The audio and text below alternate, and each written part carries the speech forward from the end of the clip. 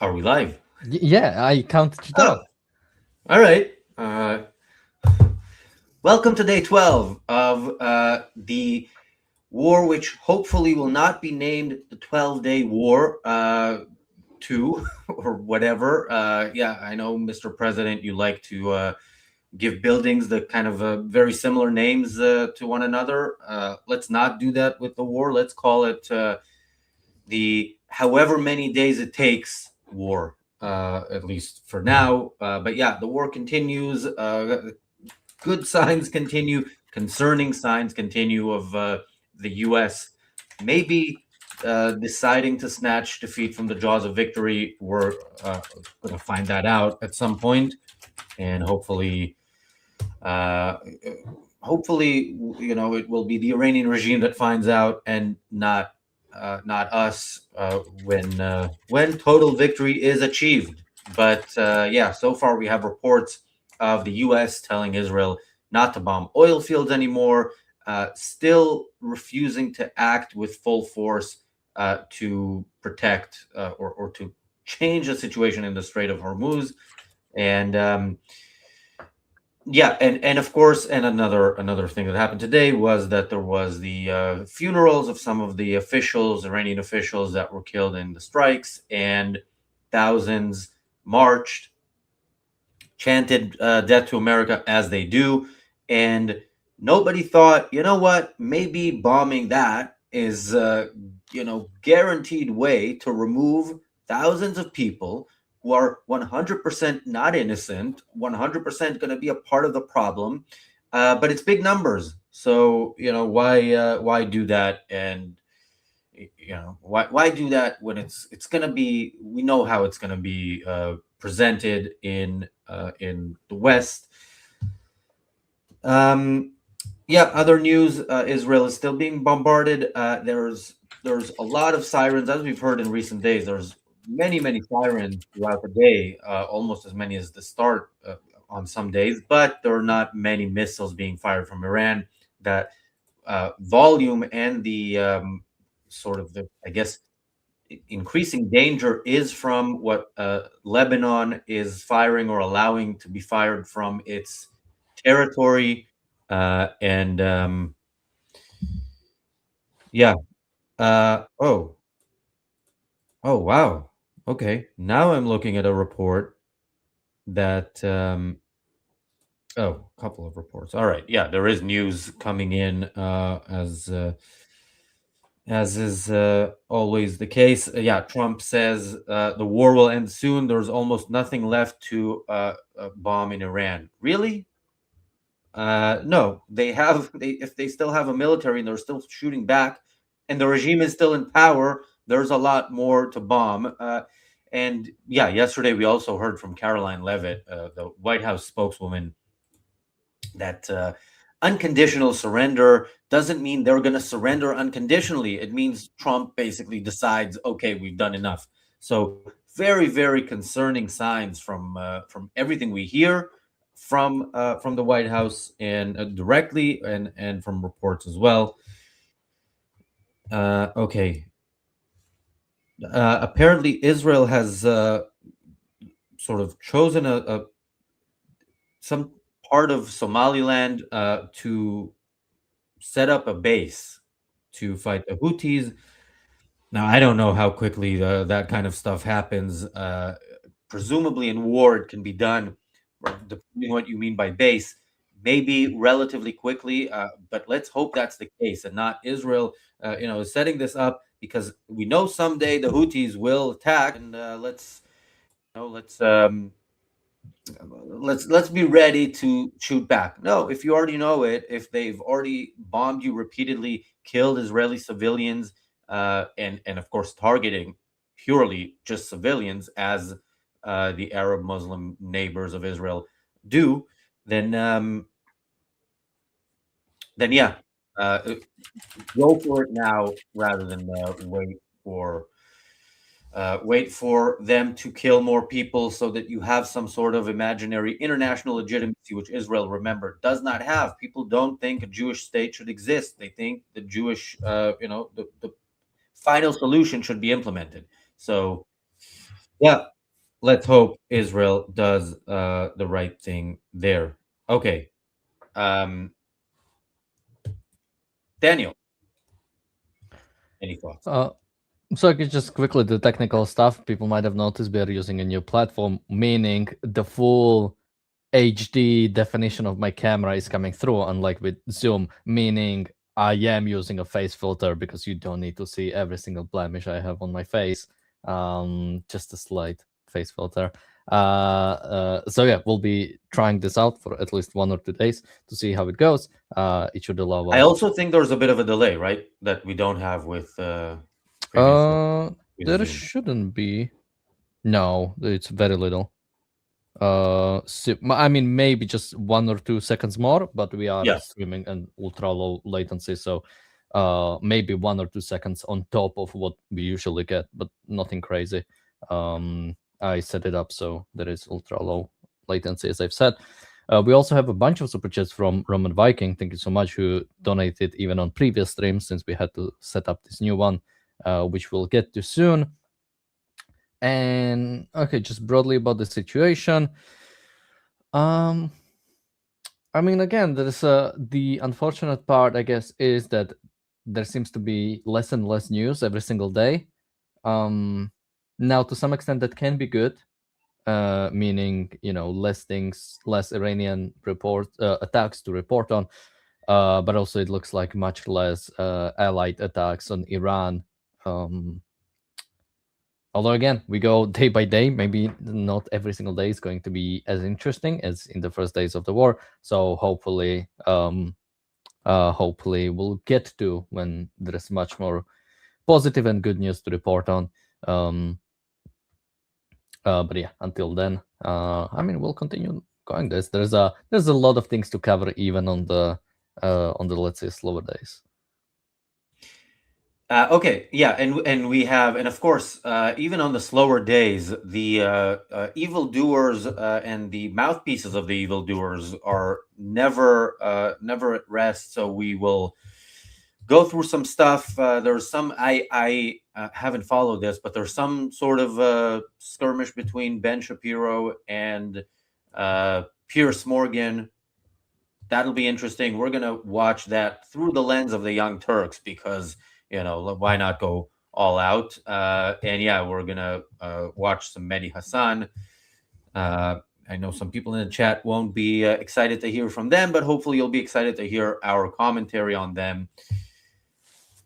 Yeah, and there's also a Guardian article we're going to go through. There's a Telegraph article we're going to go through. And of course, we will be updating as the news goes on. And any of the things we promised we're going to show, that depends on what kind of news day it is and what else comes up during the day.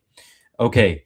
Thank you, Roman, for the super chat. I'm going to read these and then Daniel can say which other ones are on the other stream. Roman asks, what was the most Christian civilization ever? I'm going to leave that to James Valiant, who will hopefully join us at some point. So, Daniel, if you can take note of it or do whatever your magic is where you screenshot it or something. Yes, I'm still figuring out technology. Thank you, Bonnie, for the super chat. Thank you, Roman, for another super chat.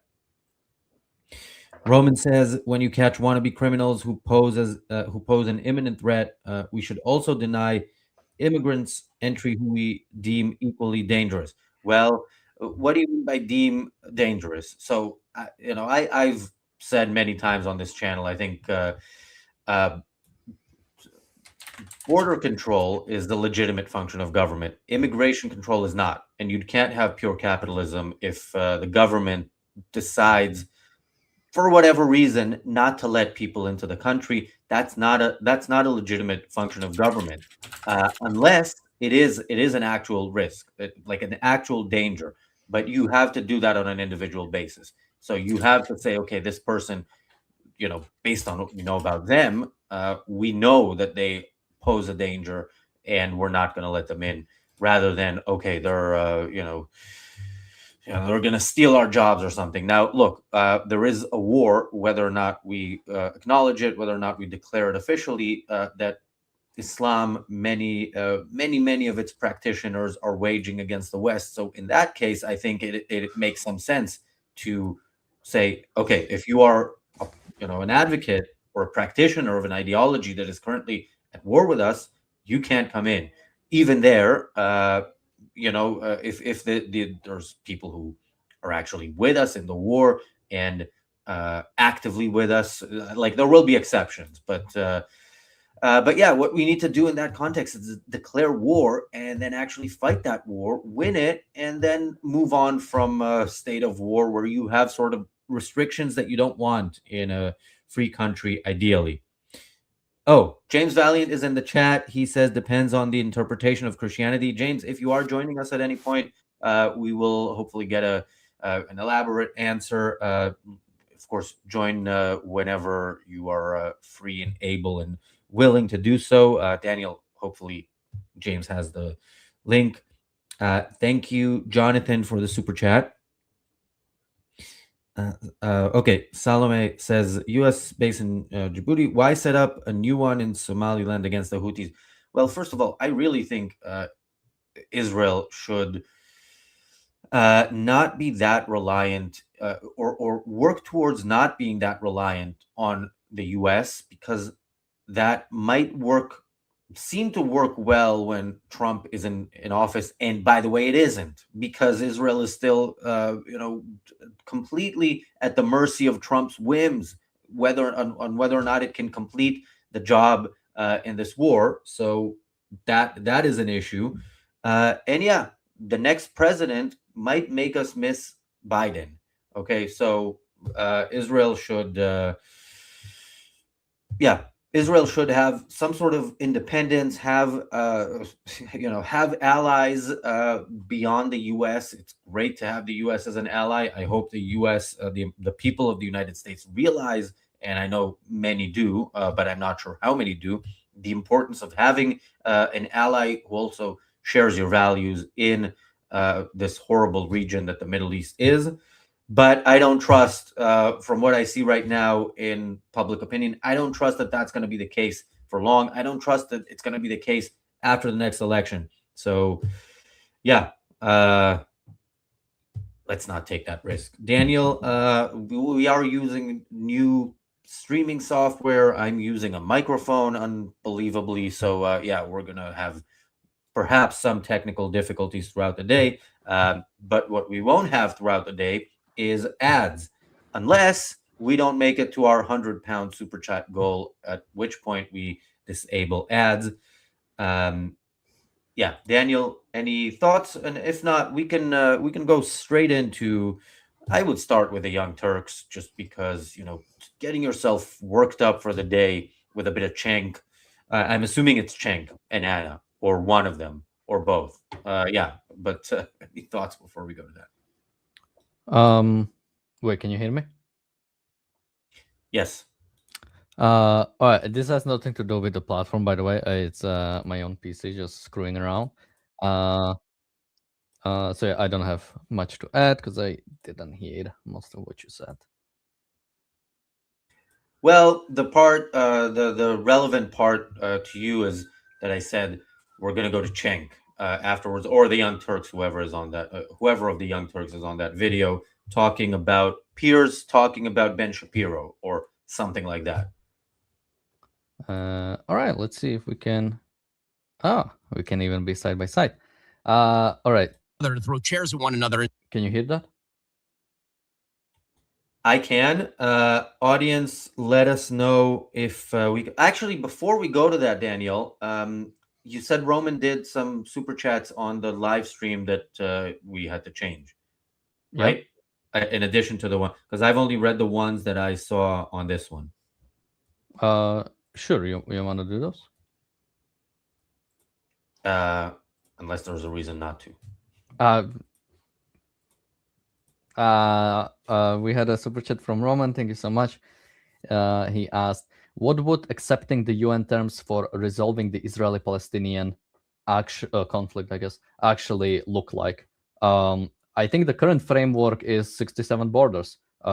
Israel would have to take out all of the settlements, the Palestinian Authority would establish itself in all of Judea and Samaria, including East Jerusalem and Gaza. Most likely also the right of return for all Palestinian refugees, so all of them would have a right to go back into either Gaza or the West Bank. The new Palestinian state would be full-on state, meaning have an army, control its own borders, everything in that regard. Yeah, I think that's mainly the framework that the UN or generally the nations are working under right now. Yeah, Salome, I Googled it to check. Cenk is 55. He does not look anywhere near as good as Sam Cedar at 59. Or as I expect Owen Jones will look when he gets to 55. So leftism being the cause of looking good at older ages is still not scientifically proven. Okay. Yes. How far are we into the goal, Daniel? And by the way, yeah, maybe for next time, there's a way to set an actual goal in YouTube Studio, but let's figure out next time. Where are we now? Well, not the YouTube Studio, but StreamYard. Yeah, I don't know if we can. I might even be able to figure it out during the live stream. We are at £9.74. So about. Is that including the super chats on the other one? Oh, that's a good point. So that's like €10. It's what, like £8? Let's say we are at around 17, and I'll check exactly. I'll convert it to pounds so we can have the exact count. Sounds good. All right. I see that the first person we're going to hear from in this clip is Ben Shapiro. So we're easing ourselves into whatever's coming next. By the way, would you like to be on the screen when we share? Like, would you like it like this? Or yes, like this? Yeah, let's have ourselves on the screen. Because I'm wondering if that increases or decreases the chance of somebody, copyright striking or something like that. I don't know, but I mean, they can still strike us because we are using their videos, but the automatic YouTube system, I think, is less likely to hit us.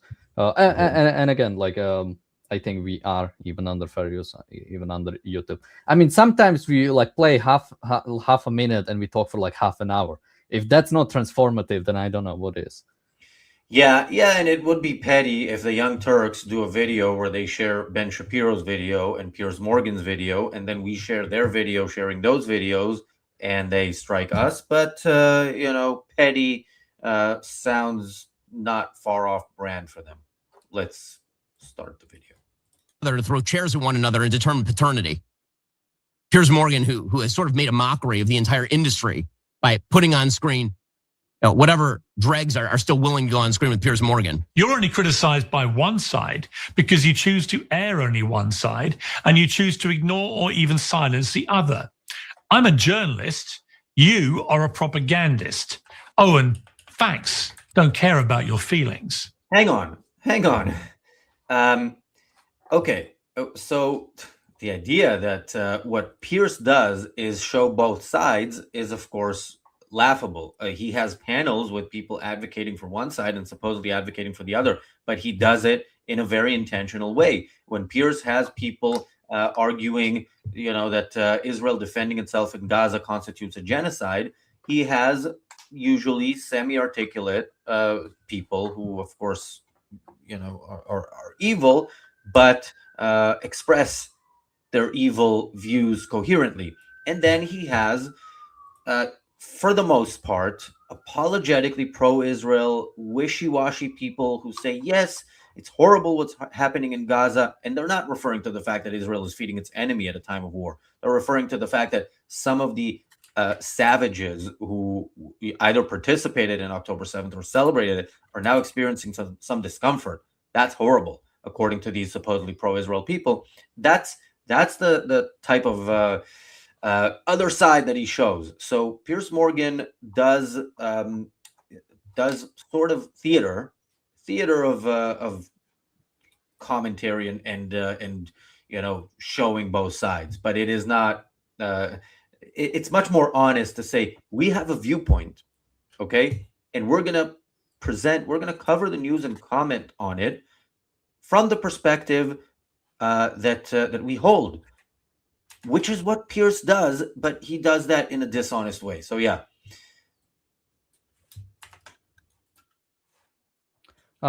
Yeah, I mean, again, when it comes to Piers Morgan, I mean, it's mainly like people have to realize it's entertainment and it's theater. There is no like actual discussion happening on Piers Morgan for the most part. Anybody who's honest, anybody who like tries to actually get to the bottom of things, it's usually very much ridiculed. Which again, it's like, okay, that's fair, but like say that's what you do. You do political theater. You do like a joke content. There's nothing. I don't think there's anything inherently wrong with that. You know, sometimes it's fun to watch, and sometimes it's interesting for us to like comment on what they say.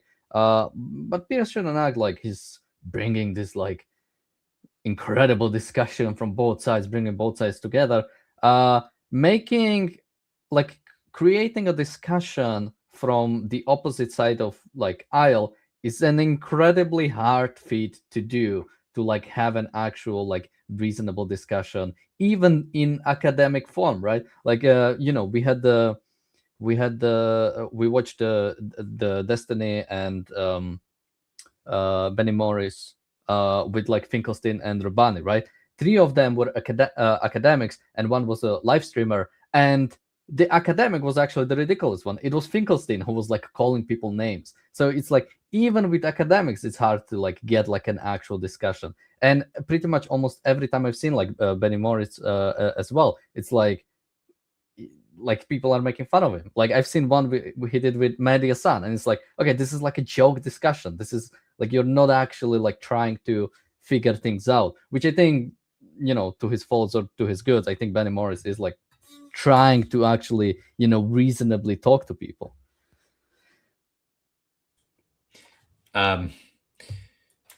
Chill White Dude says, I wish the Ayn Rand Center UK would comment on European politics at least once. There is already a lot of commentary about the US. Europe needs reason. First of all, for somebody whose name is Chill White Dude, you don't seem very chill. Second of all, and also we don't need to know your skin color, but thanks for letting us know. This is one of those rare places where we don't actually care. We comment about Europe all the time, and if you watch our day-long streams on the war, Europe is a part of it, in that it is almost as disgusting as it was in every big war in the past, with its indecision, depending on the country, indecision or actual support for savages who want and are trying to do what major European country tried to do the last time there was a big war around here. So yeah, we do comment about it, but and frequently. But look, in the grand scheme of things, if the U.S. falls, so do the rest of us. So that is why, if we're gonna do rational, cultural, and political commentary, much of it will be about where things, what is happening, where it really matters, and yeah, well, there's more to say about that in the wider anti-Semitism issue, and the fact that Europe, in that sense, has pretty much fallen. I don't like it when people use the expression, "Oh, look, London is fallen," because you know, there's Muslim areas where, you know, the police don't go. No, Europe in the anti-Semitism sense has fallen. That I don't see any reversal of that course anytime within you know, decades. But in the U.S., I still have some hope, just because of mostly because of their history, and because there are some rational voices out there. There were a few other things I wanted to comment on in the chat. Yeah, well, just quickly, yeah, because Roman Viking said, so the UN wouldn't care how the Palestinian government would act. It doesn't care right now. So no, I don't think so. And again, it should be said, there is no the UN to some extent, technically. I mean, of course, you have your, you know, special rapporteurs and sort of things like that.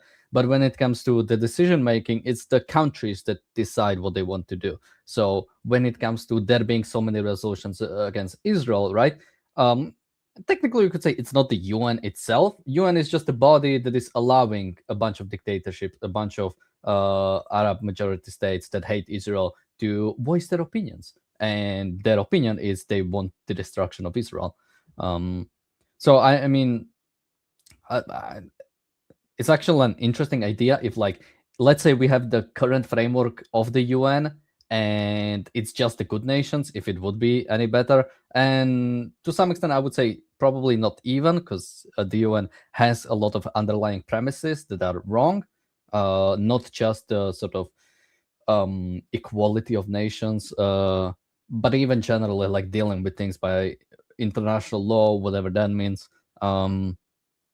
So yeah, I think there might be problem even then. Again, just like having the body itself instead of every single, in a sense, international law, every single agreement sort of just being an agreement instead of being under this whole framework, which again, some nations don't accept, right? But we are acting like everybody accepts this. And we have one more subject from Roman that we haven't read. Let's do it. One more super chat from Roman Viking was, what does Board of Peace say to the current Iran war? I mean, Board of Peace is just Trump mainly. So, but I don't think there's like any official statement from the Board of Peace about this war. But the chairman is Trump, so. Yeah, I mean, one of the positive things about the last couple of weeks is that we haven't heard anything about the Board of Peace, and hopefully it will be completely forgotten. Look, Trump forgot the great idea that he had of, getting rid of people in Gaza and sending them elsewhere. A thing that, as I've said on this channel, if that doesn't happen, Israel can't exist long term. But yeah, if he can forget about the Board of Peace just as easily, great. Romancing the Troll says, pretends all sides are of equal value. He's a dialectic enabler. This ain't no debate club. Yeah, I've never been in a debate club, but I imagine the rules, like, this would not qualify and would not be allowed. Like, everything you see on Piers Morgan is not something that if you want to have actual debates, like exchanges of ideas, then that's not what you would see. Roman asks, Razi, have you heard of Ayan Hirsi Ali's difference between Medina and Mecca Muslims? You can watch it on YouTube. I have not, but I am a fan of much of what she does, so I will check it out. All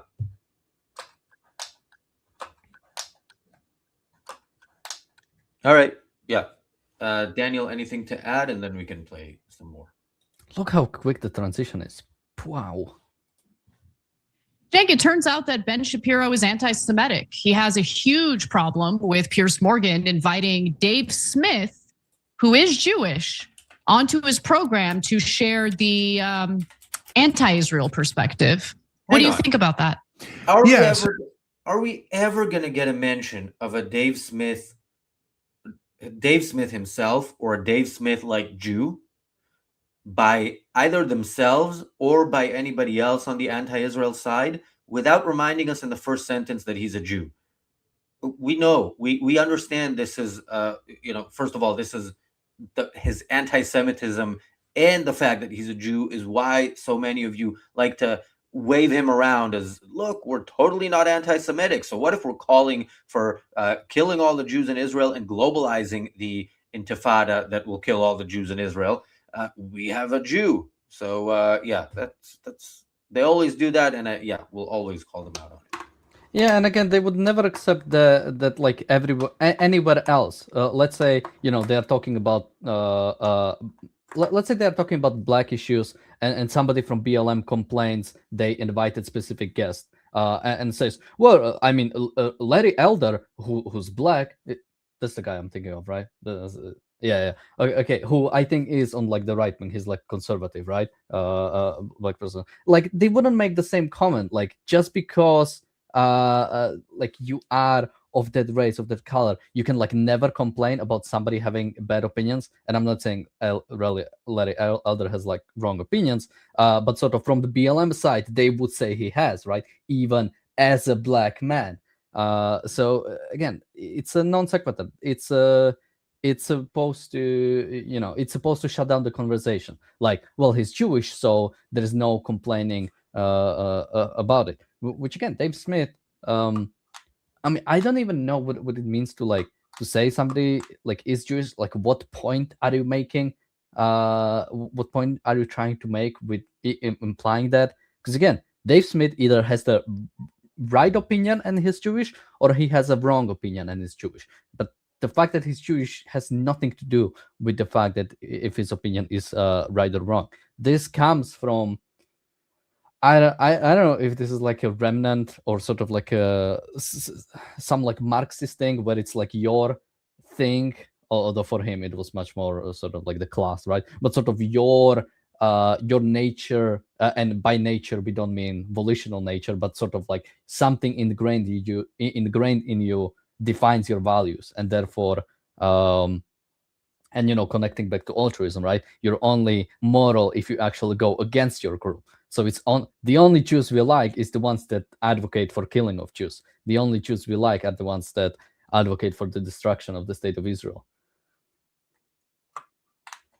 Yeah, and by the way, the conservatives have definitely done the oh, look, a black person, why are you calling us racist? I mean, I've seen it. Candace Owens' whole claim to fame was, oh, why are you saying they're all white men? Look, a black woman. Yeah, didn't work out very well. Yeah, racist. I'm not racist. I have a black friend. Here's Candace Owens. It's like, yeah. Sorry, you see, conservatives. Yeah. First of all, maybe that should encourage you to question your entire ideology. But if not, maybe at least this part of responding to racism by pointing out the different races of people on your side. Not good. So that's why we told you all along, this has nothing to do with Jewish Americans. So this has to do with people who are loyal to Israel. That is a different category. Yes, it has some Jewish Americans like Ben Shapiro and Dave Rubin, Mark Levin, etc. But it also has plenty of Christians like Lindsey Graham, Ted Cruz. So it's just a matter of who you're loyal to. And now Piers Morgan is beginning to realize, oh, turns out Ben Shapiro and Dave Rubin are only loyal to Israel. I know, color me shocked, but let's give you the details of his awakening. In fact, Piers Morgan had the legendary Jeffrey Sachs on his program today. And Jeffrey Sachs is also highly critical of Israel, used to live in Israel, and also happens to be Jewish himself. So you're absolutely right to point out that criticism of Israel is not about criticizing Judaism or Jewish people. It's about criticizing a foreign country that has carried out a genocide and keeps dragging the United States into wars we should not be involved in. Now, Shapiro was criticizing Morgan. First of all, yeah, Chandler, I also got stuck on Cenk's 2 cents. Every time I hear it, I think that's way overpriced, and really, where's my refund, Cenk? But yeah, I don't know, Daniel, we only watch clips from these people. Are they saying for 2 years, for 2 hours every day, war for Israel, no more war for Israel? Is that all they say? Like, don't they have some diversity, not in the sense that they mean, but in the actual, like, different things that they talk about, different types of content, issues? Have they dropped everything? What were they doing before October 7th? Like, they were talking about different things, right? The corporate Democrats. I mean, they mainly, I mean, again, from what I've seen from people, I don't watch them directly. The only way I watch them is watch somebody else comment on what they say. So I've seen them, they focus a lot about the money in politics stuff. And probably, I mean, similar to us, whatever is sort of in the news today, they comment on. So they mostly follow the news. And right now, the news is, of course, Iran war and Israel.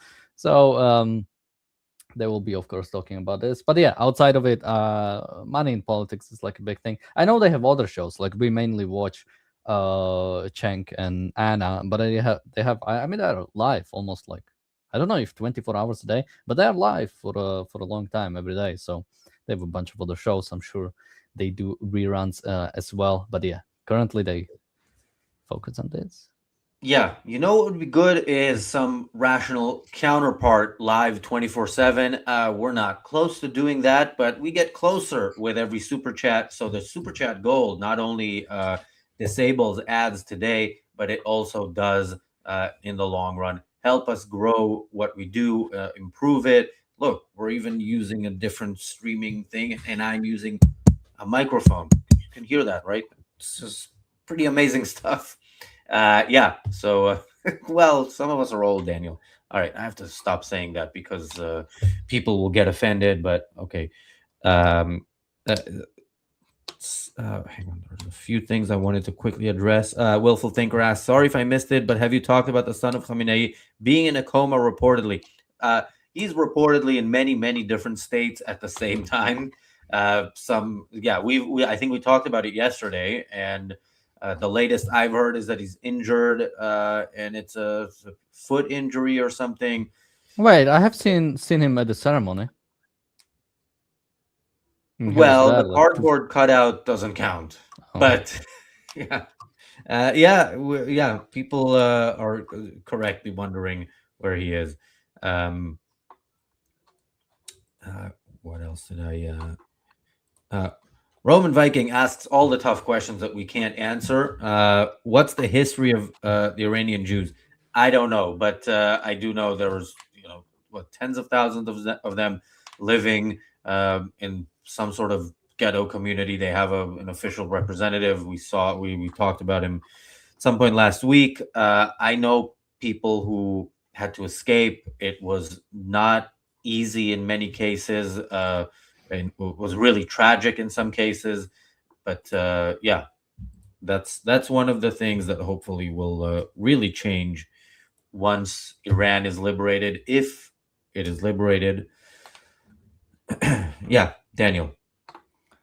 Did we read out the super chat from Jonathan? Super sticker. Oh, I mentioned it, but we can mention it again. Thank you, Jonathan, again for that super sticker. We can also, by the way, you're watching. If you go on your StreamYard, Razi, you can also see the comments, and you can start comments so you don't forget about them, and we can pick them up later.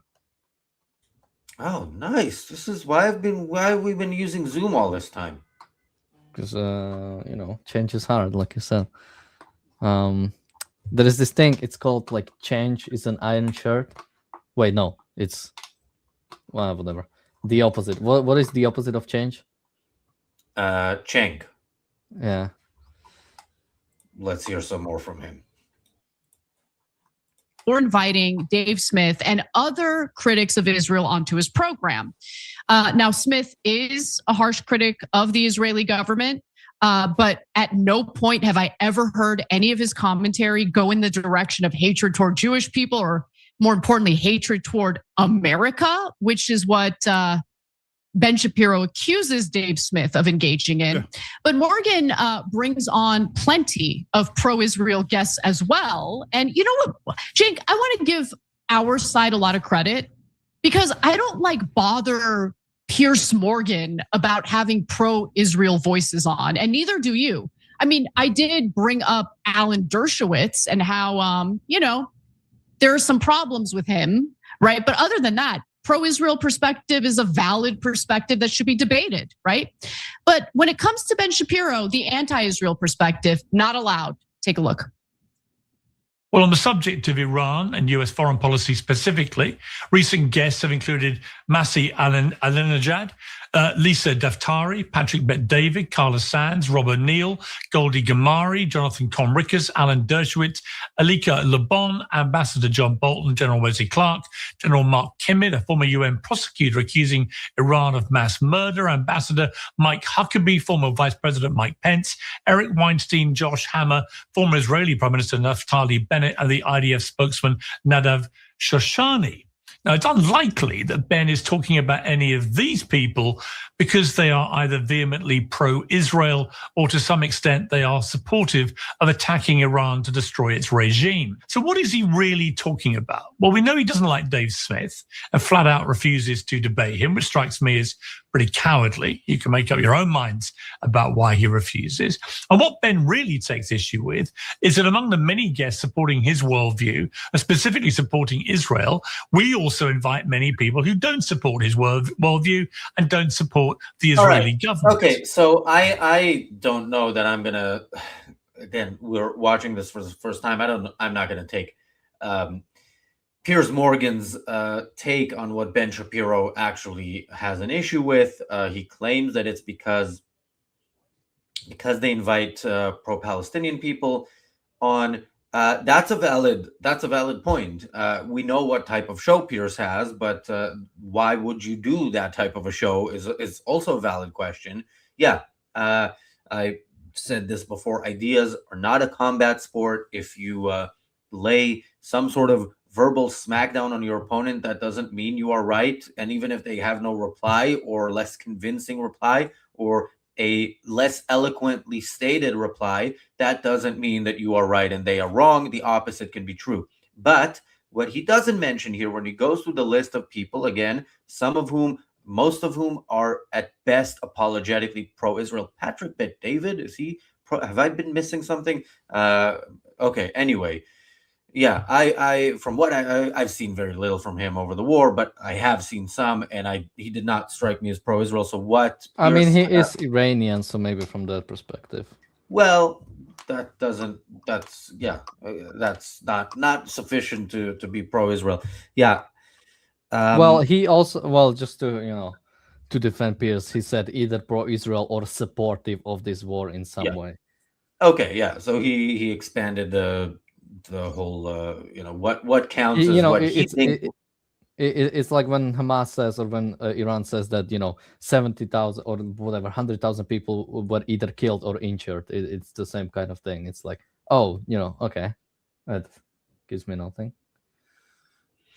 Romancing the Troll says Patrick Bet-David is pro Patrick Bet-David. That is very true. But the interesting thing is, the last time we did a normal show on this channel before starting the war streams, we were discussing a Piers Morgan show on the reality show Friday 2 weeks ago, and it was the one where Goldie and Elika were on, and they were both fantastic, and we were expressing our own surprise at the fact that it was a 2-on-2, but they were not they didn't let them speak. Like the two, mostly Cenk, didn't let them speak. So that was what that content was. And of course, Piers sits back, relaxes, enjoys the show, enjoys the shouting match. So that's when Piers brings people on. It's either the worst people for the good side, or good people that can't get a word in edgewise, like what happened with Elika and Goldie, who then had some sort of a fatwa issued against them because of the way Anna Kasparian chose to sort of recreate that whole conversation and reframe it.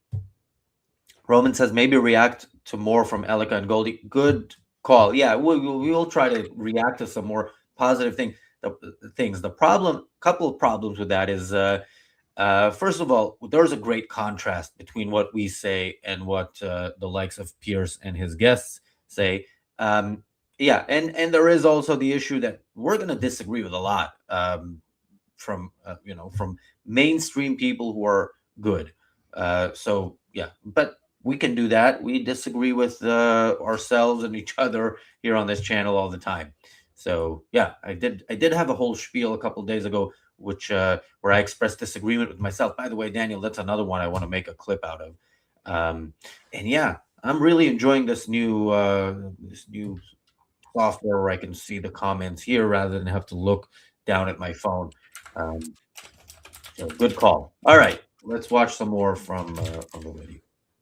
Well, I would only say, because Roman says in the chat, I think ideas should be debated. If two ideas are important and opposed, they should talk to one another.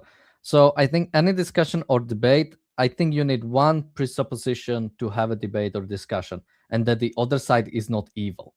I have a problem doing that with almost anything when it comes to pro-Palestinian ideas. I could discuss people from the other side. And again, I don't necessarily like debates because I like clarity. I like in a sense, I like being vulnerable in a discussions and basically allowing, assuming that the other person is coming from a good place. Which again, I have a problem with doing people with like Dave Smith. Like I don't think he's coming from a good place, or even Anna Kasparian. But I could make it about some people where the discussion could be interesting. And again, I think he makes another comment about Ben Shapiro, that he built his legacy on being a debate bro, which I think is true to a large extent. That this is what Ben Shapiro, in a sense, became famous for. That's how I got to know him. Him destroying leftists with facts and logic, or students. So yeah, in a sense, he built his career upon it. But I think it's valid to say, okay, I don't want to do this anymore. Although I think even Ben Shapiro might not be fully honest oftentimes about his ideas as well. Especially, I mean, I think Trump to a large extent like destroyed Ben Shapiro from like inside, because I think he's somebody who was like clearly against him for a long time and was happy to like throw him aside once he lost the 2020 election, and then he realized he not only needs to live another 4 years with him because he's not going away, but also another election. So I think Ben Shapiro, and Ben Shapiro now deals with the anti-Semitism on the right. So, and we've talked about Ben Shapiro, right? It's to a large extent this is his own cause, his own making. He's reaping what he sow, what he sown. So Ben Shapiro is not in a good place, and I don't necessarily know what advice I would give him. Not like it's my advice, but sort of like how to live with yourself and continue going forward. So. But I think there is. I don't think he's like beyond redemption. He just needs to realize, okay, what he actually wants to believe in. Yeah, El Harrison says also people who've been on the show were told they would be in a one-on-one interview, but were instead put on a debate panel. I'm not surprised by that at all. I haven't heard that, but I'm not surprised. And yeah. Let's watch some more.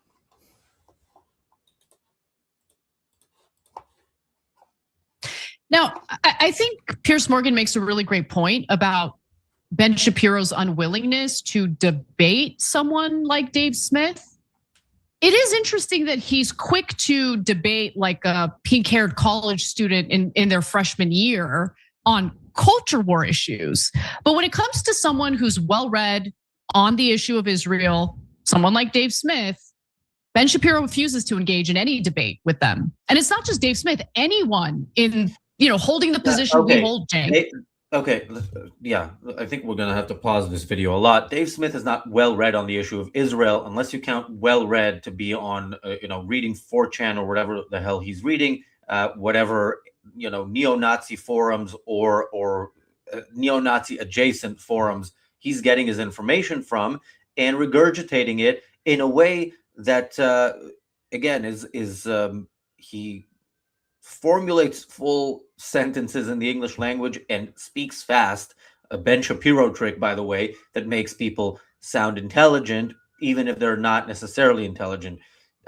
Which Dave Smith, I don't know how intelligent he is. He's definitely not as intelligent as his side pretends, but he is absolutely dishonest. I mean, he has a bunch of historical things that he plucks out because this is what they say on the forums, and he throws it out there in every argument.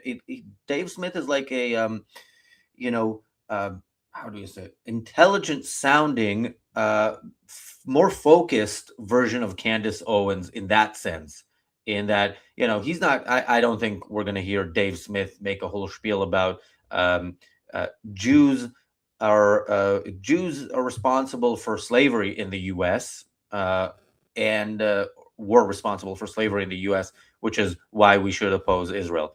But he will say, "Oh, look, here's something that somebody alleged that Israel or Zionists did at some point in the past 150 years," and present this as part of their wider case.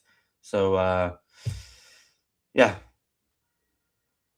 Yeah, I mean, I think Dave Smith is fairly intelligent, but again, he isn't choosing to do anything good with it. And again, just the basic idea of intelligence is, ability to abstract, ability to engage with hypotheticals, and few things like that. I think Dave Smith has that. But again, I don't think he's using it for anything good. And as I've said, like I don't know if I could like debate Dave Smith, because again, my goal isn't to debate. My goal is to like gain clarity. And when he brings up, well, did you know the 4-star general said that there is like a plan to invade 7 countries in 7 years or whatever it was, or in the next following years? It's like, okay, like you have no desire to like engage in honest conversation in any way. You just want to throw on like factoids basically, or like throw out things without like gaining any sort of bigger overview of the issue. I mean, Dave Smith, I don't know if this was the first time I've seen him or one of the first times, but I've seen him in a debate against Destiny, funnily enough, where Dave Smith, I think it was at some libertarian thing or some libertarian-ish or aligned thing, and Dave Smith was taking the side of basically Russia, or it's the fault of the West for the invasion of Ukraine, that it was Western fault and the NATO expansion that caused the Russia to invade Ukraine. And again, especially from a libertarian perspective, like, come on, I'm not taking you seriously if that's the position you're taking. Mersheimer is not a expert in any way, and his like view of geopolitics is like, that's what I do. Like, I listen to Mersheimer when once upon a blue moon I like get high, and then I'm like, yeah, that's totally how it is. That sounds like some great behind the paywall content for sometime in the future. A Pluribus says Dave Smith is never well read. He can barely shave his face. No comment. And Willful Thinker says, yeah, and I agree with Willful Thinker on this. Sorry, we don't have debates on things like freedom versus kill your infidel neighbors, 2 valid viewpoints, or Sharia rape, bad, or freedom of religion. Yeah, I'm with you. And to me, debating the Israeli-Palestinian conflict, if you want to call it that, is like debating, who was right in, was the Holocaust right or wrong? That is that level, because because I actually listen to the Palestinians and what they say and what they've always said, all their leaders from all different factions that kill each other, but prioritize killing Jews or exist in order to kill Jews. Yeah, that is not a topic of debate, and it's not a topic in which anybody who's confused, I wouldn't have them in my life in any way. But yeah, that's where I stand on that. To me, this is the clearest of all issues, and I'll repeat this: it's the clearest of all issues, not because of Israel. Israel is absolutely flawed, because of the Palestinians, who are absolutely pure evil. It is the most evil society on the planet.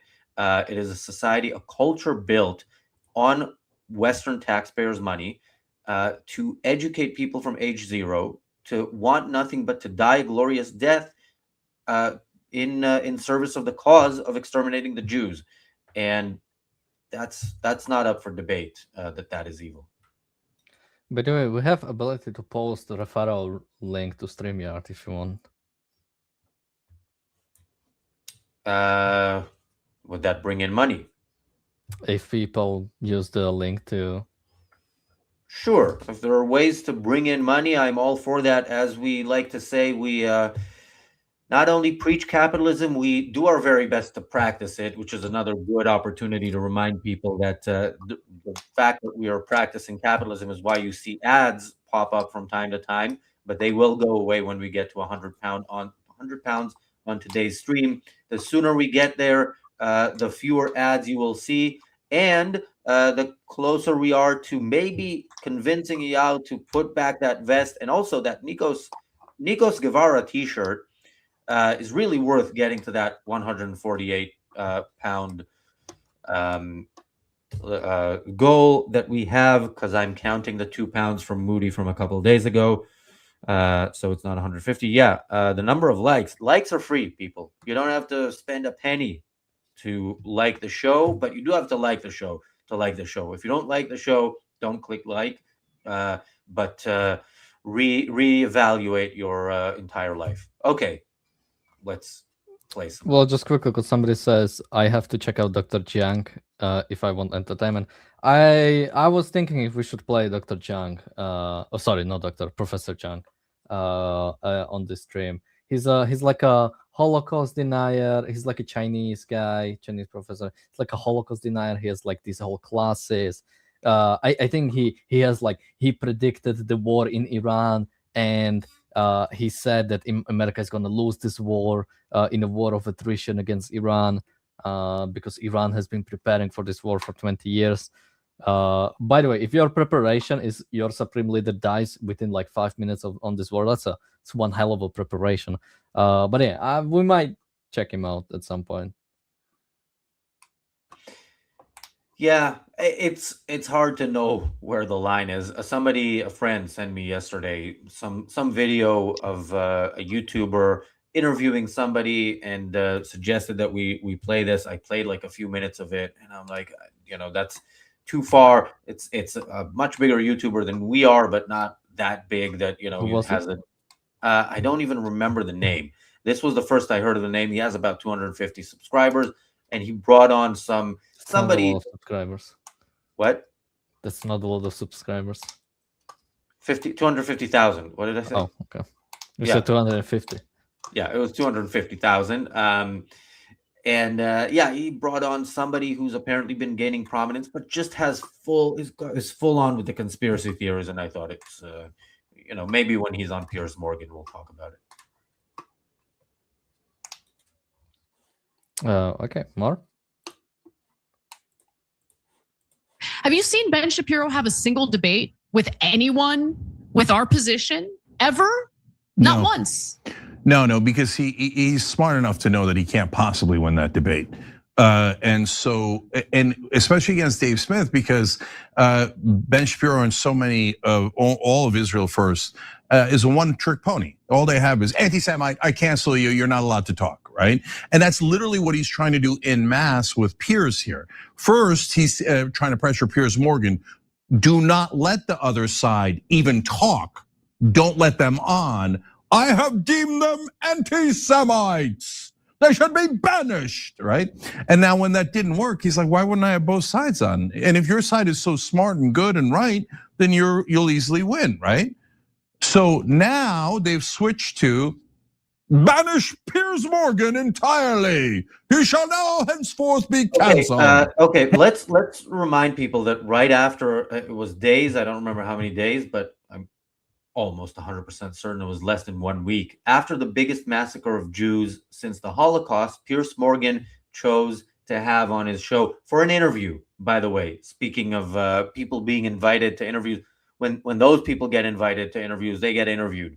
The Egyptian comedian whose name escapes me right now, but who is a full-on Bassam Youssef. Yeah, Bassam Youssef, who is a full-on anti-Semite who sat there and made jokes basically when Piers asked him to condemn the terrorist attack. Of course, Piers, while condemning the slaughter, also condemned Israel's attempts to stop it. Remember, Israel was attempting to bring back the hostages and to take out the people who did what they did. But for Piers, when such people use, for example, a motor vehicle, which is an ambulance, then you can't touch them. And this was when he started condemning Israel. So he was condemning Israel from day one. He basically did this nominal condemnation of the slaughter, and then was 100% anti-Israel the whole time, both in his own statements and in the guests that he chose to platform and the way he chose to platform them. So that the revisionist history here is almost as clear as the revisionist present that these people do. But yeah, Ben Shapiro won't debate anybody from our side, is what Anna said. Anna just a couple days ago walked off a show because she, after accusing other people of having blood on their hands, decided, okay, this is the moment when I'm gonna pretend like I taking some sort of a moral stance. If there was a movement around the world to kill Armenian women wherever they are, of women in Armenia, women of Armenian descent, randomly every single day you would hear of Armenian women getting raped, getting murdered, and somebody was saying these was just spending their entire life talking about how evil Armenian women are. Would Anna debate that person? Because that's Anna when it comes to Jews. So that's why Jews aren't too keen to debate you, Anna. Thank you, PC, for the super chat. PC says, Razi, I'm on the Met line at Baker Street. Guy has a Palestine flag. Yeah, PC. Someday you will take my advice and stop riding the tube. Yeah, London is very walkable, and you will see it's not about for people whose work is like 10 minutes away from thank you, Jonathan, for the super sticker. Yeah, PC is yeah, by the way, your Baker Street, oh no, Baker Street is somewhat above ground, or parts of it, right? So there is a signal there, or you're in the station itself, or there might be Wi-Fi. But yeah, that's unpleasant. Daniel. Yeah, London is not walkable unless you're talking about the city of London, or like you're like very in the central. If you have to go anywhere else. During I think the second lockdown and beyond, there was a 10-month period when I didn't take any form of transport whatsoever, and I went to central London and stuff, and it was fun. It's hours of walking a day, but it's yes, okay, I should say, if you don't mind sometimes walking in an hour or two, yes, it is in that sense it is walkable, and you have like stuff to yeah, it's nice to walk, and it's not too bad. Yeah, and if you're gonna walk an hour or two anywhere, London is one of those places.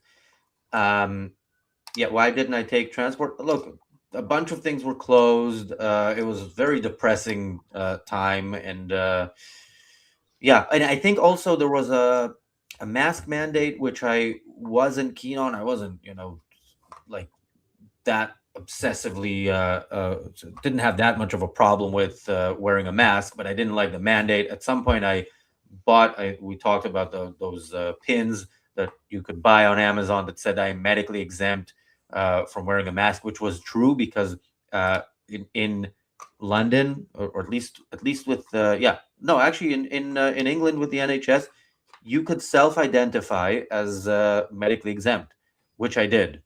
So yeah. By the way, we are at £30 right now, so just £70 short of disabling ads for the rest of the live stream, which should go for, I'm thinking, at least 4 to 5 hours. So yeah, a long time to enjoy this experience live free, ad free. Thank you, PC, for another super chat. Are you doxing yourself with that one? I'm not going to read it, just in case, unless I misunderstand it. I mean, isn't any area like relatively big? I don't know how that specific area, how big or small it is. Well, let's stay on the safe side, and and let's watch some more Cenk. Okay, now he's giving like more details on like you're just giving radius. Yeah, PC. Not everybody who reads that is Actually, I don't know how likely the trolls in the chat are to ever leave their mom's basement, but if they decide to, now they know where to go.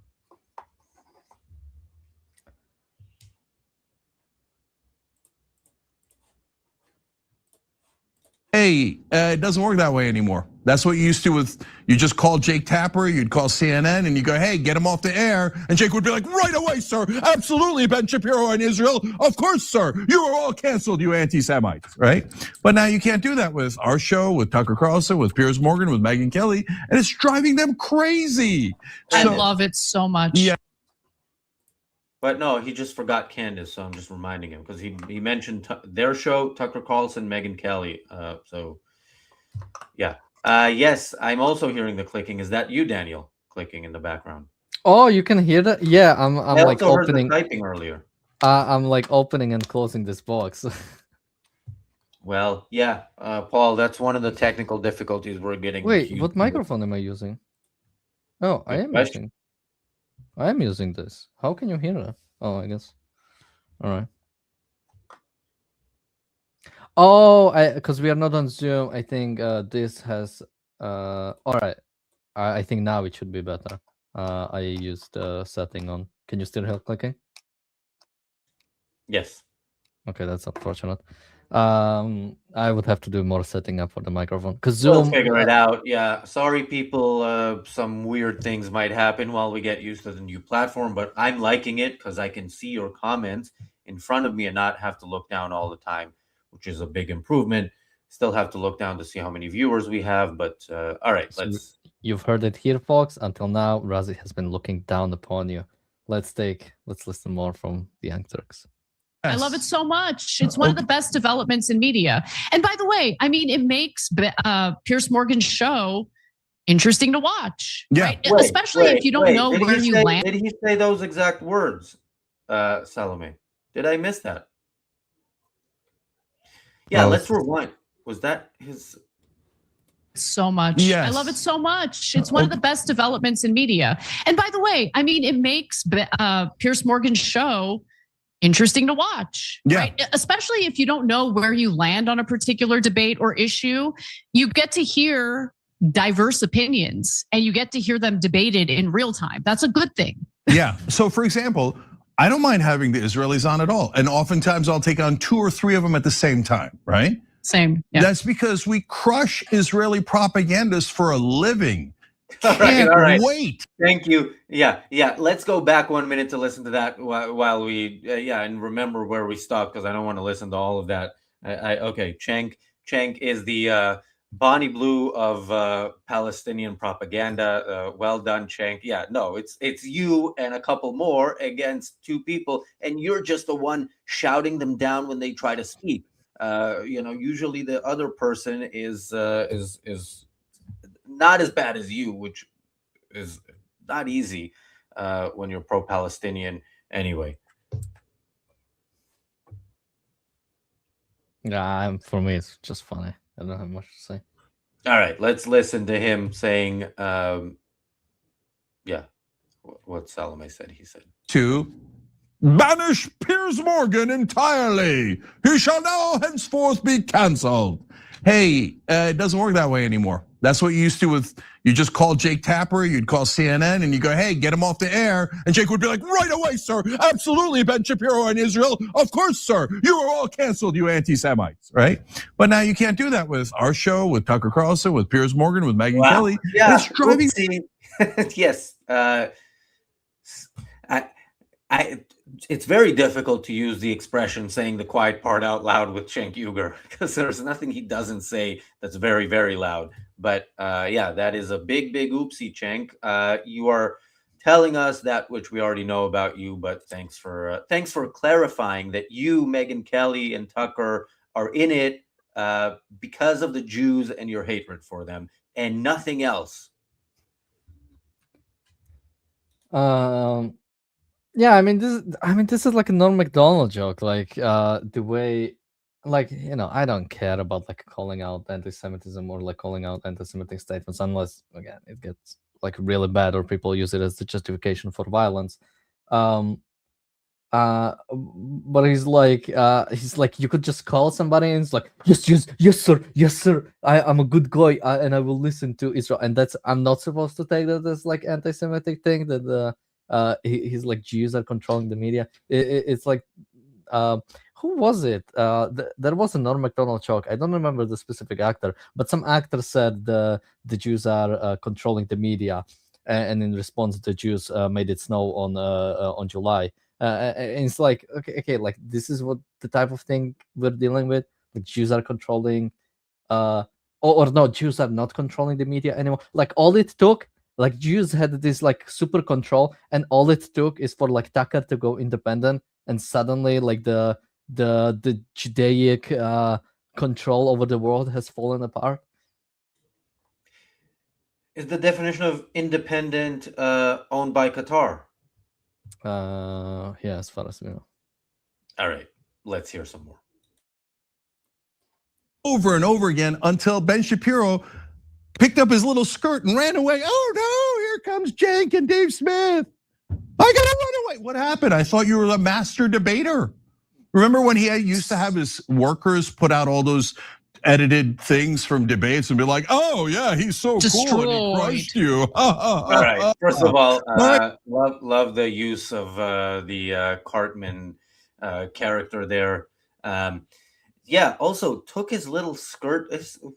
Like, is this what the left is now? Aren't they? Isn't that what would happen if this was, somebody on the conservative side saying that, challenging the manliness of Cenk because of his views? But oh well. I mean, I guess that's just what it is. Thank you, PC, for another super chat, bringing us within 60 pounds of the end of ads. PC says, I recall riding the tube back in the 1980s. Razi aged 5 in 1987. Wait, hang on. Yeah, I recall going through King's Cross, Night of the Fire in 1987. My school was near there. We used wooden escalators that caught fire later that day. Well, we are the same age, exactly. That's, yeah. Look, yeah. I also recall using the tube in the past, and it was never super pleasant. But it's very much something I'd like to avoid. And look, now everybody, this is what the like every lowlife has found purpose in their life now, and it's the Palestinian cause. And so, like, you see them, and just generally speaking, they look like the kind of people who, extract that cause, and they're not gonna from their life, and they're not all of a sudden gonna be super pleasant. I guarantee you, half these people cry themselves to sleep at night and don't actually say, you know what, let me fix this. Maybe it's not a good thing to cry myself to sleep every night. Maybe there's a way out. Maybe there's a better way to live. No, there's a different solution, which is, just fire on all cylinders, find an enemy, find a cause that you can get behind. And what cause is easier to get behind if you're a lowlife than anti-Semitism, especially with its growing popularity? Yeah, Paul, I have said how old I am on this show before, so yeah, now I'm offended by you not listening. And yeah, PC says this guy just got off the tube, but another one will at some point get on. They are everywhere.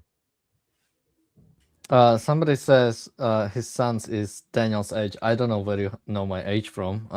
If you're just asserting or assuming that, but I don't think I've said it anytime recently. Unlike, oh, maybe I said it a while ago, and Salome has been watching us for a while, and he knows. Well, or she has sources that she can't reveal.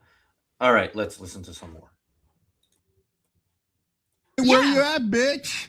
Where are you at? Actually, to Piers Morgan's credit, he did call Ben Shapiro out on that. Because remember, Ben Shapiro's whole... can you just rewind a little bit so I know what the "where you at, bitch" is about? All right, where you at, bitch? A bit more. He's so Destroyed. cool and he crushed you. All right, where you at, bitch? Where you at? Actually, to Piers Morgan's credit, he did call Ben Shapiro out on that. Because remember, Ben Shapiro's whole thing here is, oh, Piers Morgan Uncensored is like the Jerry Springer of political media. Okay, but you're the one who popularized those. Ben Shapiro destroys left winger. Ben Shapiro crushes. I mean, you engage in that. Yeah. Like that blood sport culture, you engaged in that. Anyway, now, one of the issues that Piers Morgan had with Ben Shapiro's commentary here is the fact that, Ben Shapiro says, I don't go on Piers Morgan's show anymore because he has Nazi and Nazi adjacent guests on. And he did give some examples, and he said that, Nick Fuentes didn't get any pushback from Piers Morgan, which is nonsense. Piers Morgan actually ended up backfiring. He attempted to do pushback. He did pushback actually, and none of it really landed. But nonetheless, here is Morgan expressing how unhappy he is with Ben Shapiro's dishonest reflection of that interview. I just stopped appearing on his show. Why? Well, honestly, he kept bringing on actual Nazis and the Nazi adjacent, and then treated them all too often as voices worthy of a large audience. Like, for example, these people. I believe that Jewish supremacy is the greatest threat to America. And I think it's the greatest threat to the world today. I truly believe that. You think Hitler was very cool? Yes. And it's outrageously disingenuous that the clips he showed did not include the parts of those interviews where I called out every single one of them about things I didn't agree with. Yeah. I want to say it's like, I might have invited like Hitler on my show. I might have invited, Goebbels on my show, but I called him out on what he said. I said, hey, you really shouldn't kill Jews. You really shouldn't be mean to Jews. That's like Nick Fuentes was on the show talking about like how Hitler is cool, and like Piers Morgan like wasn't able to engage with that. Like he was saying, how can you say that, or things like that. But again, you cannot say that you bring people like that and say, well, I said I disagree with him. It's like, it's not enough. Like, and again, I don't know how you can invite somebody like Nick Fuentes or even somebody like Dan Bilzerian on your show, and I don't know how you even give proper pushback. Like, even if you debunk what they say, or you go again, well, there is nothing to debunk. I mean, somebody like Dan Bilzerian, he just says he wants to go out and kill Jews. Like he said it recently on Sneeko show. He says he wants to kill all of like Israel. Well, what is the pushback there? Like, what can you say? It's like arguing with like a jihadi who's like about to kill you. I mean, what do you say? Do you know that what you're doing is against the law? Like he knows that he's doing something bad. I don't know what pushback can you give against somebody who like straight up wants to kill people? Yeah, and with Dan Bilzerian, remember, because we went through that show on this channel, and Piers, first of all, was dishonest and as he always is in his presentation of his reactions to his guest, because he kept being surprised. Now, if you just go on Dan Bilzerian's Twitter, which I'm sure Piers and his researchers did, you will see that this is how Dan Bilzerian talked. He didn't say anything on Piers Morgan that he hadn't tweeted previously, or anything of additional kind of controversial nature. He repeated the same things, and Piers pretended to be shocked. And the choice of Piers to have a Dan Bilzerian on is not despite some of these things that he says on Twitter. It's because these things, he thinks, okay, this is doing well on Twitter. It's going to do well on my show. It's going to bring in viewers. And this is what they want. So I'm going to give them that. He's not the innocent bystander that he pretends, who just wants to have a conversation with different viewpoints, which again is not a legitimate thing. When you talk about morally, not a legitimate thing when you talk about certain viewpoints. but it is not what Piers Morgan is doing. Thank you, PC, for another super chat. PC says Morgan looks in the lowest levels of humanity to find guests. Yes, and he doesn't have to travel far to look in those levels. Yeah, and again, like I don't see why you would. Again, like just take somebody like Tan Bilzerian. I don't see any benefit in like inviting him on a show. I don't think you're gaining almost anything. And like again, because we are dealing with super dishonest people. Or not even dishonest people, honest people about like killing Jews. I don't know what is the engagement there. Like maybe you know you can make a case for somebody like Anna Kasparian even, maybe, and that's a big maybe because I think even she is very dishonest. But hey, it's like you're not getting like we can still talk about them, right? We are here reacting to them and explaining what we think about them and the way we think they are putting themselves across. But yeah, I cannot imagine having a like a debate or even a conversation with Anna. Like I don't think there's any like space of agreement where we could, you know, agree on something and then move on from that perspective.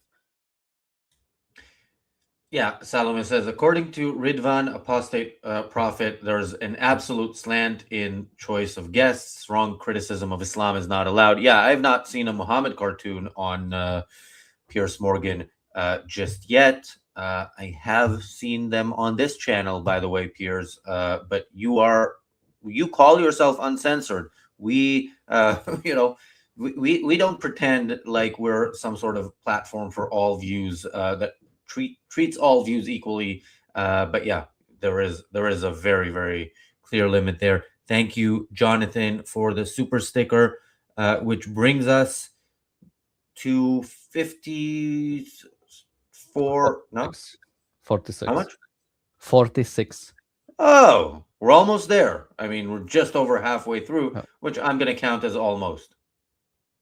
How is 46 We're almost a half? total of 46, not for, yeah. So I am right. Brings us to 54 away from yeah, I was Oh. right.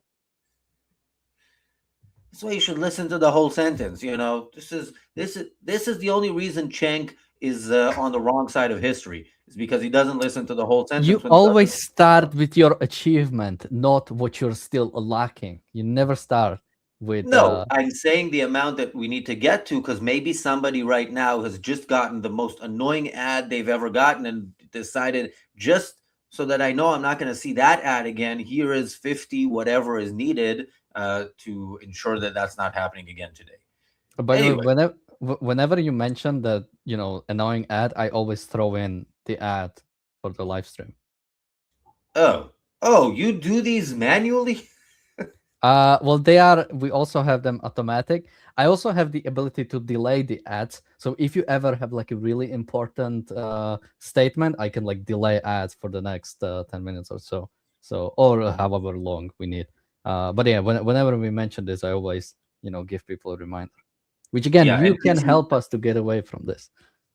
PC says, Razi, I need no I see no ads. I have premium. Yeah, me too. YouTube premium is great, by the way, people. But PC is the biggest contributor today so far. And yeah, if we get to the no ads point, PC people will be benefiting from your support of this channel. But people are benefiting from your support of this channel anyway. So thank you again for that.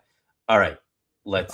Somebody says that we punish them. No, we give you an opportunity to make a decision, right? We give you an option of the ads are going to be played. If you'd rather not see them, one, you can be like PC and you know, buy YouTube Premium. Which again, if you have YouTube Premium and you watch us, we still get some money from that, which is I think more on average than what we get from ads. So you're still helping us, helping support us.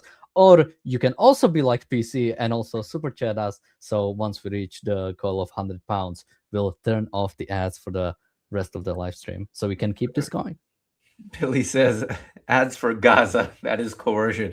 Yeah. Well, if we could pick the ads, you will not get ads for Gaza. Thank you, PC, for another super chat. PC says you're welcome. I appreciate it, as do the people who will soon see no more ads for the rest of the day. Yeah, and of course, a troll in the chat is expressing how proud he is to also be a freeloader, because he really, I'm sure this guy, is benefits from this more than most of us, because he is the furthest away from it, from reason. But yeah, anyway, we know the trolls get a benefit. We don't expect them to trade value for value. If they were doing that, they wouldn't be trolls in the first place. All right. Okay, Well, I don't want Govin to be upset with me too much, so let's get back to the video. Yeah, somebody says, could you please stop all Gaza ads?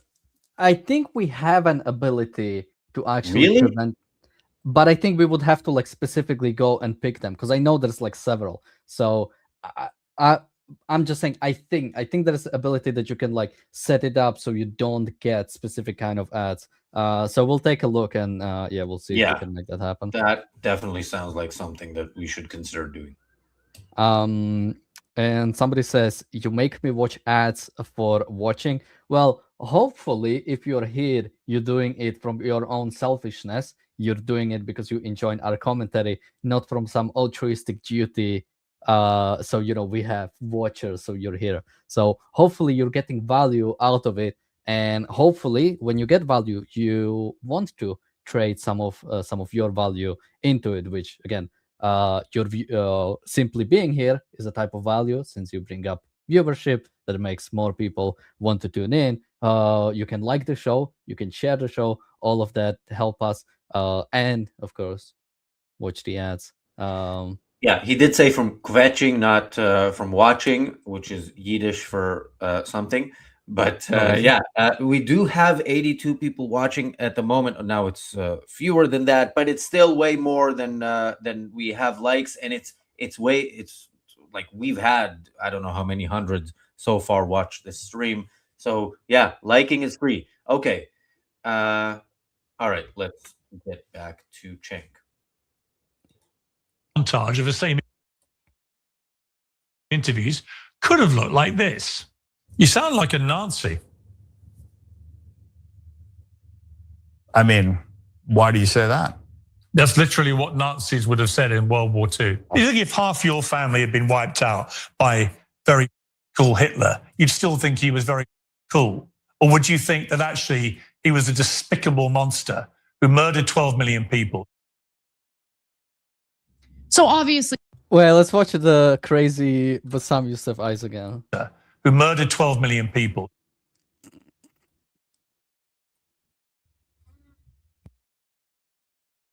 What? I missed it, because did you miss it twice? Govin mentioned Vegas, and then my mind went to Vegas. Sorry. So yeah. He was a despicable monster who murdered 12 million people. I don't know why did we see Bassam Youssef? I think Young Turks got the video, but they left a little bit from the next clip, so that's why. All right. Again, I would say like I like, why is Piers like inviting them to like say these things? Like, do you know how despicable you are? Did you know you are a Nazi? And then Brazilians are like, well, why would you say that? I mean, what is the point here? What, like, to invite them to like call them Nazis? You can do that on X. You can call them Nazis on X. Like, I just don't understand what. I mean, I wish I could have a conversation with Piers Morgan. Like, what does he think he's getting out of it? Like, does he think he's bringing like value? And again, if it is entertainment, okay, say it is entertainment. I'm not gonna, I'm not gonna push him against that. I mean, it's fun to. I mean, this is a bunch of clips. That's fun to watch. But don't act as if, or maybe if you think that this is bringing some value, well, tell me what it is. But I don't really see it. Yeah, I don't have much to add over that, except Paul says, Daniel, can you also stop Domino adverts? They just make me want to eat. If pizza that uses ketchup as pizza sauce makes you want to eat, that is a you problem. let's get back to the content. And also, if you buy the pizza, I think we get a little bit of a kickback. I believe if people click the ad, there's like a little bit more kickback from YouTube. And if they make the whole transaction, there's even more kickback. All right, let's take a look. So obviously Piers Morgan does push back. This whole, it's just, Jake, it's so wild. Like this whole debate. Okay, I hear just one, like, that's not a pushback. Calling somebody a Nazi is not a pushback. Like, I don't know. And again, I think it's like an impossible to do a pushback to somebody who's like dishonest. Like, I don't know. Like, again, if somebody tells you like Hitler is cool, like the point you have to make, like the pushback is to prove that Hitler is not cool, which I think is kind of hard to do. Like it's not an easy conversation to have with somebody who's like, because especially Nick Fuentes is like a really smart dude. Like he has a lot of, like, he has a full-on ideology, a full-on like neo-Nazi ideology that is supported. You can't just like call him the Nazi and that's it. Especially since I mean, I don't know if Piers Morgan makes the talks about how people are always being called Nazis and now we don't even know what Nazi is anymore. I don't know if like Piers Morgan has been making these comments, but it's like it doesn't, like, calling somebody names, even like Nazi. It's not doing anything. Like people don't care anymore. People don't view Nazis as bad people anymore. At least on the fringes, which are the people who watch Dan Bilzerian and Nick Fuentes. Yeah, and yeah, Nick Fuentes is very intelligent. Dan Bilzerian is not. Yeah, and so I don't know. At the very least, you're gonna have somebody like that on. Show them for what they are, if not the evil part, at least the stupid part when you have the opportunity. But neither of that was done by Piers. Paul says it really does look like she has horns with that background. Well, she knows that Daniel was going to do a video, so it made her horny. That's yeah. If look, Cenk is reestablishing the way we can talk now when he's saying to people he doesn't like from the right, oh, he pulled up his skirt or whatever the hell he said there. Yeah, Cenk, you've redefined gender relations. All right, let's hear some more. About platforming coming from Ben Shapiro, who built a career as a free speech warrior after left-wing students would protest his appearances on college campuses. Yeah. So, I mean, look, let's address all the hypocrisies. First of all, I'm all about freedom of speech. I'm totally against cancel culture. Candace Owens, you disagree with me? Fired. Brett Cooper, you disagree with me slightly? Fired. Okay. Anyone else who wants to say anything against Israel? Fired. Okay. Yeah. Sure. Yeah. You're against cancel culture. The guy who's do we know? So Candace Owens was using a platform that a Jew set up and owned to argue for basically the side or attempting to exterminate the Jews. That's why she was fired. Do we know why Brett Cooper was fired, or are we just assuming? Because I don't. My understanding, to a large extent, that it was simply Brett Cooper felt like she wasn't appreciated enough, or sort of she wasn't being paid enough. At least that was my sort of main takeaway from it. Which again, I think you could make a fair point on either side. I mean, it's like a contractual, not even a contractual dispute. It's Brett Cooper thinks she's worth more than she's being paid for. Ben Shapiro or whoever was in the control of the decision didn't think so, and so they split ways. There was a disagreement about the further sort of relationship. Hey, I cannot wait for Cenk Uygur to invite Dave Rubin back on their platform, since Dave Rubin was on the Young Turks for a long time, right? I think he left of his own volition, but get him back. Start paying him again for his views and everything he supports now. Yeah, and Paul says, and as an employer, Ben can fire who he likes. Yeah, but look, if you did it for a reason, you can express your disagreement with the reason. and he does. He doesn't like the fact that that this Jewish man fired a woman, an anti-Semitic woman, who was using the platform to promote anti-Semitic hate. And also, there was another famous figure in that on that platform who was fired, and he adds stuff to it, which again, as far as we know, yeah, it was a dispute over money, which happens, and so, but it's something Chen can use because a Jew fired someone.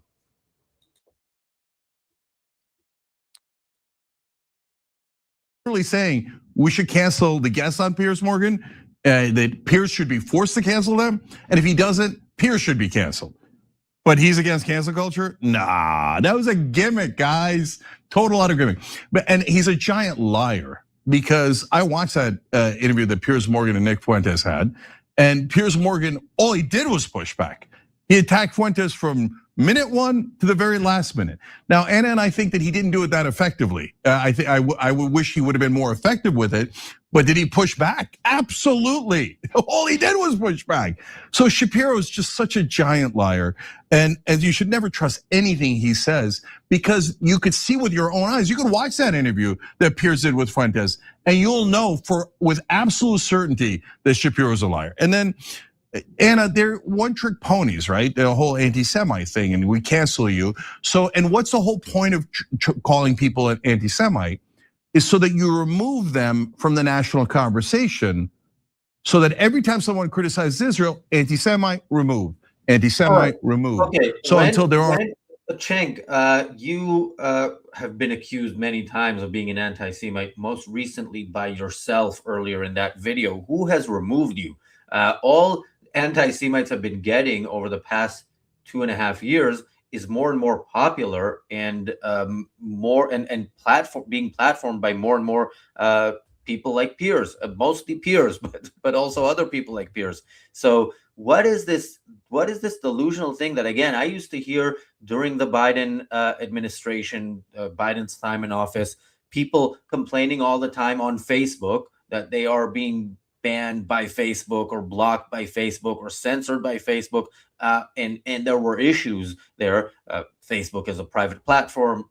The Biden administration probably didn't really like that they were running things in the way they wanted, and threatened them according to Mark Zuckerberg. But yeah, Cenk, nobody anywhere is deplatforming anti-Semites. You are only getting more and more platforms.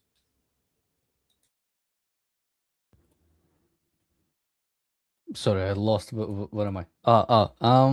Yeah, I mean, again, it's I mean, any type of this like cancellation stuff is like, I don't know what it means. Like, there's no like actual cancellation unless we are talking about cancellation by government, where there's actually like some censorship. Like, they can invite whoever they want, whoever despicable people they want, they can invite. I mean, oh, we have James here. How long was James there? Sorry, I don't know. I was literally gonna text you. When did you? Yeah, were you waiting for a while? Because we're, as you can see, using a new platform. Yeah, I kind of like it. And no, I wasn't waiting too long. I'm sorry for my own tardiness, in fact. Oh, I didn't know we agreed on a time. Well, technically, James was supposed to join. Wait, what time is it right now? This is 10 p.m. Pacific Standard Time, therefore 1 p.m. Eastern Standard Time. Oh, it could something be like 6 p.m. your time, right? All right, yeah, I made the wrong conversion. I'm sorry. Yeah, because you guys changed your you guys changed your clocks and we didn't. But hopefully we have you here for a while, James, because we will need you here for a while, ideally. I will do my best to be here as long as I can, as long as I hold out. Who has an incoming call, by the way? I do, and it's in the other room, and it's hopefully dead in a minute. So, all right, it's gone. Oh, thank goodness. All right. Well, you missed a bunch of Cenk content. Oh, thank God. Wait, Don't worry, we have some more to play. Look, More loaded up. you're not going to have the full context. Cenk so- and Anna are two of the most unpleasant human beings on the planet. I mean, it really is. It's quite a endurance test to go through anything they articulate. And that is a generous verb to use. Yes, but hey, what are we? We're 50 pounds shy of the super chat limit on ads. Something like that. Okay, I'm here, people. You do not Yeah. want to be interrupted by ads. That's got to be worth, my mere presence here has got to be worth at least 50 pounds. What the hell? At the very least. If not, 98 pounds, which will also get us ER in a vest, and the Nikos Guevara T-shirt will be displayed to the world. That's people. Come on. The Nikos Shade T-shirt, that's worth it right there. Yes, but the vest as well. I mean, ER in a vest. Come on, people. These are some real values here. You're letting slip by. So get those super chats coming. By the way, if people from Streamlabs are listening to us, please, on your dashboard, change the blue super chats from the red color to actual blue color, because whenever I see it, I get too excited. This is the first time that it happened to me, but I'm like, whoa, what just happened here? Thank you, Bonnie, for the super sticker. And yes, we are closer now. Okay, let's watch some more of Cenk. No voices against Israel, and only voices saying, of course, we should give them hundreds of billions of dollars. Of course, we should go to war for them. Of course, we should pay trillions of dollars for those wars. And so now anti-Semite, that's another reason why they hate Dave Smith, because anti-Semite doesn't work with him because he's Jewish. And that drives them crazy. And same thing with Jeffrey Sachs and Glenn Greenwald and all these amazing fighters for peace and decency who are Jewish Americans, right? So since anti-Semite was getting under everyone's nerve, they then switched to Jew hater, right? Everybody's a Jew hater. All of America's Jew haters because they won't do what Israel says. And that played even poorer. People hated that. So now they finally switched to America hater. Why? Because Israel pushed you into this war, and technically you're in the war, so that's it. Anyone who opposes Israel's war, America hater. But again, bad news for them. That crap used to fly back during the Iraq war, and because you had traditional media 100% on their side. Now, with online media kicking traditional media's ass, and all of our audience is getting larger and larger while Ben's gets smaller and smaller, by the end, it's just gonna be Ben Shapiro, Dave Rubin, and Mark Levin in a room together going, we canceled everybody, we canceled them all. And only 3 of them left in the room. Okay. All right. So hey, what alternate reality does this guy live in? By the way, I like that he says room, because where you want to put the Jews, come on, Cenk, it is not a room. But it's interesting, the revisionist history. Some of us, two of the 3 of us are old enough to remember the run up to the Iraq war. And no, the media was not behind it. Like the media was not behind it in America. Fox News was behind it. That part of the media was pro that war, and the rest was not.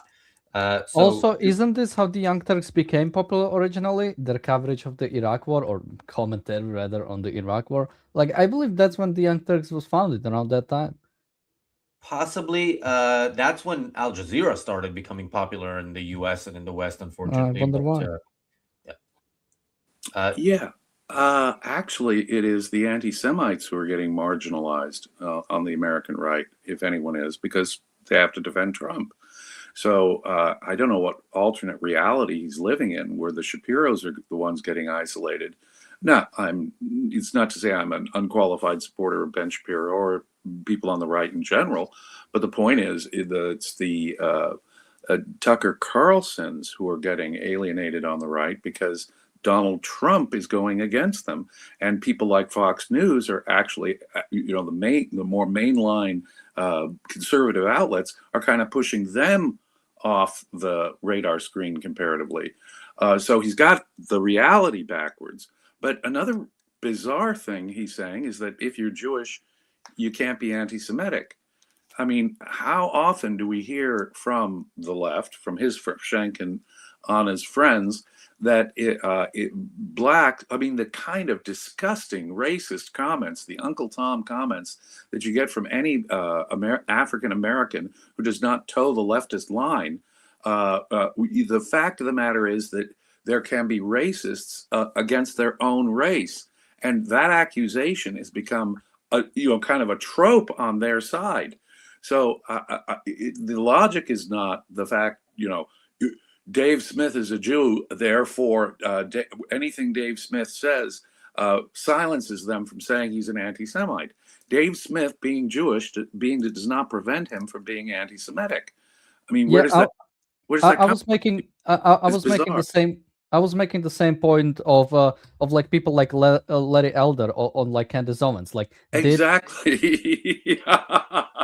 Like, did they view them as like, oh wait, they're black, so we cannot criticize them for anything, right? Joe Biden, when he was running for president, went out of his way to say, if you don't vote for me, you ain't black, regardless of your color. Now, obviously a crude racist statement, but the point is they're willing to be crudely racist against blacks who they perceive as being, quote, racist when it's not applicable. So the idea that somehow someone being part of their race that's racism. That everyone of the same ethnic or racial origin or national origin should share the same opinion or do is a thoroughly racist idea. Individuals are the thinking unit, and individualism. Yeah, or that they cannot like be prejudiced against their own culture or their own population background. Like what does Uncle Tom mean? Like, it means a black person who goes against the black interest, right? That is against the black people or whatever. Like, that's Let me give you an actual example. Karl Marx, on the Jewish question, he has Jewish heritage. And I don't care what percentage of Jewish heritage, because it really doesn't matter. But there is a person of Jewish heritage who was straight up anti-Semitic. Straight up anti-Semitic. Anti-Jewish writers go way back. The Roman historian Flavius Josephus in the 1st century of the Common Era. I mean, the idea is just utterly racist and bizarre in itself. No, I'm not silenced when I hear one of these despicable Jewish voices complaining about Israel. They are anti-Semitic. Yes, there are plenty of white liberals who are who strike me as racist in their own way. The idea that you can't be racist against your own kind is bizarre, and it certainly won't silence me, Schenck, for calling out anti-Semites, whether they be Jewish or Goy. Okay? That's just absurd. But also, they're getting the political landscape wrong here, at least in America. It is these anti-Semitic voices on the right that are actually being pushed off the screen right now, because most of the right is falling behind Mr. Trump in this war. So he's actually misidentifying what's going on, straight up and obnoxiously so. Sometimes I wonder if the world didn't give the Schenck, all those people who hate Schenck and Anna are really in part what they have going for them. We give them people like Piers Morgan, give them a platform that, of course, keeps them afloat. So that me of two minds too, in even discussing these monsters. But of course, we have to go through it, so you don't have to. Yeah, and the culture, we gave them the platform, not in the sense of actually giving them an actual platform, but the philosophy of the culture is the kind that people like them would be popular and have a massive audience, and we are a small channel, that's where we are. True. But it's like I say, the Piers Morgans who give them light and air. He really ought not to. Now, what am I calling for them to be canceled? No, Piers Morgan is a private individual. He's got his own program, his own station. Not being invited onto a program is not canceled. It's funny because the right used to cry censorship when they would be deplatformed. And now the left is in effect doing the same thing. You mean deplatforming? That's censorship. No, it isn't. That's not Yeah, censorship. and remember, they're not being deplatformed. They're being criticized. That's what Ben Shapiro is doing. I'm not hearing these people say we deserve to be on Ben Shapiro's platform, which would be as ridiculous as them being so offended by being criticized. But that's what he's saying. He's saying, why are you doing this? And that is them. They're playing the victim over criticism. Thank you, Willful Thinker, for the super chat. Willful Thinker says, thanks for standing for truth and justice. Thank you. It is our pleasure, and we will continue to do so. Thank you, Il Harrison, for the super chat. Il Harrison says, anyone praising Jeffrey Sachs is a misanthrope. James, because I'm not familiar enough with Jeffrey Sachs. I'm not familiar enough either. I'm sorry. Then Daniel, you're the only hope. The only hope. To an answer to that super chat. Since we were age outing earlier, I have to say I am a boomer. So having been born before 1965, I'm afraid you have to take into account my complete ignorance on certain things. Well, the next question I'm sure you'll be more comfortable with. Thank you, Roman Viking, for the super chat. Roman Viking asks, is the concept Semite racist as well?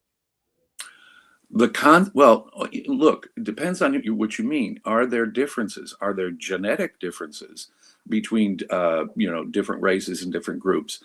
Yeah. There's certain diseases are only affect certain ethnic groups, or more strongly affect ethnic groups. Outside of that medical context,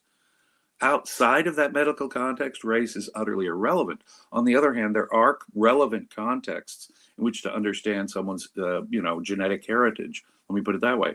I'm not going to say genetic heritage is a nonsensical concept insofar as genetic heritage makes someone more subject, say, to a particular kind of disease. It's relevant in the medical context. Outside of that, when it comes to intellectual and moral matters, no. The difference is the relevant. See, it was like men and women. Is there a rational basis on which to have men and women's locker rooms? Yes, obviously there is. There's a privacy and safety issue for women. And I'm not being a sexist if I say, when I run the government should be out of it, obviously. But if I were to run a private gym or a private school, it would make perfect sense for me to separate boys and girls in locker rooms, and that wouldn't be sexism, would it? So the question is, what is the relevance of the group? And does the difference in the treatment make sense based upon the actual relevance? Racism, the collectivism, says people are morally or intellectually inferior or superior based upon their race. That is an evil, collectivist, absurd doctrine. But even statistics aren't helpful here, ladies and gentlemen, because individuals are not statistics. You can lay out a bell curve for different ethnic groups on various things. What does that prove? First of all, one would only be a correlation, but two, it would be irrelevant when you come to judging an individual. So you can say Dave Smith is Jewish, okay? Wonderful. So what?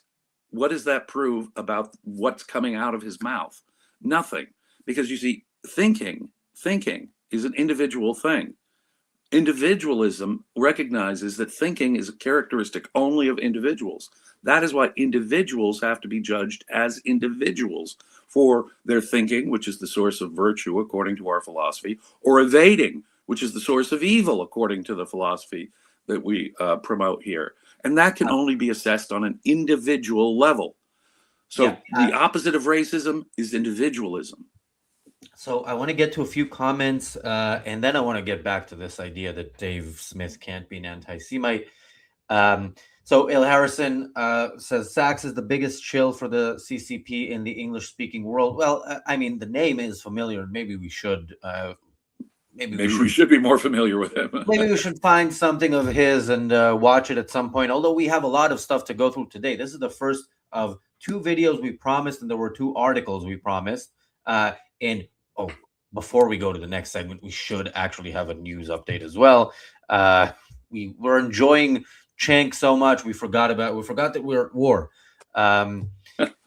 Roman Viking asks, isn't ethnicity an anti-concept? Yes. Yes. It's, my favorite in the kind of philosophical sense, because but it doesn't prevent anti-concepts from being widely used. Ethnicity blends 2 things and into a false concept. There's no question about that. Yeah, But- and as Rand, Rand, one of my favorite Rand essays is the metaphysical versus the man-made, and ethnicity blends, one of each. So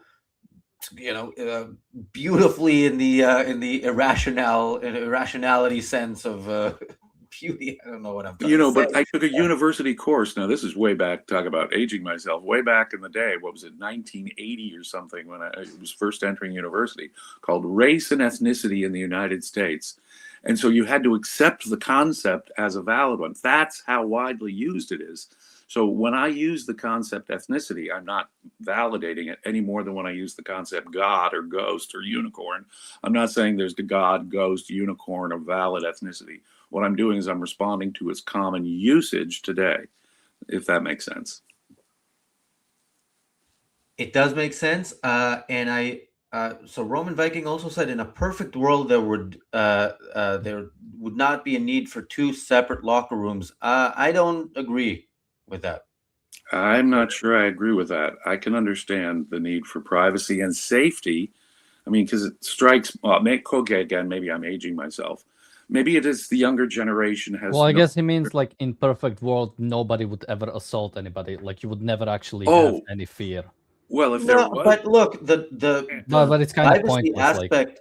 I don't think. I think this is not incompatible with nature. I mean, I think it makes sense for men to be comfortable with, and no more so for women to be comfortable with women. And yeah, I don't think it's just avoidance of assault. That's I mean, there are some people who go to like nude, beaches and stuff. So some people are probably.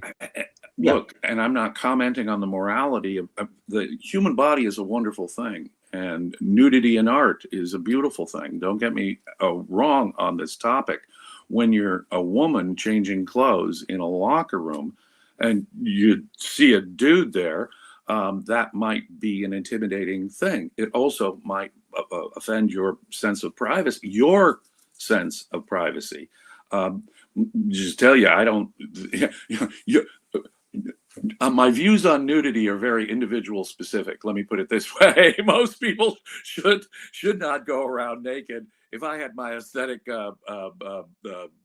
preferences here, but just in terms of a woman feeling her own sense of, she gets to define her own sense of what privacy requires, and having a dude in a female locker room just strikes me, again, I may be revealing my boomerosity here, but there's a safety and privacy issue, especially for women, it seems to me, that really can't be evaded. I mean, in an ideal world, would people respect people's privacy and not be a threatening assault? Well, we don't live in that world yet, and I can't imagine anytime soon we not live in a world where, unfortunately, as a prosecutor, I specialized in sexual assault cases for several years. So somebody makes my point in the chat, says, I'd rather not see anyone nude in locker rooms. And I think to some extent, because like I'm for, I think generally if the locker room itself is not private enough, the problem isn't separate things. The problem is with the locker room specifically. In a sense, even in the separate locker rooms, there should be much more option for privacy. Meaning, like like you have on beaches, you have the separate cabins, like something like that. Right. No, I think that we are too prudish, especially in my country, the United States. We have a strong puritanical strain from the beginning of our country's cultural history, and I think that's ridiculous. I honestly, I'm much when it comes to nudity, I'm much more lax, I guess, than any conservative would be. On the other hand, when it comes to women's locker rooms, again, the government should not play a role in this. This should be a private matter. Schools and gyms should be private places where the people who own the place should set the rules, and individuals should then be free to make their own consumer choices as to what schools and gyms they go to. That makes perfect sense to me. Okay, let's get a couple of news updates, and then I have a point about Dave Smith's anti-Semitism. So, okay, in Israel, they are preparing for the fire from the missiles from Iran or from generally, I don't know if it's specifically from Iran or from Lebanon, to be worse tonight. So they're preparing for that possibility. The U.S. has said to Iranians, don't go near seaports. Okay, that's a start. Let's Well, I see think what it's they're doing. important for the world economy that we get the Strait of Hormuz open. Yeah. And it seems to me that all those drones that can be launched against ships at sea there need to be dealt with. And taking out Iranian ports is a step in the right direction. Which it's a bit weird considering that we've also heard reports yesterday that the U.S. said to Israel, "Stop bombing oil plants and anything of the sort." Like well, anything. Iranian oil, come on, destroy their economic infrastructure. Well, Go the for U.S. So Israel did do that in Tehran a few days ago, and we saw this massive fire, and the sky light up, and the black rain the next day. And It yeah, looked the like U.S. Tehran was surrounded by smoke, actually. Yeah, and the U.S. has said, "Don't do that again." Basically. Oh, Mr. Trump, do not snatch, save defeat from the jaws of victory here. My greatest fear here is exactly that Trump will start drawing lines and pulling back and negotiating with bad people. But the fear here is not mission creep, ladies and gentlemen, whoever's out there saying. The fear here is that Trump will expand this war into a massive ground operation. I think that is far less a fear. In fact, in specialized operations, we have to absolutely be willing and able to put boots on the ground, for example, in getting uranium. But that's just one example, for example, But my fear is not that we're going to expand this into, mission creep is the word they use. My fear is that Trump will cut a deal with some monster and tell Israel to stop, to knock it off altogether. That would be a huge mistake, Mr. Trump. You will be judged in the long run. You said forever they will never again be a threat with their missiles and nukes. You said never be a threat again. And that cannot be accomplished by ending this war tomorrow afternoon. Because right now, the more that the Iranian government the Revolutionary Guard gets backed into a wall, the more they're going to throw the last stuff they've got at us. So it doesn't surprise me that we're still, in danger, that U.S. bases and Israel are still and frankly, Arab Muslim neighbors are still in danger of attack. And that until those attacks go to zero and their capacity goes to zero, you haven't even accomplished one of the goals you set out, specific goals you set out, Mr. Trump. So, Mr. Trump, do not give up your goals here. You will not have achieved your goals of forever disabling Iran from being a nuclear or missile threat to the world. Until that military capacity is completely eradicated, you haven't even accomplished those goals that you specifically set for this war, Mr. Trump.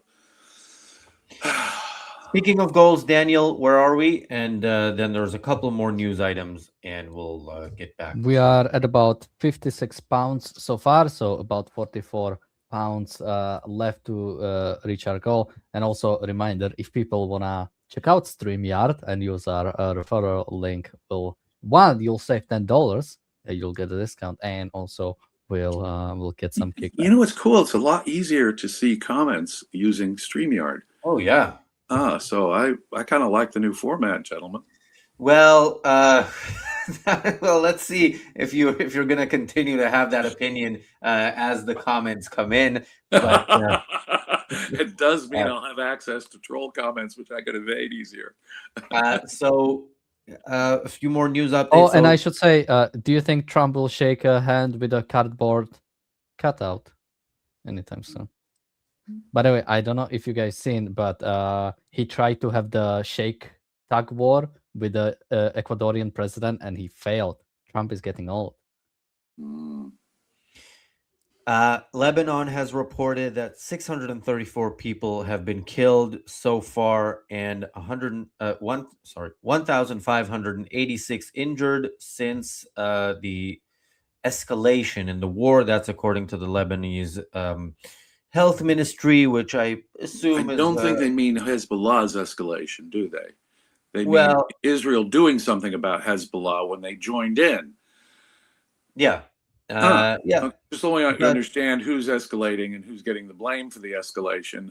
But um, escalation when you're talking about fighting back on an aggressor is a good thing. Is a good thing. All that fear over the last 2.5 years about the war escalating. The war ought to have escalated a long time ago. by the way, Okay. this is not a quote. The escalation part. This is how Ynet, the Israeli news website, chooses to put this. I think I don't know if this is how it was in the original statement, but again, these are numbers. The only thing we know about the numbers is it's not enough because Hezbollah is still firing. Lebanon is still standing behind the terrorists that have grown a whole army within their country. And so until they are defeated, Israel, hopefully we'll see an actual escalation. Escalate. Escalate and eradicate until they're Hezbollah done. once and for all. Remove them from Lebanon. Remove them to Allah and their 72 virgins apiece permanently from Lebanon. That is what must happen. Hezbollah, as everyone should know, is merely an appendage, the slavish apparatchiks of Iran. Hezbollah must be eradicated, just as the government of Iran must be eradicated. Are you doing more updates? Yes. All right, I need to step away for a second. Be right back. Okay. So we were talking about the Iranian women's football team in recent days. So I saw an update earlier. This is not a recent update. I just forgot to include it earlier. That they are on their way back to Iran, minus the 5 who escaped the hotel in the middle of the night and got asylum in Australia. This is very, very scary. I mean, nobody in Iran is pretending like they're not going to do what we fully expect them to do. And how this is allowed to happen, I don't know. I mean, it could be that they are threatened and their family is threatened, so they chose to go back to protect their families. But there's no guarantee that their families won't be targeted. So this really is horrible, and all the more reason to remember. They part of them, I guess, feeling like this is the moment where they can protest in such a way is because of the clarity in statements by both Netanyahu, but mostly Trump, in that this is it for the regime. Basically, the U.S. will do what needs to be done, and alongside Israel, and then the Iranian people will rise up. The first few days of the war really. The statements, the things we heard, like Kurdish forces marching in by the thousands. Where is that war that we saw at the beginning? At least where is that approach to it that we heard from Trump? Exactly, and that's the fear with Mr. Trump, is not that if you listen to the voices on the left and people like Cenk Uygur, this ought to end as of yesterday. No. Mr. Trump, do not hesitate. Do not stop. Keep going. But that is my fear, that Mr. Trump will get cold feet and at some point declare victory. And, when he said unconditional surrender, that doesn't mean anyone actually surrenders. It's conditions is what that could include. And he gets to decide, in effect, when those conditions are. And I fear that it'll have more to do with politics than it will with the actual situation and the needs of the war. That would be most unfortunate indeed. Make this count. Make the people who've died so far. I mean, there have been many people who've died in this war so far, and war is never without that kind of cost. And the only justification for it morally is to utterly and completely eradicate the enemy. So do not get cold feet at this point, Mr. Trump. I don't care who's saying it, from what end of the, even members of the United States Senate or something telling you not to. Do not listen to those voices. You have to see this job through, Mr. Trump. And Yeah. Any woman going back to Iran right now, think about the way they treat women. That is absolutely terrifying. But thank goodness that the women who wanted to defect were not shoved back and sent back. I mean, there were actually voices in this world saying that they had to go back. Now, can you imagine anything so evil as forcing women to return to Iran right now? Somebody in the chat provides a quote. I don't know from where, but the quote says Australia's Home Affairs Minister says a total of 7 members of the Iranian women's team have been granted asylum. So if that is the case, there are 2 more. But again, there are I don't know how many on the team, but presumably close to 20.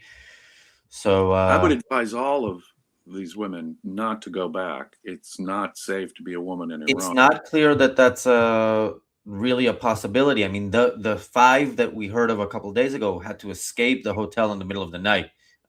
So yeah, I don't think when they travel they're any significantly more free than they are when they're in Iran.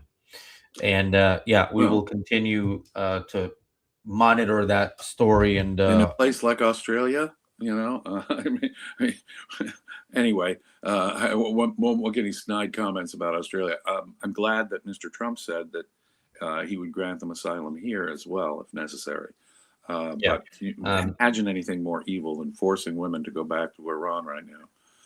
Yeah, the story we were talking about earlier about Israel looking into setting up a base in Somaliland in order to fight the Houthis. Again, what sort of time frame we're looking at, I haven't seen it in any of the reports. That would be a very, very welcome development because Israel has not been able to deal with the Houthis.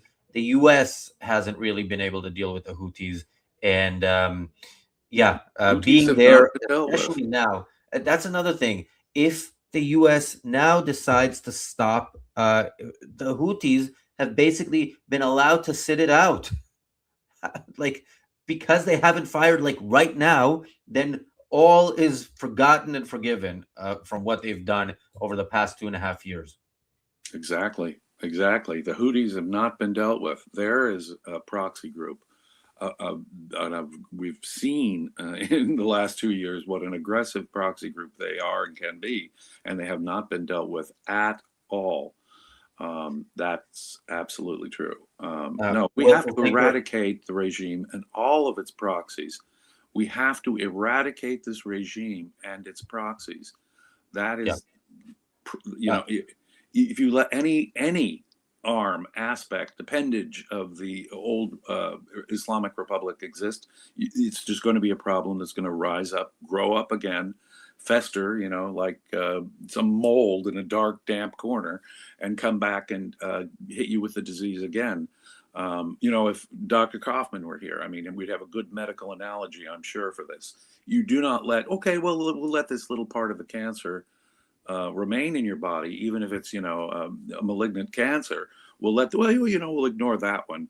We'll take care of these other ones over here, but we'll ignore that cancer in your body. It would be the exact analogy here. You've got to eradicate the cancer. And if you have to go through something, like chemotherapy or radiation therapy, it's going to come at a cost.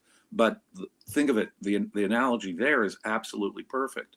There will be some pain to get rid of the cancer, but your only long-term chance for survival is getting rid of all of the cancer. Willful Thinker says, I heard conflicting reports on the percentage of Iranians who align with IRGC, 5% to 40%. Look, in a country like Iran, officially it's 100%. Like you can't really not officially align with a regime that is totalitarian. But yeah, that's also part of the problem. We don't know what's going to happen. We don't know what kind of uprising we can get if we do our part. And by us, I mean the U.S. in Israel, not the U.K. The U.K. is doing its part by not being there. That is the best the U.K. can do in this Keep up war. the good work, United Yeah, Kingdom. the by not UK doing anything. should at the very least thank Israel and America for protecting it, but I don't expect to hear that. No, their moral position from the outset was despicable. But I think that the Iranians themselves fear. But yeah, when enough is destroyed from the air and the moment to rise up, like that is, I think, when we'll see if there's any real chance. Don't tell me that the Islamic Republic, what remains of it, is not afraid of the Kurds. They just struck within Kurdish Iraq was one of their targets. And if they bombed a target within the Kurdish region of Iraq, that suggests to me they have an actual fear of the Kurds doing something. More than that, ladies and gentlemen, we saw an uprising that involved a million or so, and a population of 90 million people. A million or so people rose up against their government in every single province of Iran. There were demonstrations, and the government of Iran found it necessary to slaughter at least 30,000 of their own people. Now that suggests, now those are the brave ones, ladies and gentlemen. If there's that many people willing to stand up to a totalitarian government, and they know what happens to people when they disappear in Iranian prisons, what happens to women when they disappear in Iranian prisons, they know perfectly well the risks they're taking. And if they're willing to be that brave in those numbers, and if the government is forced to react that viciously and brutally in fighting it back, then these numbers that can go from what 10 to 40 some percent, okay, that means we're facing is a lot of unknowns and disinformation. That's true, but let me suggest that there's a huge percentage of the Iranian, there must be a large percentage of the Iranian population throughout the country that wants something better. And the Iranians must be fearing the Kurds. They not only struck the American military hub in Baghdad, they struck up in the Kurdish region of Iraq. So that suggests to me the Iranians do fear something like that. The Iranian government, what remains of the Iranian government. I want us to distinguish, because of all the things I just said there, between the Iranian people and the Iranian government. They are not. Yeah, and to what extent they are distinguishable, we will find out at some point if the president doesn't insist on basically the lives that have been lost so far in this war to have been those people to have died in vain. He is threatening, as the title said yesterday, he's threatening to surrender in a war that he's winning. And I have more to say about that, but we'll get to it later. One of the trolls in the chat says Somaliland is in range of Houthi missiles. I love how you spell that. Yes, and I love that you say that as a way of saying here's a reason why Israel shouldn't have a base in Somaliland. But Israel is also within the range of Houthi missiles and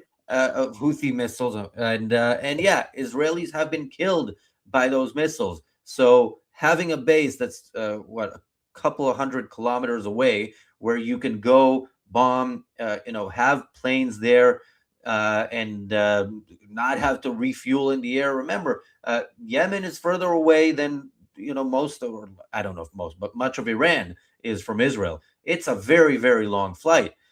So yeah, having a base in the area will completely change the situation. And look, we've discussed Somaliland multiple times on this show as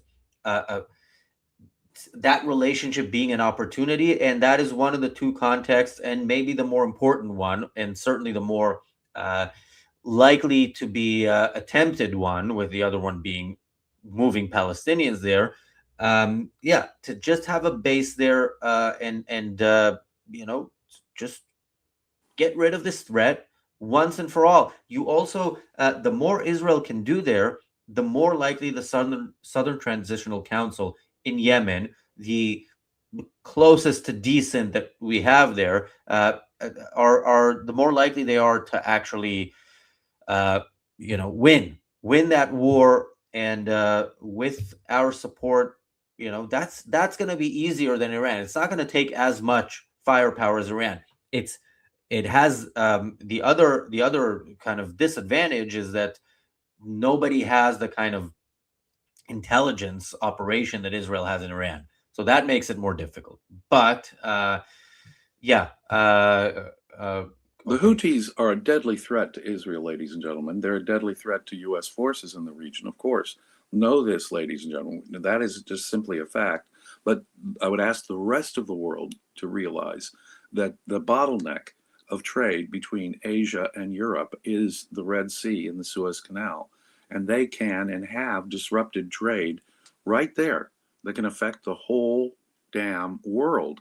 And they're right there at that important bottleneck of trade between Europe and Asia, which is the Suez Canal and the Red Sea. That's world trade. That's the world economy, people, that they're threatening. You know, I hear someone like Schenck say, Israel is dragging America into this war. No, when the Islamic Republic took over in 1979, their first act was against the American embassy and to take American diplomats hostage. They yelled death to America and have been technically in a state of war with the United States of America for the last 47 years. For the last 47 years, America has a direct interest in finally stop every decade that has passed under the Islamic regime in Iran. Americans have been killed by Iran or their proxies. Every single one.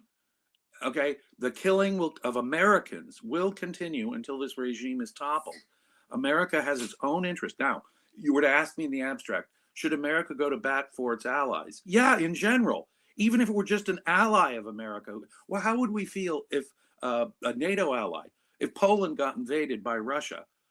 Wouldn't we say, okay, we have to come to the aid of our ally, Poland, even though we're not directly threatened by the invasion of Poland?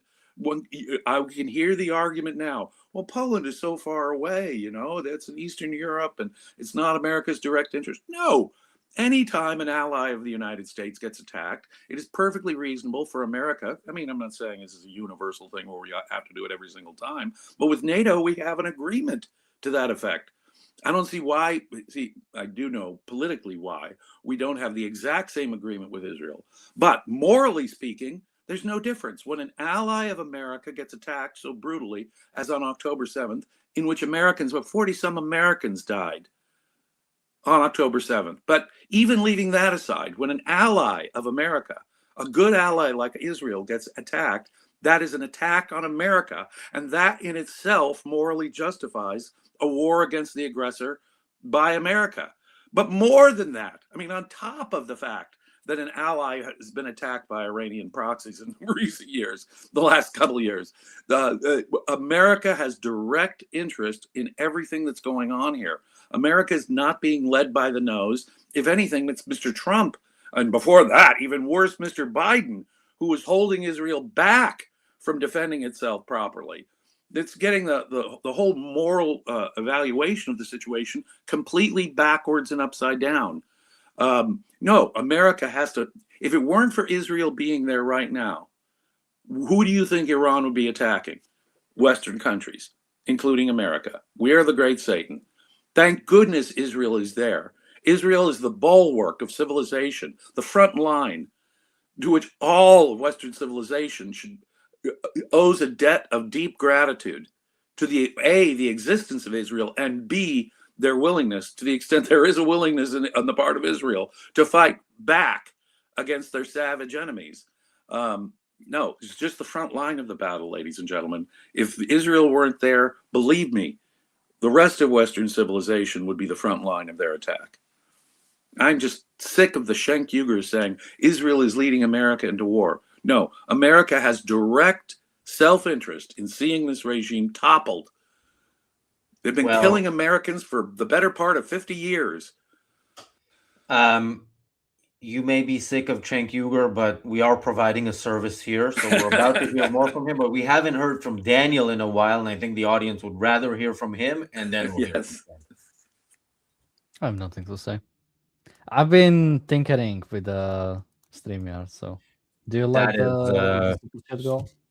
Also a very good thing to do. Yeah, I think this is going to be what we use from now. And yeah, people who are getting ads, you will be getting ads for the next 44 pounds and 10 pence. But look, we are going to be here for hours, quite a few more hours. We are, I don't believe we are anywhere near halfway through. So, yeah, it is worth that money. And again, that money goes into what we do. So it is worth that money even with ads, but it'll be worth it even more since you get rid of the ads by helping us get there. Okay, Cenk. Keep trying to cancel, brothers and sisters. You only grow weaker and smaller as you go. Okay, so in the aftermath of all of this, Megyn Kelly reposted Piers Morgan's response to Ben Shapiro on X. And in response to that, here's what Dave Rubin wrote. Pretty sure Megyn got some of the Botox in her brain. and Piers would sell his mother to a jihadist for a click. Okay, I'm just gonna move on. In response, Morgan stated, wow, 4 months ago, I drove out to do Rubin's podcast at his home in Miami as a personal favor because he's done my show many times. I thought we were friends. Big mistake. He's not friends with anyone. He's a snake, nonetheless. How wrong could I be? What a treacherous little weasel indeed he is, Mr. Morgan. Being Netanyahu's useful idiot has sent him and Shapiro nuts. All right, I love it. I love it when the people who are not even good at being pro-Israel, because Dave Rubin, come on, do better, seriously. But how they bring it out of them. So Piers Morgan, I'm just showing all sides. I'm just asking questions. But then somebody who is nominally pro-Israel gets out of you the, oh, you're a shill for Netanyahu, or whatever the hell that was. Useful idiot. That suggests that somehow he's just a propagandist for a dictator. I mean, they reveal it with their, use of language. They really do. No comment. Just before we go to Daniel, Moody asks, Razi, bit skinned at the moment. See what I can do. You doing the strip tease this evening?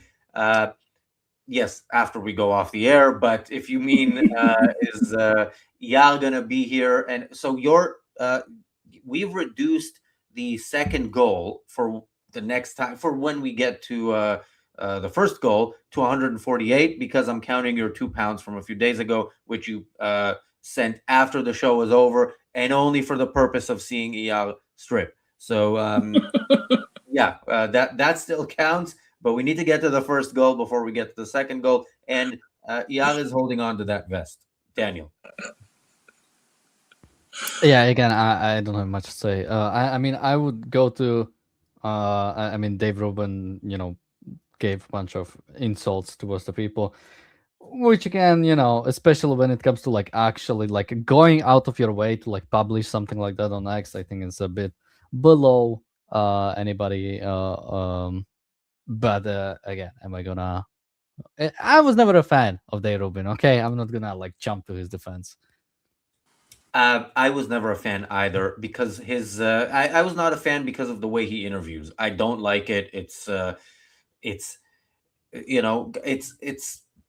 Oh, I just don't like him because he's gay, but okay. Daniel, some people don't have a sense of humor. Although now, I think now today is the moment where we've passed sort of back into the 90s in that sense, where if Cenk in his insults to Ben Shapiro says Ben Shapiro in his little dress, then yeah, we're back at the 90s, where in the 90s and early 2000s in WWE, the announcers would call wrestlers they didn't like retards. So maybe that's the new age we're going into. James is uncomfortable with it.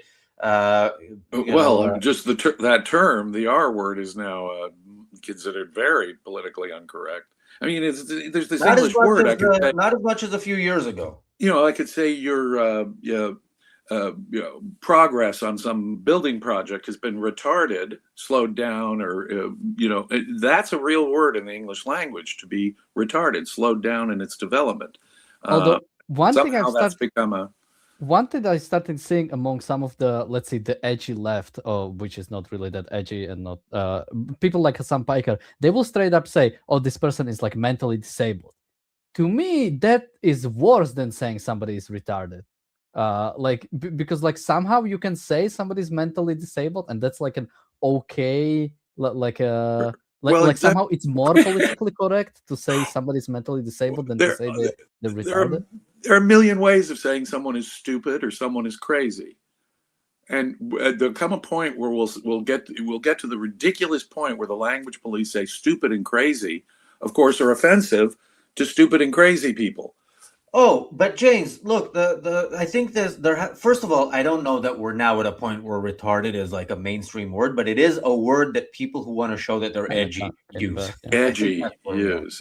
Yes. Okay. And so it is more in usage now. As Eric Cartman so eloquently said, as he always says, in the first episode of the season of South Park last year, you can say retarded now and nobody cares. And nobody cares. Trump is elected, so now we can go back to the un-PC ways of the past. Well, the truth is that homosexual slurs have, and that, there is an actual history of real discrimination there, have reared their ugly heads again. It's ugly head again. I don't know, but the Republicans are, Nick Fuentes will say the Republicans are controlled by Jews and homosexuals and so forth. And you're talking about Ben Shapiro wearing a skirt or something. Come on. Yeah. The people on the left and the right have both Jewish slurs and gay slurs. If they want to say, hey, Jews and gays are having an influence on the American right, say, they don't hesitate using bigoted slurs. And I'm all for like using slurs, but like do it in private, because when you do it publicly, like when you call somebody a slur, it's like, okay, are you just like using this to like insult him, or do you actually hate that group of people? Like if you use like a homosexual slur, okay, do you just have problem with that person specifically, or are you actually like homophobic? I think that's my biggest problem with like using slurs publicly. It's like, okay, what are you actually mean to say? Like when Anna uses like the goyim are waking up. Okay, are you like actually anti-Semitic, or are you just like trying to be she is actually anti-Semitic? But anyway, guys, speaking of slurs, can we go back to these retards? Is retard a slur technically? It's not a nice word. Thank you, PC, for the super chat. PC says, James, a Jewish cousin of mine in the U.S. joined ICE. I would not brag about that. I mean, I would not blame you for his sins, but are you trying to elicit a comment about immigration? Please don't do that for me right here in this context. I've had we have a question and answer period where I fielded questions on the issue of ICE and the recent controversy. I know it's members only, but go check that out. And you are as a YouTube member, you have access to that. So you'll get my what I think what they would call my nuanced position on that whole thing over there. I think it is terrible the way American immigration law exists currently, but your cousin joining ICE, that does not, as Brazi points out, that does not reflect on you in any way, morally speaking, whatever you think of ICE or U.S. immigration law. Somebody says, I'm from the generation where the Q-word was an offense. Was queer ever used as a slur? Yeah. Really? Queer was used. Queer was used as a look. Now, when you have all the different genders and gender sort of preference, I don't even know what they call all the different things. Queer just used to mean gay, I think, pretty much, right? It was or no, before that it used to mean odd, unusual. Well, yeah, that's what it means, right? And if you look at really old movies, people will say, "Oh, how gay you're looking! You look so gay and bright." I mean, meant happy and light. But now gay. But think about it too. A word that meant happy and light that was used for homosexuals. That's probably not so bad as say queer. They stole it from weirdo, us. Stole a happy word from us. Right, and what happens is that the group being discriminated against will often embrace the term, the N-word, African Americans in the United States. I mean, they'll sort of embrace that very word. So queer homosexuals will embrace a word that really began as a slur by saying, "Hey, weirdo." But we're now getting into the philology of. I know you guys are not completely caught up, but I think queer is like a general term, is being used as a general term for anybody in LGBT. Like, I think even like, or maybe I think even bisexuals would use queer. But there's a Q at the end. It's LGBTQ for queer and a bunch of other letters. So, well, but that seems to imply that gay people and lesbians are not queer. Like, it's like something additional, right? I do not know how to parse these words, and I won't. Yeah, me neither. Nor is that a part of the language I care to improve my understanding of. But I do care to improve my understanding of Cenk and Anna, because maybe, just maybe, they will convince me. And by the way, I do have to take my break, but I will stick around for Daniel. How much do we have left of the video? Oh, like 20 minutes? No, 2 minutes. 2 minutes. Oh. I'd say let's watch it in one go, but I don't think that's doable.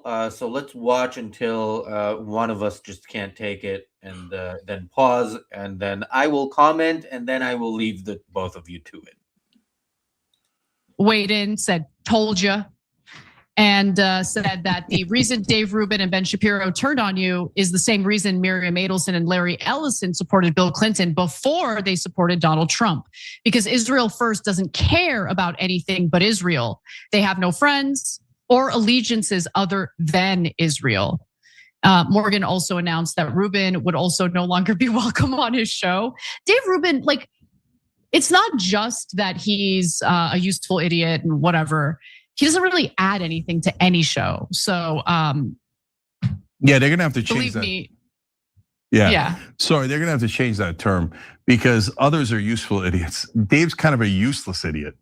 Yeah, he is a useless idiot. You're right about that. You know the hardest part of starting TYT? It wasn't being on camera. All right. We don't need to promote their stuff, but oh my God, seeing Cenk so proud of that joke is is a good thing. First of all, he's laughing. Usually his laughter is a laughter of derision and interruption of somebody saying things that he can't argue against, but feels is wrong or wants to express his disagreement with. That's actual joy of a joke that at least as he perceived it, landed. So yeah, that's a nice moment for me to leave you guys to it. Yeah, but notice the difference between a natural laugh from Cenk and one of these artificial, aggressive, I'll interrupt you with, ha ha ha ha, and you really can hear the difference.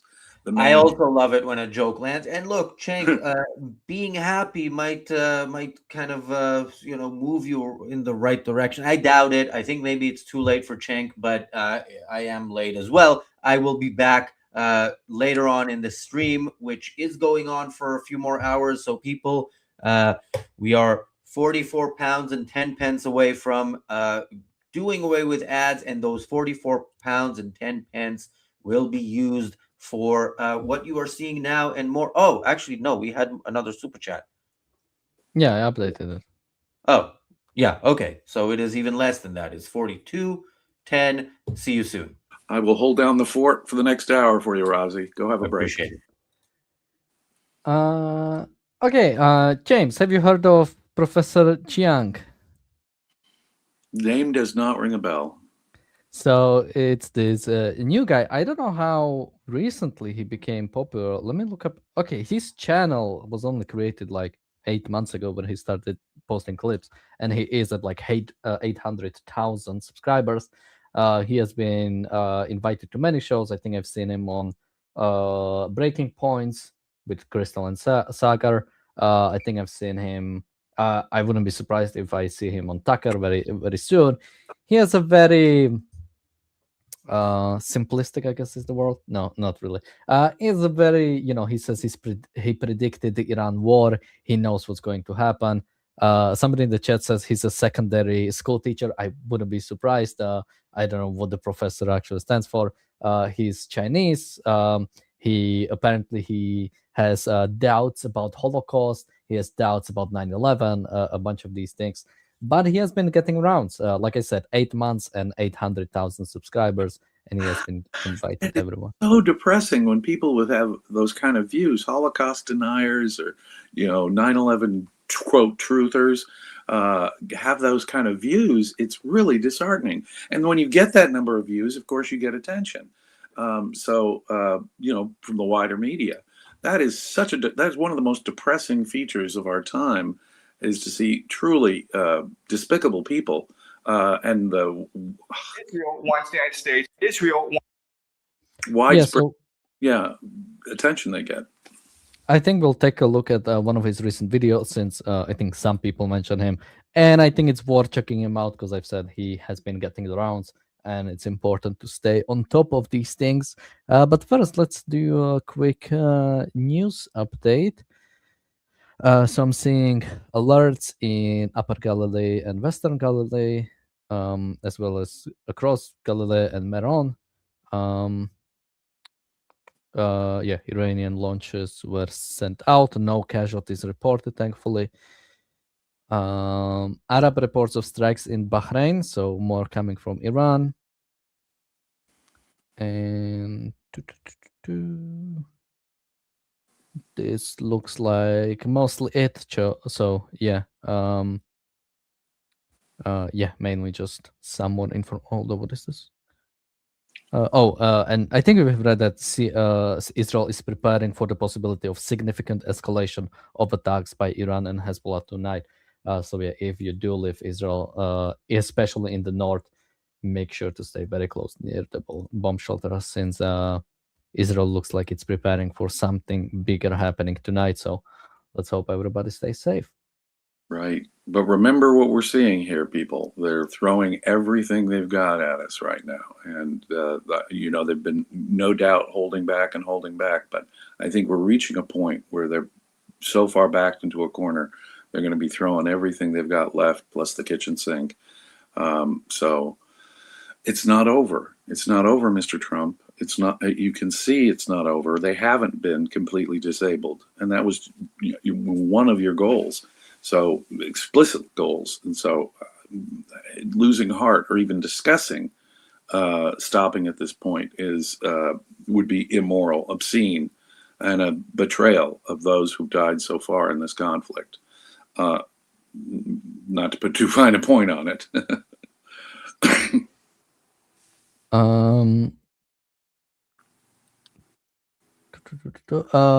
I want to. Somebody said, "Is it anti-Semitic?" He said anti-Shemitic to question the 9/11 official narrative. Not necessarily, but I think somebody made the line of like every single conspiracy eventually leads to the Jews. Right. So yeah, there is a specifically anti-Semitic version of the 9/11 conspiracy, but there are mainly Jewish people involved conspiracy versions of it. So it depends on, I guess, your flavor of 9/11 conspiracy theorists.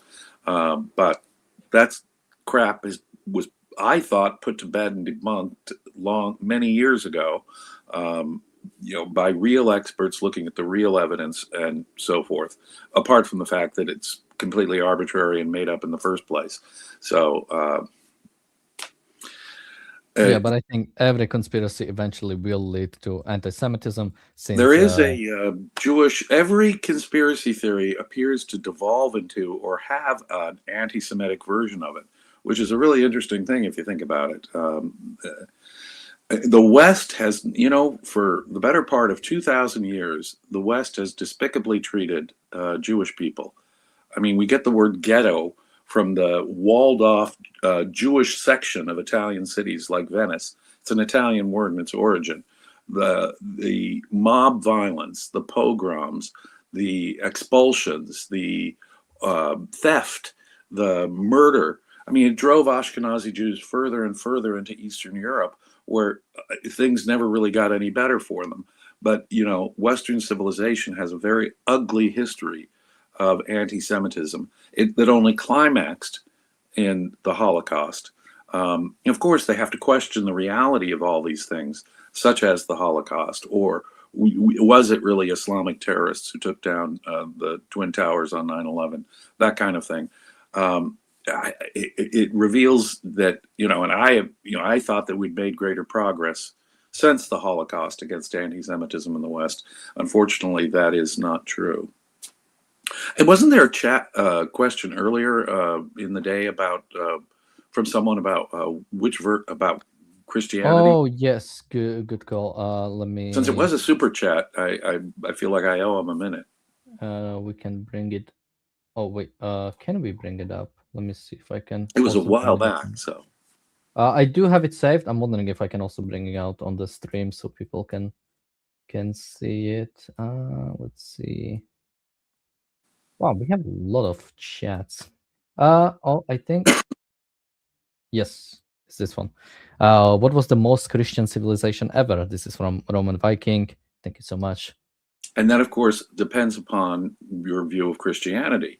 If you go by the New Testament, the sacred documents of the Christian religion, there are contradictions within those texts. There are contradictions within a single letter of Paul, much less between the letters of Paul or between the Gospels themselves and the letters of Paul, or so it has given rise to a whole plethora of different sects of Christianity.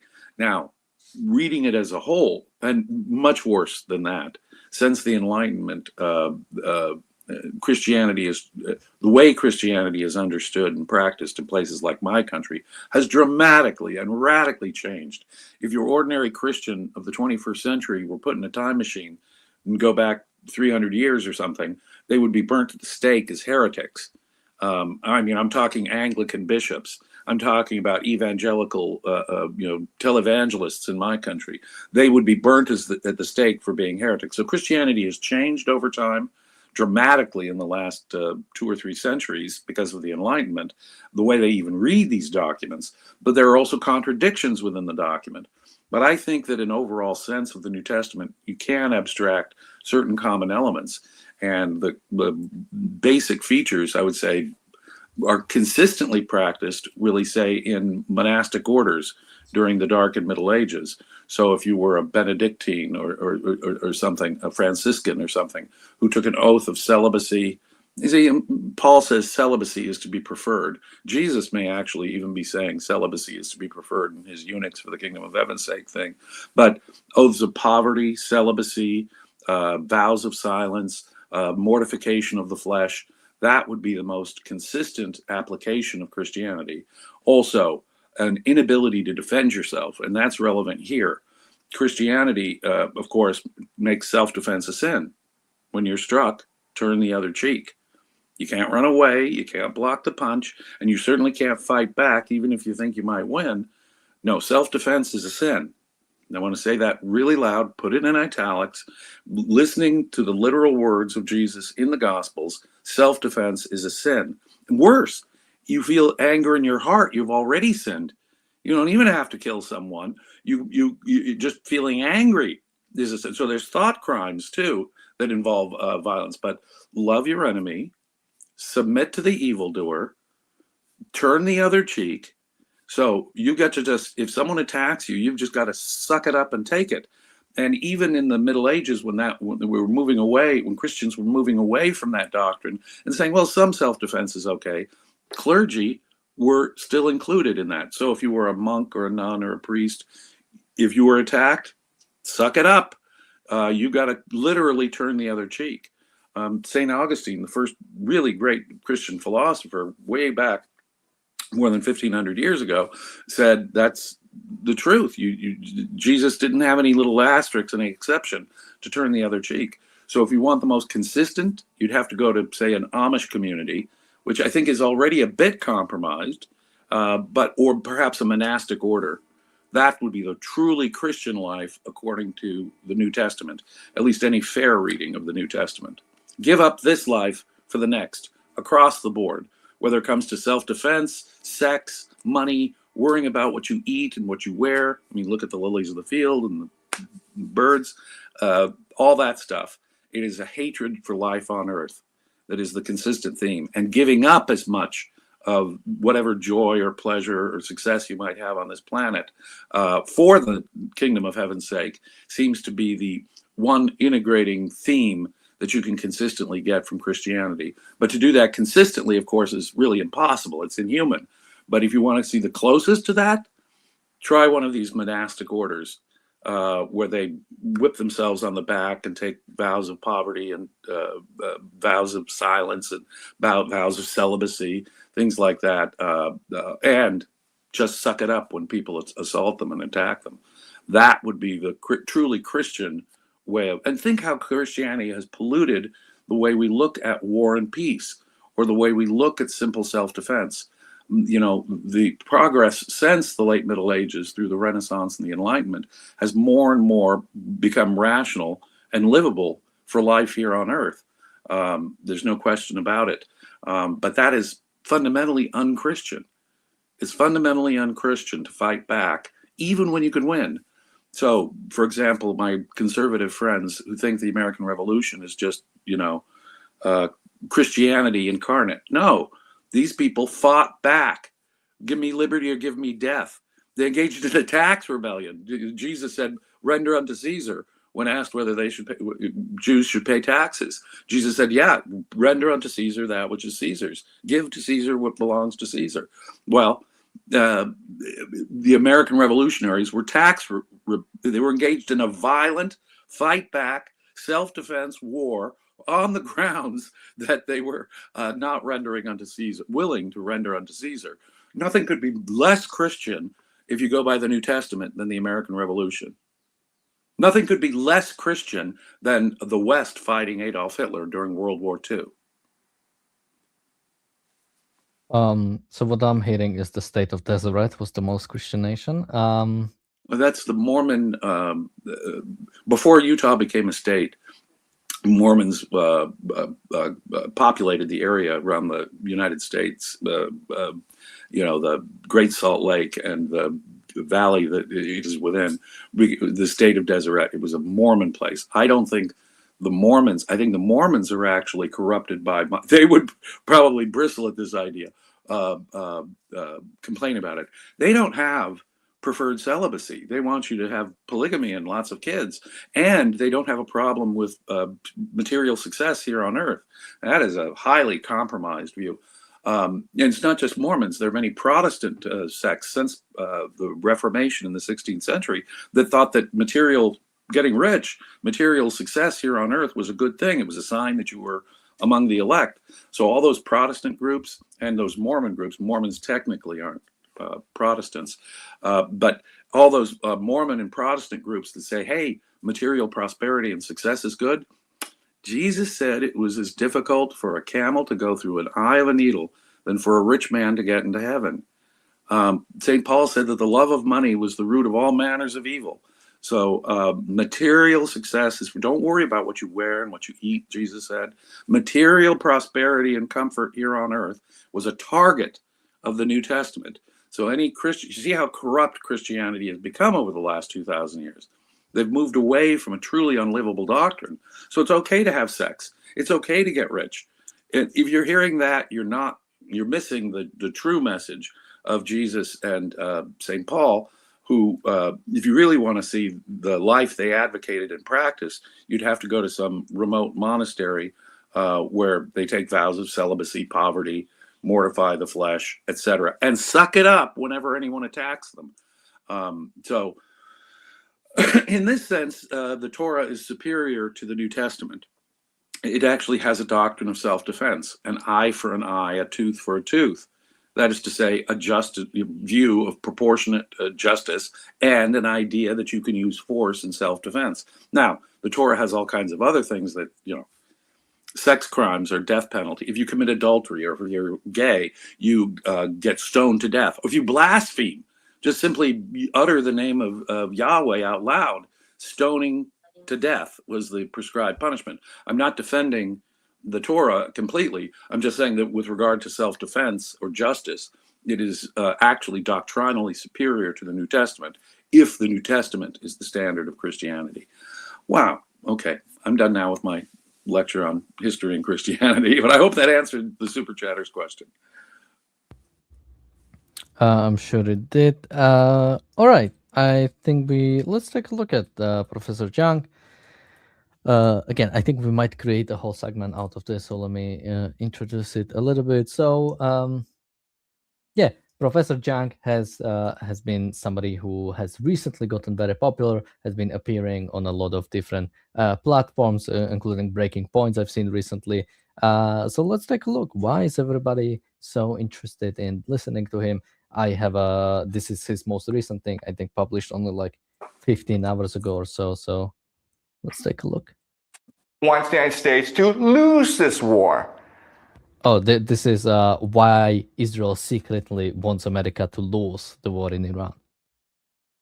And so that means a long war that destroys the American political will to fight any more foreign wars.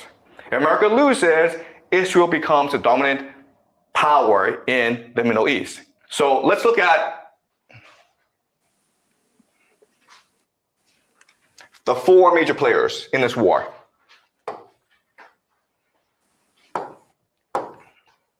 You have US, you have Israel, you have Saudi Arabia, and you have Iran. Okay? All right? So, the United States and Iran, they're pretty easy to understand. What the United States wants to do is destroy Iran.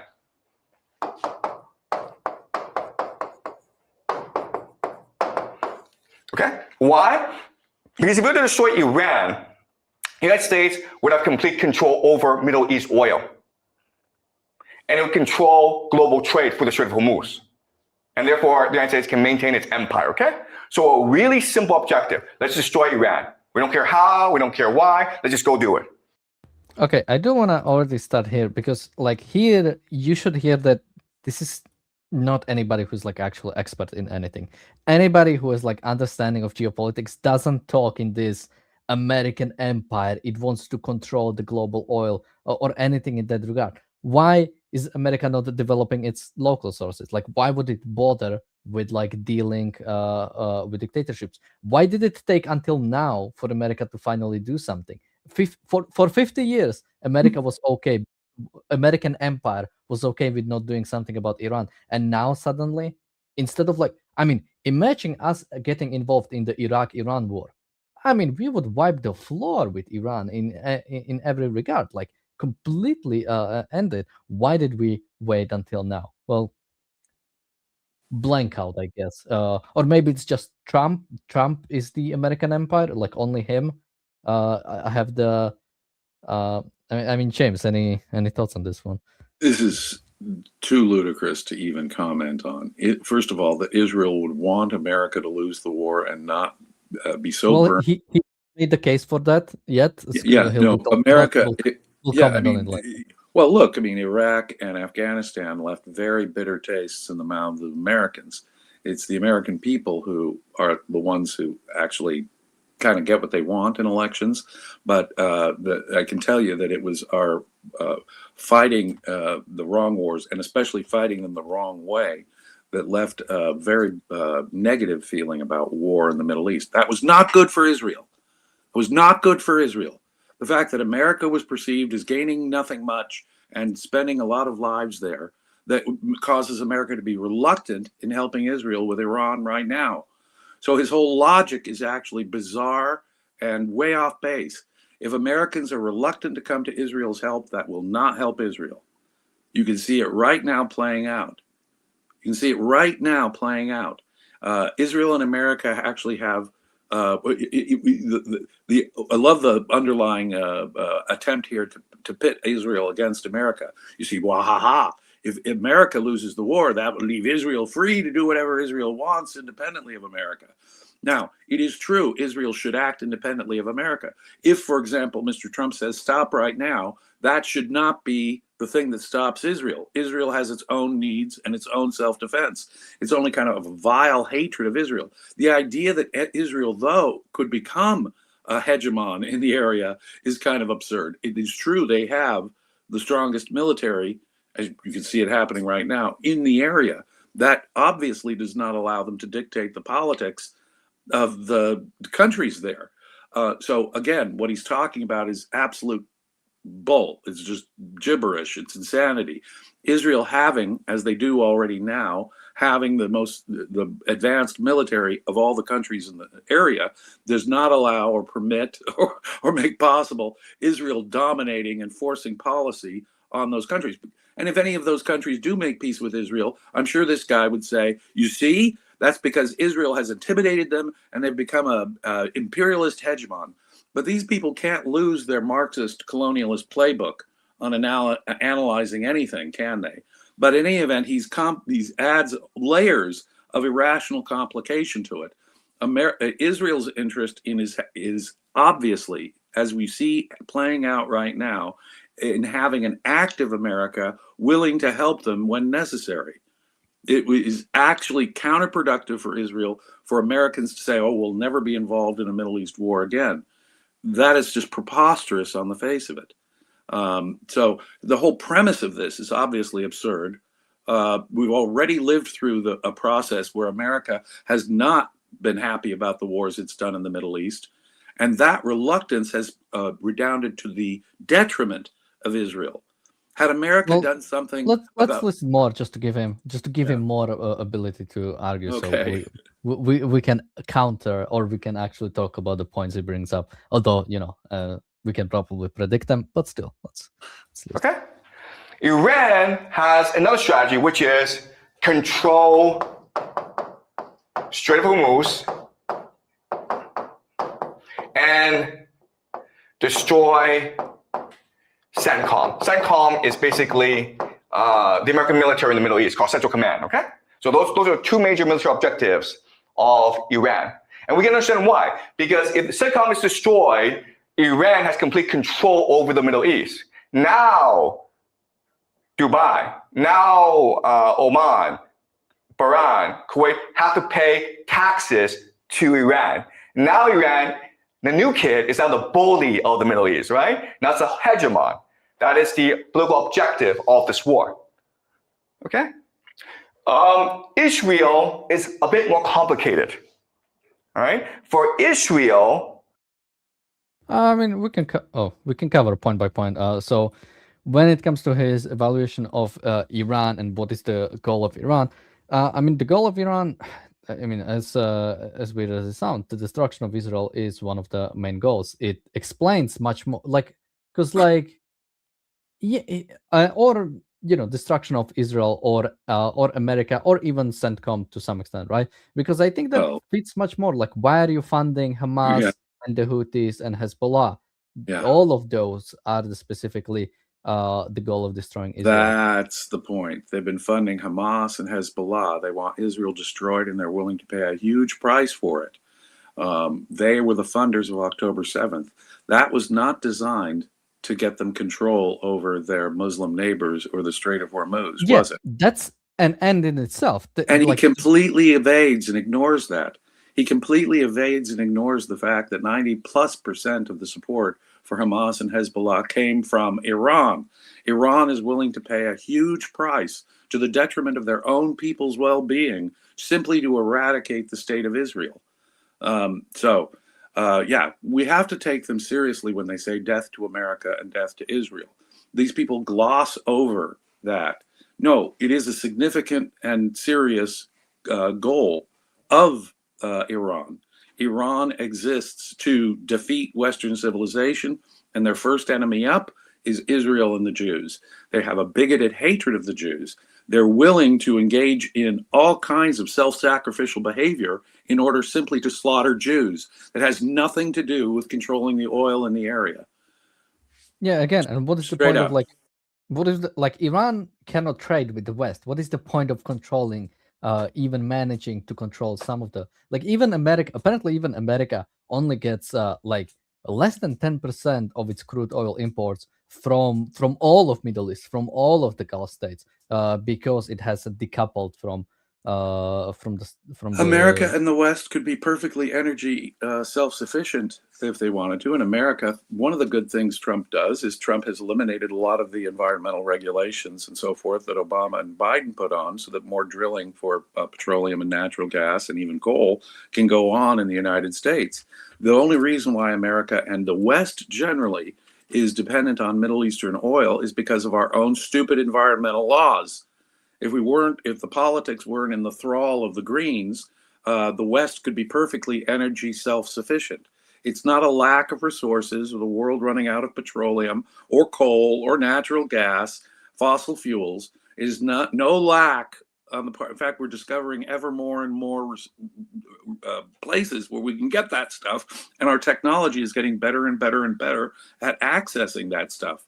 It is not a phenomenon of nature that the West is if to the extent the West is dependent on other countries to get their oil from, whether it's in the Middle East or Venezuela or Russia, it is a product of Western countries' own policies, environmental policies, in not accessing the fossil fuels, which they have in abundance.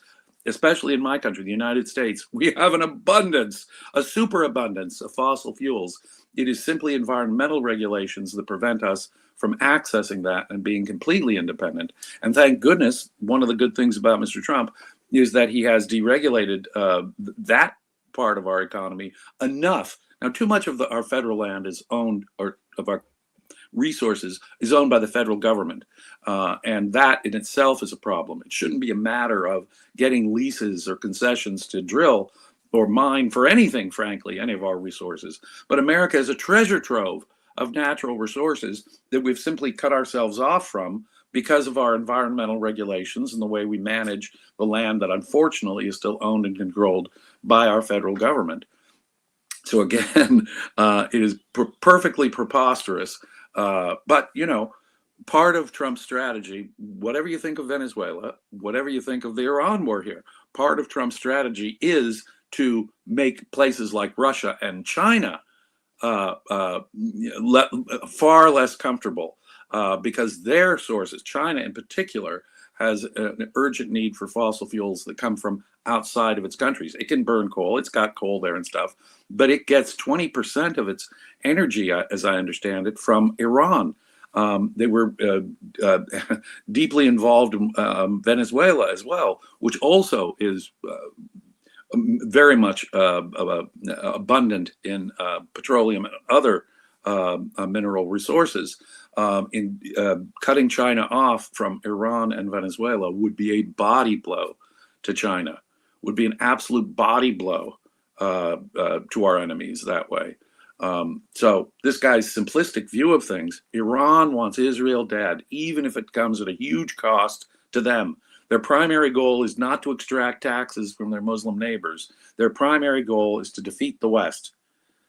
Yeah, because like the question is, okay, and then what? Okay, Iran manages to get taxes from the Gulf states, and then what? Then they'll liberalize. Then they'll have this like free and big economy. No, they'll use it to attack other nations. Similarly to Russia, right? You can talk about how Russia wants to do this and this, but the end goal. Or you can say, well, China wants to do this and this and this and this, but what is the end goal? The end goal is to invade Taiwan. That is the end goal, and then further more. Or if they, hopefully, they won't manage to, but if they do, well, let's listen to what he thinks of Israel. Oh, sorry. One other thing is humble Israel. Humble Israel. Humble Israel.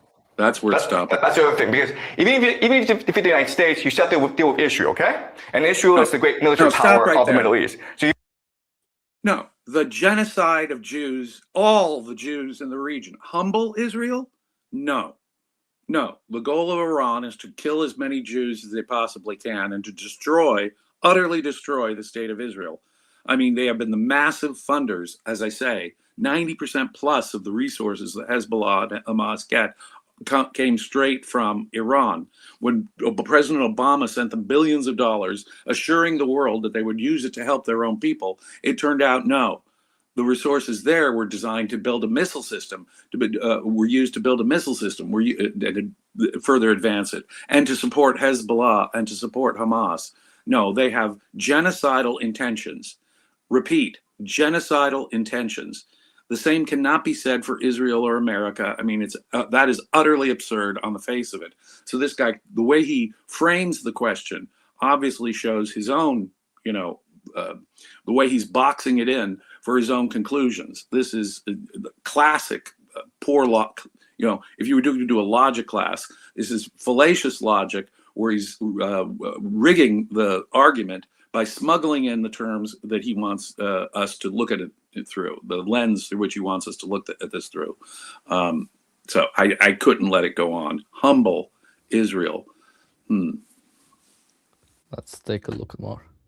You want to humble them. You want to weaken them. You can't destroy Israel because Israel has nuclear weapons, right? You piss off Israel, those nukes start flying. You don't want that, right? So those are the three major political objectives for Iran: control the Strait of Hormuz, destroy CENTCOM, and humble Israel.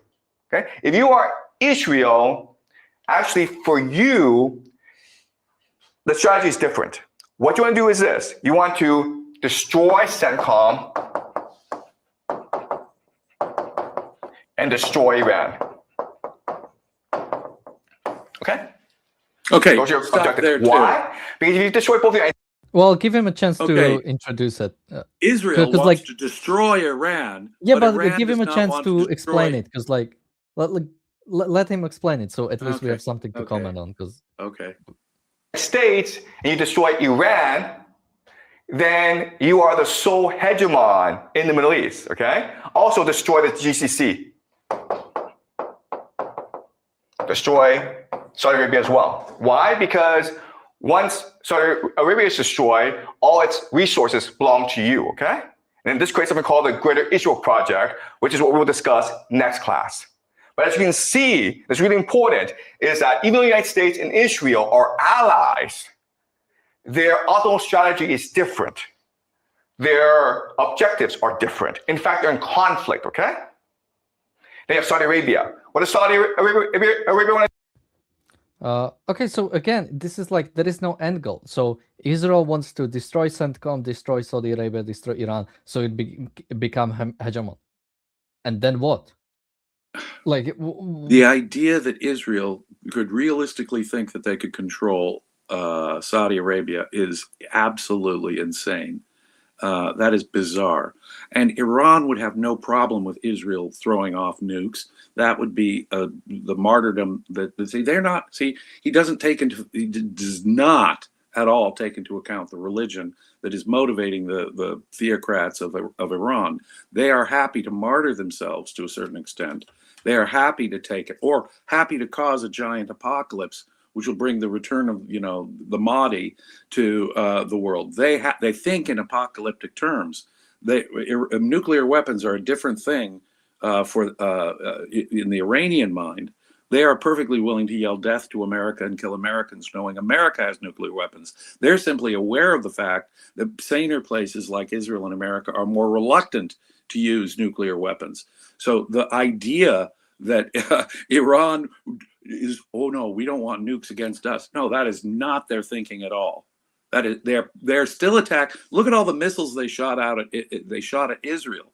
Now, if Israel is still unwilling to use if they haven't, and we all know they haven't, if Israel is unwilling to use their nukes in that context, Iran is perfectly aware that they're not going to get nuked by Israel, even with the 2 previous missile barrages that Israel suffered. So his logic does not conform to the facts here. And so detached from the facts are they that he actually believes that Israel has an interest in getting rid of American bases like CENTCOM in the Middle East, when it has been a bulwark that has assisted in Israel's security. But he has this Fu Manchu conspiracy theory that Israel wants America out so they can take over Saudi Arabia. Now think about that, ladies and gentlemen. Israel would love nothing more than to have peace. And I think they're, unlike me, I wouldn't recognize in what I think of as an authoritarian dictatorship in Saudi Arabia. But I bet you money right now, the Israeli government would just be pleased as punch if Saudi Arabia made peace with them. And that's actually what Trump was, with the Abraham Accords, was inching closer to. One of the motives behind October 7th was perhaps that Iran and their proxies of whatever Islamic flavor did not want to see peace between Mecca and Jerusalem. Peace was about to happen. What he's doing is he's dropping the entire context that Israel and Saudi Arabia were actually coming closer to peace. That's how detached from reality this guy is. A peace that I might not approve of, but a peace nonetheless is what they were inching closer to. And they were getting so close to it. That's why we saw perhaps October 7th. I mean, this guy is so detached from reality, he actually thinks that Israel has as a realistic goal the takeover of Saudi Arabia. When I can tell you right now, Israeli and American policymakers would love nothing more than to see a peaceful coexistence between Saudi Arabia and Israel. This guy is completely detached from reality. He has no appreciation, for example, of Iran's theocratic values here. If Iran was truly afraid of Israeli nukes, they would not have launched 2 massive missile barrages against Israel in recent years. Yeah, and again, there is this, and I think the reason why he, to go to why he's becoming popular, I think it's very, very appealing to have this sort of like complete explanation, right? This is what America wants, this is what Iran wants, this is what Israel wants, but it's like, no, it's like there is something that Trump wants, there is something Biden wanted, there was Obama's vision for the Middle East, there was Bill Clinton's vision for the Middle East, there was George Bush's vision of the Middle East. Something are going to be similar, right? There's going to be some overarching things that come from just general interest of America, or the American people rather, and who they elect. But there is no again, this either seems to imply that one, and both are conspiratorial. One, that there is this civil service in the UK, or here the deep state that is has the control and the understanding of it. But again, none of that fits. And even again, so Israel becomes a hegemon, and then what? we are talking Israel about will take over the world, Daniel. They plan world conquest. And then what? And then what? At the end of the day, you still have to go to work every day and do something with your life. Okay, you take over the world, and then what? You still have to wake up the next day and have something to do. And this is what a lot of this analysis ignores. If we are talking about Israel, or even if we are talking about Iran, we are talking about individuals who are trying to pursue something in their life. And the fact is that I don't think most Israelis have any desire to become, they gave up Sinai, they gave up Gaza, they gave up Judea and Samaria to some extent, right? There is, I think, generally for Israeli history, and I think to fault to some extent, there was a desire for peace, to have their land and to have peace. But the fact was, the rest of them don't want to give them peace. The point you make there is just inescapable. Israel has the military to permanently occupy both Gaza and the West Bank right now. And if their aims were genocidal, they could have wiped out most of the population within the West Bank and Gaza already. Indeed, they're so militarily strong, they could probably defeat any combination of their neighbors. If they wanted to, they could be, and as you point out, they voluntarily gave up the Sinai Peninsula, for example. Israel's military could right now dominate in a way that they are reluctant to do. I mean, finally, Israel is taking action in Lebanon. The Lebanese government has been in alliance with Hezbollah, this army within this government, in this sick alliance that Israel could have and should have done something about years ago, but has not. Israel's restraint in military matters, given its military strength, is what's noteworthy here. If Israel had wanted to launch a nuke against Iran, they could have already done so, assuming they have one, which everyone assumes they do.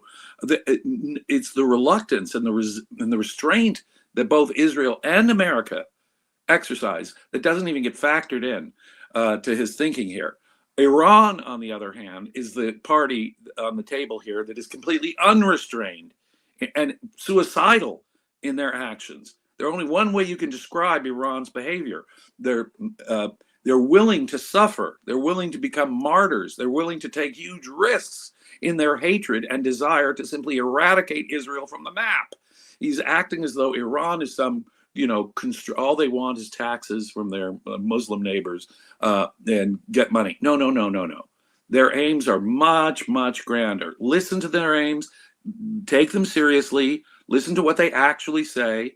Similarly, listen to what Israeli and American policymakers actually say, and look at their military. Israel and America are so militarily superior. What the noteworthy fact is how restrained Israel and America is in using that overwhelmingly superior military force.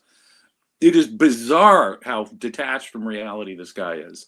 Yeah, and again, if your goal was simply to become, rich, you would adopt a very pragmatic stance if you are Iran, which Iran is not. Like you would accept, like my favorite, you probably know the story from the CCP, from the basically, I think this was after Mao died. The state was failing because it was fully communist, and apparently in some rural parts where they had to deal with the collectivized agriculture, instead what they started doing, because basically all of them had some village or some fields, and they had to deliver to the government the percentage of it. And instead of doing it collectively, they decided that okay, this family will work this field, this family will work this field, and then based on what you produce, you get to keep some of it, but be quiet about it. Don't say that to CCP.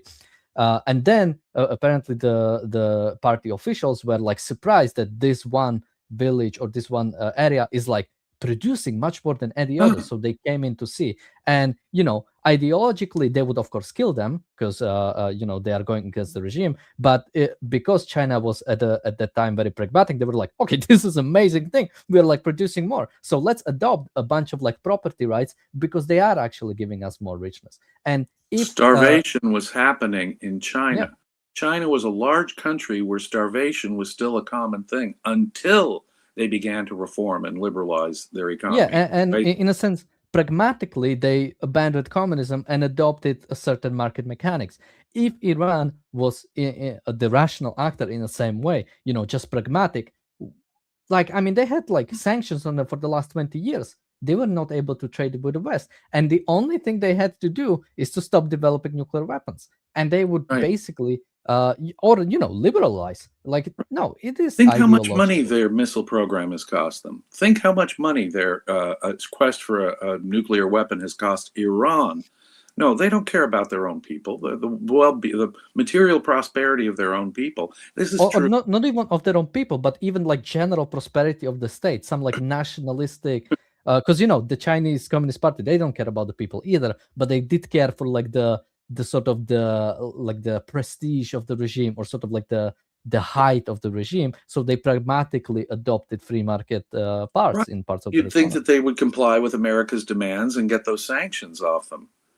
Okay, even if it was, yeah, you're right. It's probably just the leadership that the leaders care. Well, this is true of any totalitarian dictatorship. It's the leadership that cares about preserving the leadership. But however you want to look at Iranian interests, if they actually were concerned about Iranian interests, including just their own, they would have done everything they could to remove the sanctions and become a big trading partner of the West. No, that kind of prosperity, or comparative prosperity at least, was always an available option to them. They are willing to take that sacrifice. They are willing to endure that to accomplish their military ends of destroying Israel and attacking the West. There's no other. Why would you sink so much of your resources into a ballistic missile program? Why would you sink so much of your resources into uranium enrichment? Why would you sink so much of your resources into funding Hezbollah, the Houthis, and Hamas, and all the other Iranian proxies in the region?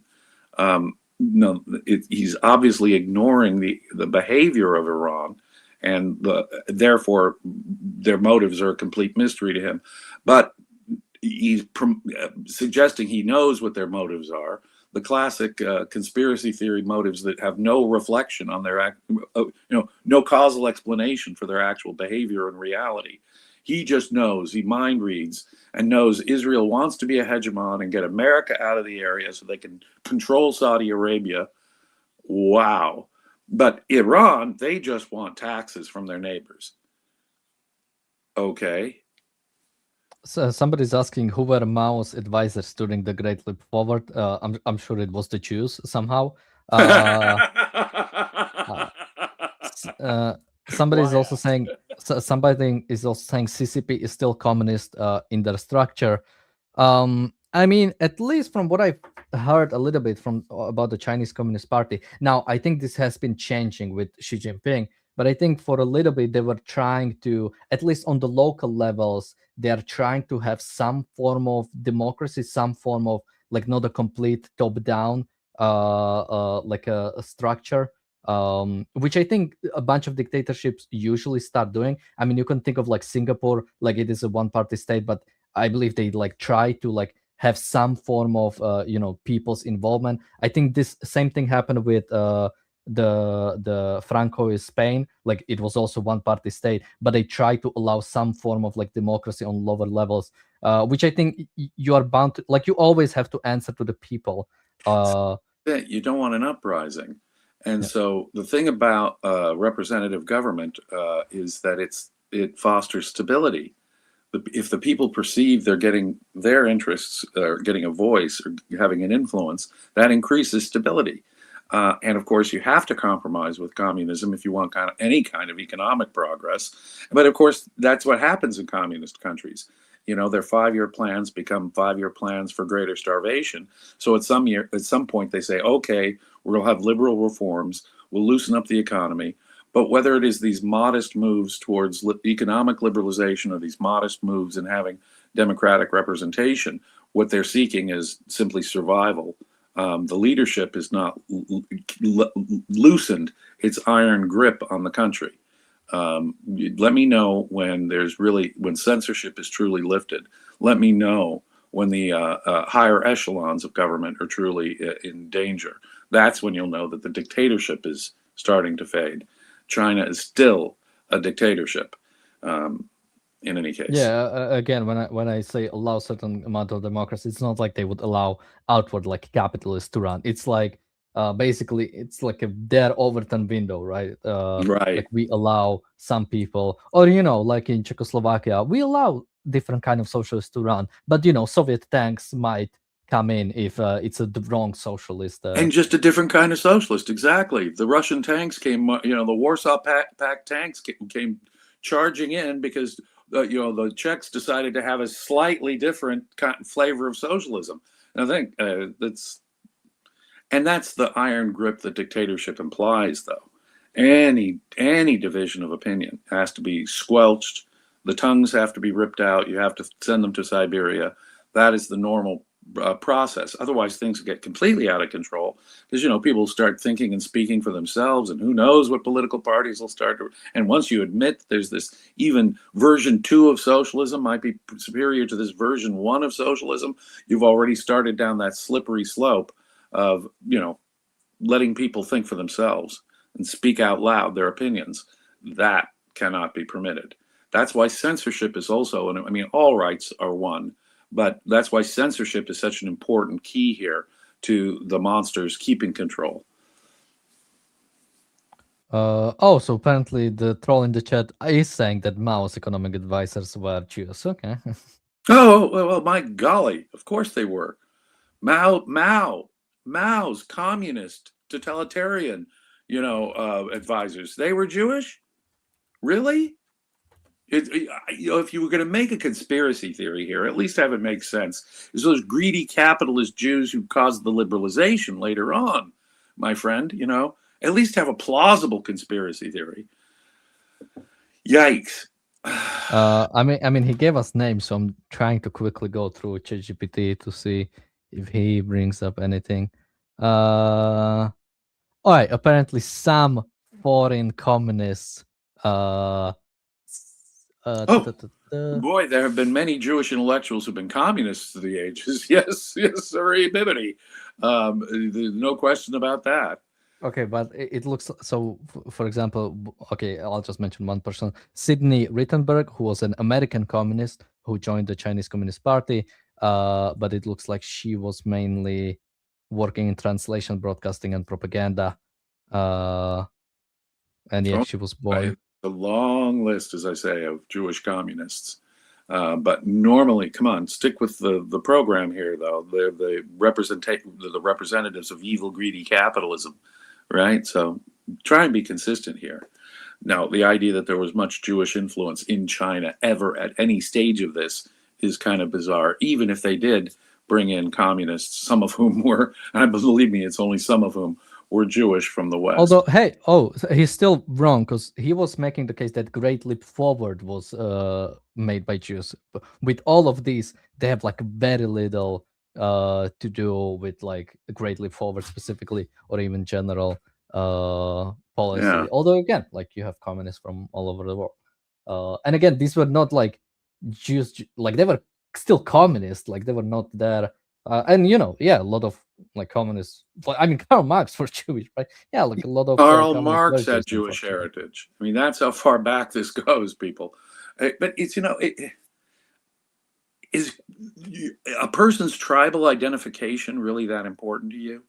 I mean, well, yes, for conspiracists. See, that's it. It's not the tribe; it's the tribalism, people.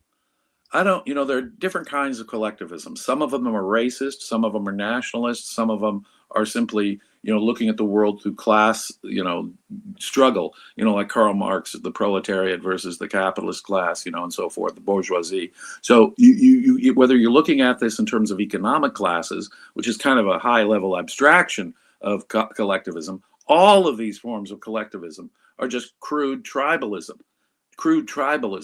And so stop looking at the world through these collectivist tribal lenses, people. It's a kind of mysticism. I don't care if you replace capital G God with capital S society, you're still worshiping a non-existent mystical entity and letting that set the agenda for your moral values and your standard of truth.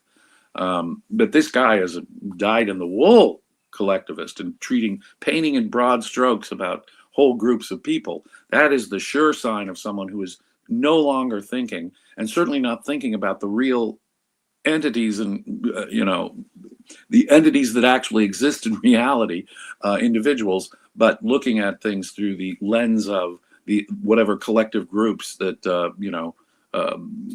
part of his his sunglasses that filter all of his information through. The guy's a collectivist mystic through and through, even though he's using a chalkboard and sounding like he's an intellectual.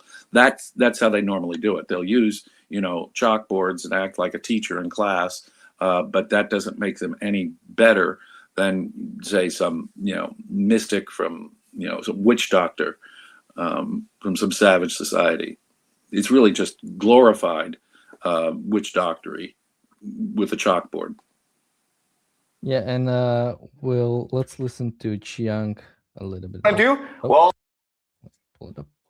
destroy Iran, because if you destroy Iran, you have complete control of the Strait of Hormuz. Then you can build boldly, okay? But you also want to destroy the US and you want to humble Israel. All right? Does that make sense? No. Right. So No, like that doesn't answer. Like, I think Iran doesn't want to destroy anyone, but the other players are after destruction of somebody. No, I mean Iran wants to destroy CENTCOM, right, and humiliate. Okay. I think he even added destroying Israel or destroying the West was not a goal he had for Iran. Destroying Iran is a goal for Saudi Arabia. Okay. I mean, again, I think it might be, but like everything else, like It might be. I think it was also destroy CENTCOM and destroy. Was it the Saudi Arabia also wants to destroy Israel and destroy CENTCOM? I mean, Right. like again, that makes no sense. Like none of their past dealings. I mean, Saudi Arabia right now is at the same side that Israel is, kinda. So didn't Saudi Arabia join the invasion of Iraq? I think the first one or the second one. So we have that. Like we have worked with Saudi Arabia for like 20, 30 years, however long. Saudi Arabia is getting like American equipment. Like in all terms, Saudi Arabia is an ally of the West or of the US. I think for its fault. And I think Saudi Arabia is supported by the U.S. We send them military equipment. We sell them fighter planes. we work in close. I mean, in my view, we work much too closely with Saudi Arabia. But Saudi Arabia and the United States are actually allies that work Yeah, and closely. the Saudi crown prince is obviously like pursuing pragmatic policy of like working with America, even with Israel. I think Saudi Arabia and any Gulf states, they cannot openly work with Israel or openly work with Israel because their people wouldn't stand for it. But I think increasingly you're getting more pragmatic leadership in these Gulf states. I mean, Jordan, even Qatar, Saudi Arabia, Kuwait, like all of them want friendly relationship with Israel and America. But the people, I think, are much more, I mean, anti-Semitic, right? Like much more ideological, while the leadership is completely pragmatic. But I don't think any of that makes any sense. Saudi Arabia, like even Saudi Arabia at this point, I think they just wanna be left alone from the pragmatic sense. They just don't want to deal with anything. You It's think so they funny. like dealing with the Houthis? You think they like dealing with like Iran? Right. It was so funny is that this guy can only think of people in terms of Napoleonic imperialistic world conquest motives, destroy. And no, if there's a growing awareness on the part of at least the leaders, look, in the United States and Israel, we actually want peace. We do not want war. Okay, the American people and the Israeli people and their governments, as misguided as those governments are in seeking to avoid war, but the leadership, even the leadership in Saudi Arabia, understands that trade and cooperation. See, peace and freedom are directly related to prosperity. Okay, but I have to agree with you. The Saudi royals have allowed the teaching of Wahhabism. Wahhabism, I don't know how you would say it, but the Wahhabist version of Islam within their own country. And so I think you're right. I think it is the folks on the street in Riyadh and Mecca who would be much more bigoted and want the destruction of Israel. But that is on the Saudis for allowing that kind of hateful rhetoric within their highly censored society. So they are the ones responsible for this preaching going on. I think you make that correct distinction. But still, the Saudi royals themselves, they're very pragmatic at the moment.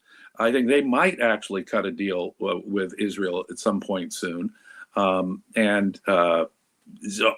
it's bizarre, this guy, though, how he looks at the framework. He looks at everyone's motives: destroy, destroy, conquer, conquer, destroy.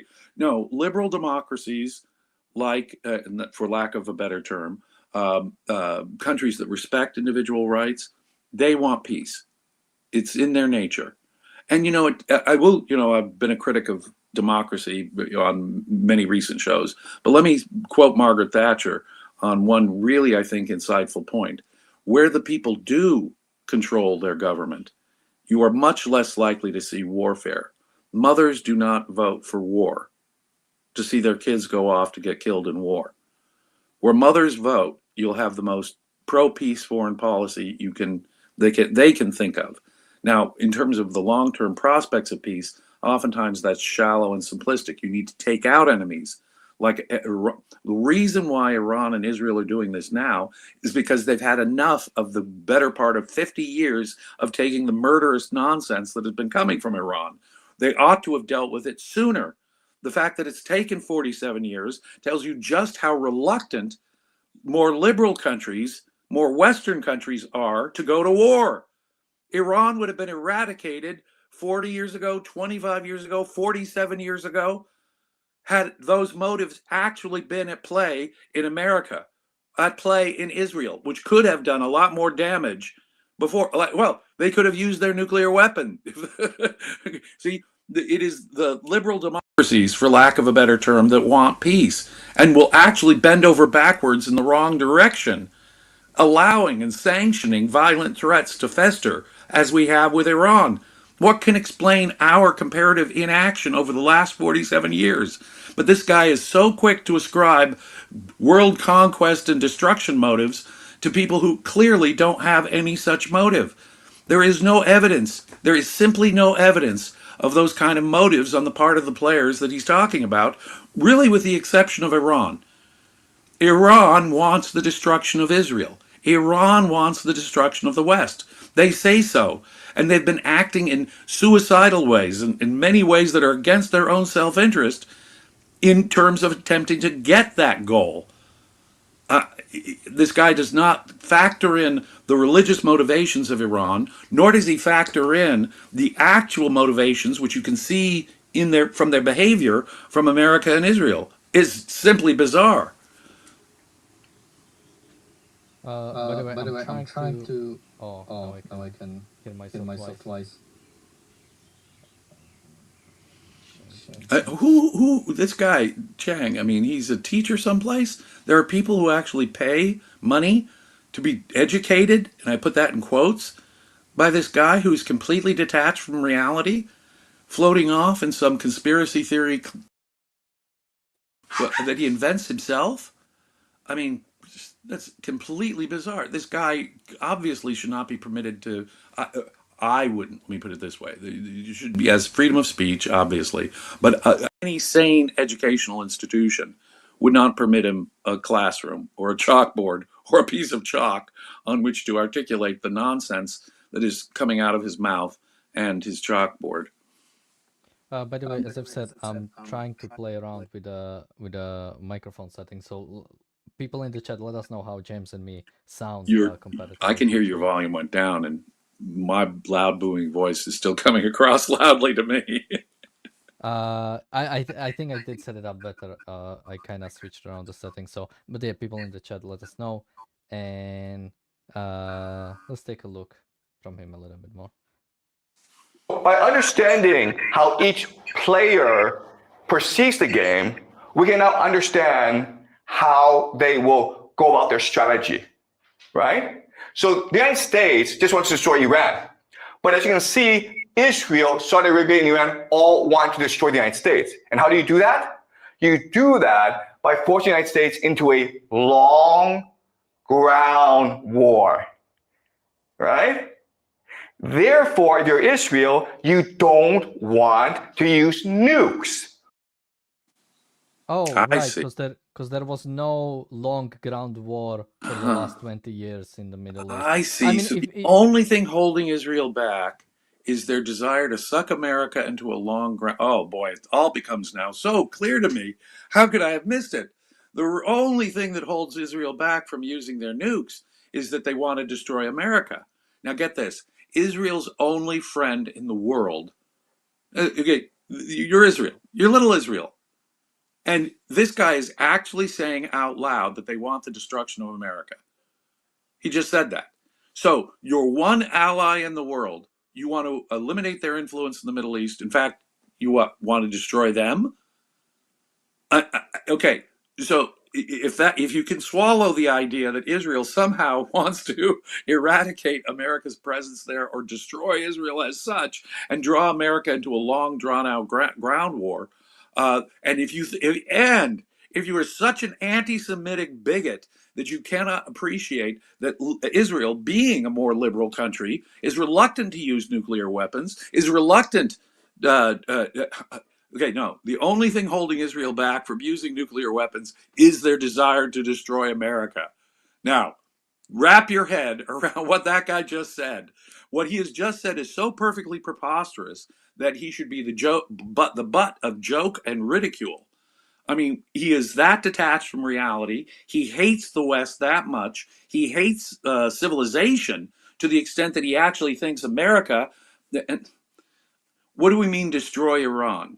What do we mean destroy Iran? America, as I say, since they've took over, the Islamic Republic took over in 1979, America has been very much dragging its feet. What's the explanation for America not using its nukes? I wonder. We could avoid a long ground war simply by nuking Iran to the ground. No, we don't want to do that because one of the reasons, I think, is because we realize that would be kill a bunch of people who actually want a better government in Iran. How about factoring that in? America very much wants the Iranian people right now to rise up, support their, to the extent they have risen up, to throw out the government that they've got right now. America, in that sense, doesn't want to see the destruction of Iran or Iranians. What they want is a liberalization of government in Iran. Now, the things, the obstacles that make that difficult are things that are the troubling policy matters that go on in American media and among politicians in America. Can we do this without a ground incursion? Can we really? Will there really be an uprising? Is that practically what's going to happen as a result of our military action? But believe it or not, you can trust what American policymakers and what Americans are saying. We want a more liberal government in Iran. We do not want the destruction of Iran or the Iranian people. What we want is the end of this murderous theocratic regime that has been killing Americans for the last 47 years.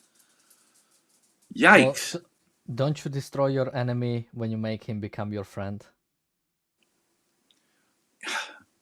It would be the best thing that ever happened to the Iranian people if they adopted a more liberal government.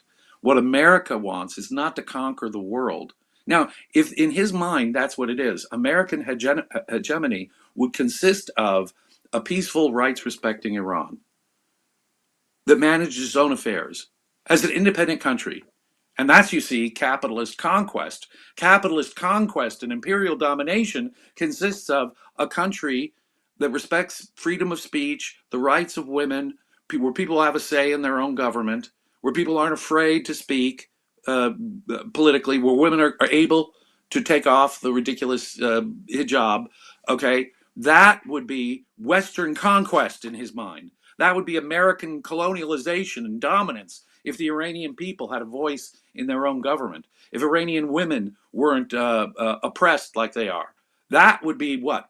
Believe it or not, that is the American standard for what victory would consist in if we change the Iranian government. The Iranians would decide their own government. Iranian women wouldn't be oppressed. Okay, for him, or they'd be peacefully at trade with the rest of the world. And as we all know, that peaceful trade with the West is what? American conquest? How utterly detached from reality do you have to be to even frame the question like this idiot is framing it? I mean, idiot is actually retarded is actually a nice word for this guy, because this guy actually is not developmentally disabled. He obviously has an IQ over 75 or whatever it is, probably even over 100. It's not a question of IQ, ladies and gentlemen. The guy's retarded. What he's saying is completely detached from reality, stupid. It's a self-imposed stupidity, as I say. It's not a question of his developmental, attributes. This guy can write, obviously, and speak, obviously. So it's not a question of his, capacity for being a rational being. He's just so detached from reality and his facts. The idea that America would prefer a government in Iran that would reflect the people of Iran's actual wishes and not oppress their women and have freedom of speech and not seek a ballistic missile program and nuclear weapons to threaten everyone around them. That's what American victory would mean. Peace, freedom, trade with the West. And that's what he thinks of as colonialism, imperialism, American hegemony. But there's similar motives that exist in Israel. Israel and America actually have coordinated interests.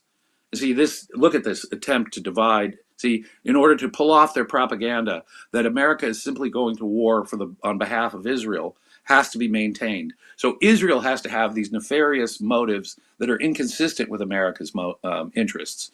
That is simply not the case. America and Israel's interests happen to align here.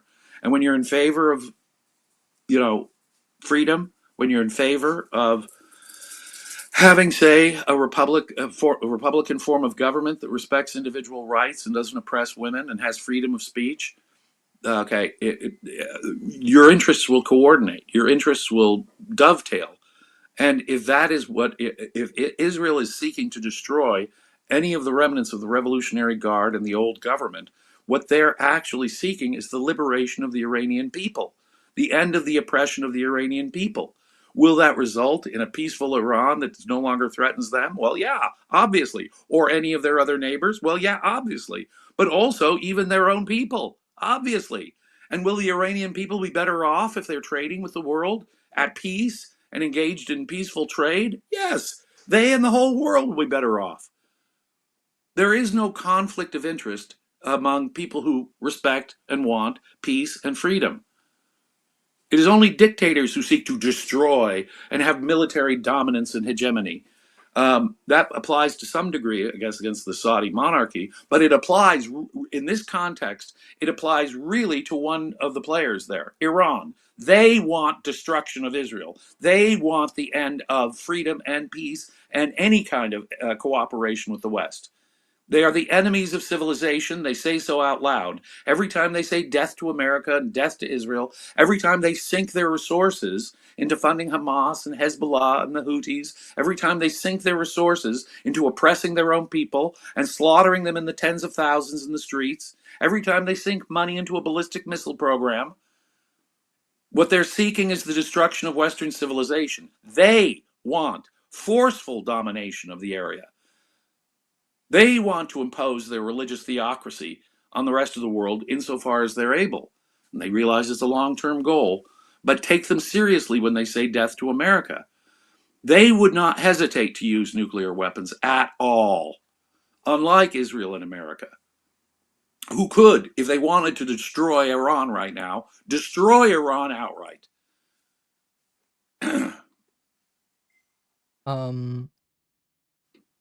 Yeah, and well, let's read the super chat we have. John Peter says he's a plant. Understand that people online chase dollars. I mean, I wouldn't be surprised. Again, he is from China. Apparently, he has a Wikipedia article that is like nominated for deletion because apparently all of the information is simply like from him, which is generally not the greatest objective information. Like apparently they are struggling to find like sources outside of like coming from his own. So he might just be like some kind of an agent. He might just or even him personally like boosted accounts, boosted YouTube views. But now he in a sense is getting invited everywhere. I think because of the way he speaks. So yeah, and the more he's appears on, the more he's used in other media outlets, the more they'll have to have a long Wikipedia article on him, unfortunately. But my God, the man's detachment from reality should, why anyone would pay attention to someone who is so obviously and demonstrably wrong about everything that he says, simply astonishes me. Well, let's listen a little bit more. Why? Because nukes would end the war too quickly. You want to drag this war out as long as possible to force the United States to send in ground troops. And then you're like, well, why doesn't the United States use nuclear weapons? And the answer is already told you, the escalation ladder. It needs to justify itself to the people, okay? When you do anything, all right, when you do anything,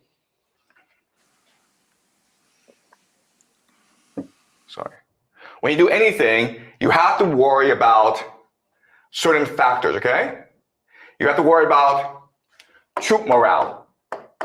Your soldiers have to believe that they are fighting for a good cause, okay? You have to worry about public opinion.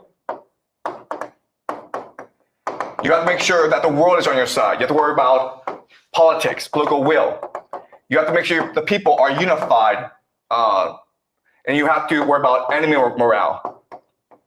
You don't want to piss off your enemy so much that they go into an extreme, they jump the escalation ladder to extreme beyond your control. Okay, does that make sense? No. Okay, so as you can see, No, that doesn't. He can explain anything at all, any behavior. He's got it lined up so that, well, you don't want to piss off world opinion, you don't want to lose your own public opinion, and you don't want to really motivate the enemy. Well, that combination of things could explain any behavior at any time from anyone. Oh, well, the only reason why they're not using nukes is to drag America into a ground war. The only reason America isn't using nukes because that would be, affect the political situation in America or abroad. That's the only thing. No, they have moral. But like, so what? Like, the only goal America has is to destroy Israel.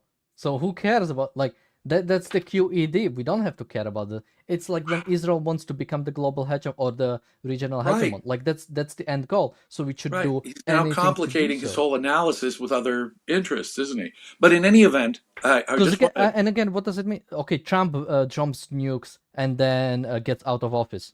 So what? America did it. Like who I did. cares? Right. Impeach me. Right. Yeah, No, try. but the other thing is that they have tried exactly. The wait, moral considerations are actually a major factor in this very issue of the use of nuclear weapons. It is moral considerations, not merely political considerations, which do affect Israel and America's choices of the use of weapons. Moral considerations are involved in Iran's behavior. Their morality is so self-sacrificial. Yeah, to some extent, their self-sacrificial behavior, because America and Israel won't even use their conventional weapons. Won't even use their conventional weapons in a way that would effectively end the Iranian regime. Moral considerations affect the use of all of these military tools. Ditto Iran, only on the opposite end of the spectrum. They're willing to sacrifice an even greater, to an even greater degree, their prosperity, the lives of their own people. You know, the religion that Islam generally that gave us suicide bombers. This is a group, the culture that is perfectly happy to sacrifice themselves. They're willing to go down in an apocalypse, a nuclear apocalypse. That's why allowing them to get a nuclear weapon is unthinkable. What motivates people, doctor, professor, whatever this guy's title is moral considerations. Moral considerations. Completely off the map in the way he looks at it. These people are just potential hegemons seeking to dominate and control and conquer and destroy. That's all he can see.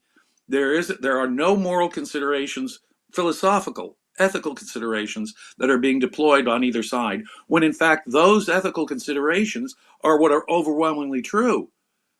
Even when it comes to the conventional weapons, the non-nuclear weapons that Israel and America have, it is moral considerations that restrain them and hold them back from wiping Iran off the map or wiping the Palestinians off the map. If Israel actually had genocidal intentions, for example, I mean, they're accused of genocide in the conflict in Gaza. If they had wanted to wipe out the population of Gaza, they could have done so with conventional weapons at the start of the entire conflict. They are obviously restrained. I mean, you wouldn't, if moral considerations weren't involved, sir, Israel would not announce to people in buildings, get out of the building, we're about to bomb them. They wouldn't move populations from one part of the area to another part of the area to reduce civilian casualties, quote, civilian casualties. No, by leaving out this moral consideration that actually, I think, to too large an extent, handcuffs Israel and America in their response, he is blind to what is actually going on. If Israel wanted to wipe out the Palestinian population, they could have done so with conventional weapons long ago. If Iran were doing anything sensible in their own self-interest, they wouldn't have launched 2 major missile assaults on Israel. There's no way you can understand the actors and how they're acting here. Consider, you pointed this out, Daniel, repeatedly. The last time Trump and his negotiators were talking to Iran before this current war broke out, Witkoff and company offered Iran free uranium. If you guys, all we want is the reassurance, just give us your enriched uranium. We'll give you uranium that you can use for, the civilian energy production. They said no. They said no. Now you'd think if Iran had any sense of self-interest, they would have lied and said yes and gone along long enough because they should surely realized they were on the brink of a war like the one they're facing now after their 2 previous attacks on Israel. And then they turned down an offer like that. They didn't even dishonestly say, yeah, we'll go for it. That shows you just how suicidal Iran is in their own quest for a nuclear weapon. How determined they were to have enriched uranium so that they could just simply use without restraint a nuclear weapon, unlike the United States and Israel, which is reluctant to use their conventional weapons to win a war. No, the moral factor here, the philosophy factor, ladies and gentlemen, is actually the what controlling element. If you really want to understand the motives and the behavior of the players here, Iran, Israel, the United States, you have to take ethics into consideration. If you don't, you'll be utterly unable to explain what's going on. Israel and America could have wiped out its enemies with conventional weapons long ago if the motives that he claims are true. They wouldn't even need to go to nukes. Whereas Iran would at least have superficially agreed to whatever nuclear deal Trump offered the day before America started launching its attack on Iran, just to buy time. But no, they're not even that self-interested. They're hell-bent on having a nuke so they can use it. Otherwise, you cannot understand the behavior of the players here. Actually explain, as a political scientist or historian would be wanting to explain causally what the motives and behaviors are. If you leave ethics, the ethical considerations I just said, out of it, it's completely inexplicable. This guy could not explain, for example, why Israel did not wipe out the Palestinian population using conventional weapons long ago, or why America doesn't drop a nuke right now on Iran, or just use its conventional weapons to depopulate Iran right now. If you don't understand the role of philosophy and how morality is actually the main cause that we need in order to explain human behavior, if you leave the moral factor out, you cannot causally explain what's going on in the world today. It's simply impossible. It's beyond this guy's ken. He simply cannot act. So to him, it's got to be a bunch of stereotypical hegemonic and imperialist aims on everyone's part. That aren't even properly thought through, by the way. But he has to ascribe these evil motives to all of the players here, whether or not they're true, because this guy is completely blind to what actually is controlling people's behavior, their sense of ethics, their philosophy. Philosophy is the main generator of history, ladies and gentlemen. You can see it on the micro level in newspaper headlines. When you read history books, you can see it playing out on the macro level. The only way to really understand human history is to understand the philosophy that motivates people. That's what restrains them. That's what motivates them to act. Without that, you simply cannot understand human behavior or have any causal understanding of human history. Let's take a look a little bit more, and I think then we'll wrap this up. I mean, specifically the reaction to him, and I think we'll go to news.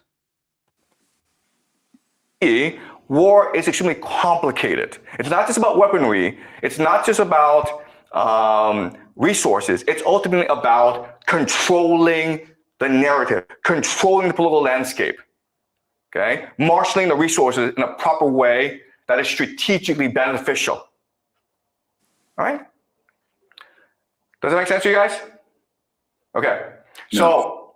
So, yeah, so we just answered two questions. Will the United States use ground troops?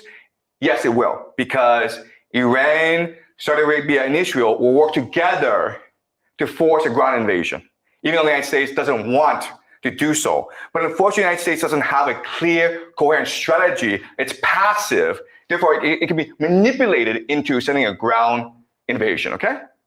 And the second question is, will Israel and the United States use nuclear weapons? And the answer is no, because it's not in their best interest to use nuclear weapons. Okay, Israel wants the United States to lose this war. And so that means a long war that destroys the American political will to fight any more foreign wars. If America loses, Israel becomes the dominant power in the Middle East. Okay? And oh, I think we're done with this. What is America, like a retarded child or something? Like, it doesn't know, like everybody's controlling America, but America doesn't know what it's doing? He knows, but the American policymakers cannot possibly know or don't know or are blind to the obvious things that he's pointing out. You know, that is insane. It's ridiculous. It doesn't even make sense. He's not even giving me the explanation for why America doesn't use nuclear weapons if that's their motive. It doesn't. It's not against, it's not for their interests. Well, how does that work? How is it that it's not in our interests? I don't even understand. I don't even. He says, "Does that?" He asks rhetorically, "Does that make sense, people?" When he's talking to them, no, it doesn't make any sense whatever. You just where this is a mystical, causeless thing that it's not in our self-interest. Well, but if our interest is hegemony, if Israel's interest is hegemony, then how isn't it in their interest? Well, okay, we wouldn't want America to be sucked in if we're Israel into this long ground war. No, but just backing up further, America may use certain ground incursions in the course of this war, but that is not the greater possibility here of an extended big ground war in Iran. No, the greater fear here is that America calls it quits after a certain point. And when Trump believes the perception is that this has been successful, not unsuccessful. They are, but power is the only motive. Power to control the narrative, power to dominate the region. This guy is projecting his own dictatorial motives on every one of the players here. And he's not even giving us. See, here he comes up against certain realities, like America not using nukes. Well, why is it not in their perceived self-interest? Well, because there's these other things, politics and international opinion and so forth, that are somehow magically complicating the situation. But I don't get that. If their goal is hegemony, then what he's saying is simply not a sufficient explanation for what's going on. We could do that with conventional weapons, for example. Consider what we are doing with conventional weapons, and we still haven't cut loose completely with conventional weapons. We could cut loose on the population. We could cut loose on all the facilities. Trump wouldn't be saying, "Oh, slow down on the oil facilities. Don't destroy their entire economic infrastructure," which is what Trump is saying. And you see, but that doesn't work in his worldview, where Israel is sort of calling the shots for America. In fact, Mr. Trump, just like the previous president, Mr. Biden, puts handcuffs on Israel, constrains Israel, because Israel wants America to lose and be kicked out of the area. Their only friend in the world, Israel's only real friend on the planet. And does that make any sense to you? Whatever. No, this guy is not giving causal explanations. He just pulls rabbits out of the hat rhetorically in order to explain what he cannot explain. I don't know why we went through all that in such detail, but this guy is so detached from reality, I can't imagine that anyone would attend his lectures, much less pay to attend lectures by this guy. Just because you've got a chalkboard and chalk doesn't make you an expert, okay? This guy's completely detached from reality. Well, some people say there's probably nobody in the class. And from what I've seen, there is at least some, because I've heard somebody asking question before. So I think there is at least a couple of people there. He keeps asking. You get it? Mm-hmm. He's like getting the response back from the class. I'm presuming that he isn't doing that because to an empty room, asking if they're getting it and understanding it occasionally. You don't do that to an empty room. Well, there is such a thing as lying, James, which Well, that's happens with true. con men. I suppose it could be one of these. Yeah, and I mean, the guy is. Do I trust the guy? Could the guy be lying? Yeah, I mean, this guy's such a fraud on the face of it that, as far as I know, this could be like one of those old Soviet propaganda videos where there really is nothing in the background. It's just like a movie set or something. To bring your Western, useful idiots through to convince them how glorious things are in the Soviet Union when it's really just a movie set. We have a super chat from John Peter again. He says, guess how it was to hear Tucker Post MAGA simp Russia. You mean you've listened to something, or I cannot interpret this comment. But yeah, I assume not nice to hear about any of that. Which again, I would assume this guy is gonna be on Tucker Carlson at some point or very soon. I wouldn't be surprised. I mean, this guy's got the intellectual chops worthy of Tucker Carlson. This guy is a genius intellectual for Tucker Carlson's purposes. Yeah. But Schenck and Anna were so very wrong. It's the Tucker Carlsons who are getting pushed off the map on the American right now, because the American right is, unifying behind Mr. Trump, and at least at this point, behind his war. So it's the anti-Semites out there on the American right that are getting pushed out, not the Ben Shapiros. Again, there's this bizarre kind of detachment from reality and living in a world where they would prefer, it's like people saying Iran is winning the war right now.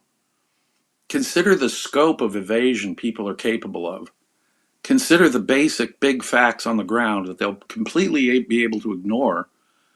Just ignore facts that are obvious, should be, relatively obvious to observe, just so they can live in their twisted fantasy realm.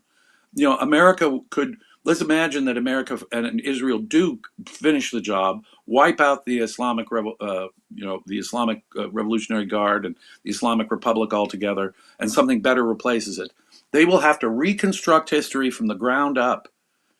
There'll be some people who will still say, "Aha, no, it was an Iranian victory somehow." Judging by some of the comments we get from trolls from time to time, America and Israel are on the ropes right now. It's not Iran that's being the Iranian military that's getting completely decimated. It's America and Israel that are on the ropes right now. Now, if you're that far detached from reality, there's no conversation that it really is possible, is it? And believe me, even if we get the best results, which I'm hoping for, that would only cause these people to develop an even more elaborate conspiracy theory fantasy realm in which to live in. Aha, it was some kind of plot within a plot within a plot that explains everything that happened here. Somebody said he was recently interviewed on Jimmy Dore. That wouldn't surprise me. And yeah, apparently 5 million views when he appeared on the Crystal Balls and Saga show. So yeah, also. Well, I got an education today in this guy. I mean, he was not on my radar screen, and now I know what he is all about.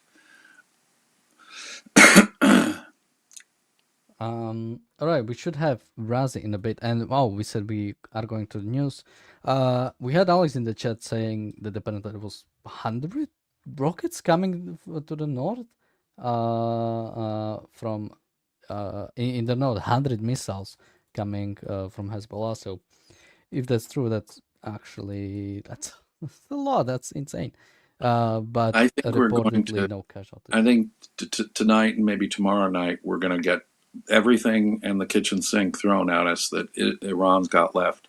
I think that they have been losing so badly and have been pushed so badly against the wall that this is precisely the time, just from my gut feeling on it, that Iran is going to Hezbollah is going to throw everything they can from the north. Iran will attack everything they possibly can. The military hub that America still has in Baghdad, the Kurds in northern Iraq. I think they're going to throw everything they can at us in the next couple of days and nights. I don't think that would be surprising because their military capacity to react is being so degraded. If the numbers that we're getting are anything like reflective of the truth, their military capacity has been significantly degraded. And it's when the rat gets cornered that the rat is going to get the most violent and scratch out. By the way, people in the chat, since we see Alex, tell us how much you want Alex to appear on the show. We want to have her to get some commentaries. So. Super chat, Alex, can you be bribed with super chats? If we get a super chat to get Alex on, will Alex join us? Well, we'll see. We might get the mid super chat goal, depending on how she answers. But since we mentioned it, just a reminder, we are just less than 40 pounds short of reaching the 100-pound goal. I didn't mean to put any pressure on you, Alex. I'm sorry. I want to put pressure on Alex. So make sure she joins us. Let me check if there were any other news outside of the barrage coming to the north. And we had the comment that something that tonight something bigger might be coming from both Hezbollah and Iran. Oh yeah, so I'm seeing this on Times of Israel. Hezbollah fires 100 rockets at north. Okay, there were 2 injuries, and Iran also continues. Please be safe out there, people. Whether you're in Israel or on an American military base, please be safe out there. Tonight and tomorrow night, they might be just doubling down on their efforts and throwing anything they've got left at us. So please be safe out there, my friends.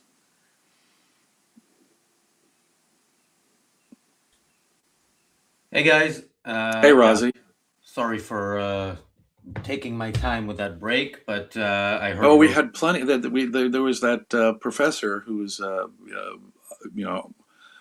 uttering complete nonsense that we could go through. I have now got an education in who this guy is, and completely detached from reality, living in some conspiratorial alternate universe where Israel apparently wants America out of the area. They want to destroy CENTCOM and so forth. And the only reason why Israel isn't using nuclear weapons is to drag America into a long ground war, by his thinking, and thereby lose, and thereby allow Israel to be the exclusive hegemon in the region.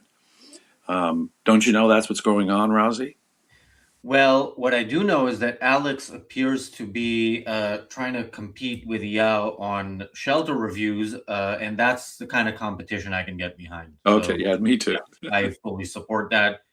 We have capacity on the channel for multiple reviewers of shelters, and keep them coming. And hopefully tonight is not going to be too much of an opportunity to do those reviews, but if it is, remember. And if you need to be in a shelter tonight, because I understand it, hundreds more things are coming in from the north. So stay in those shelters and put your own safety first, for gosh sakes. Although I love the defiance, when I see, an Israeli walking down the street in the sunlight, smiling and skipping, even as they know that Iran is doing everything they can to kill them right now.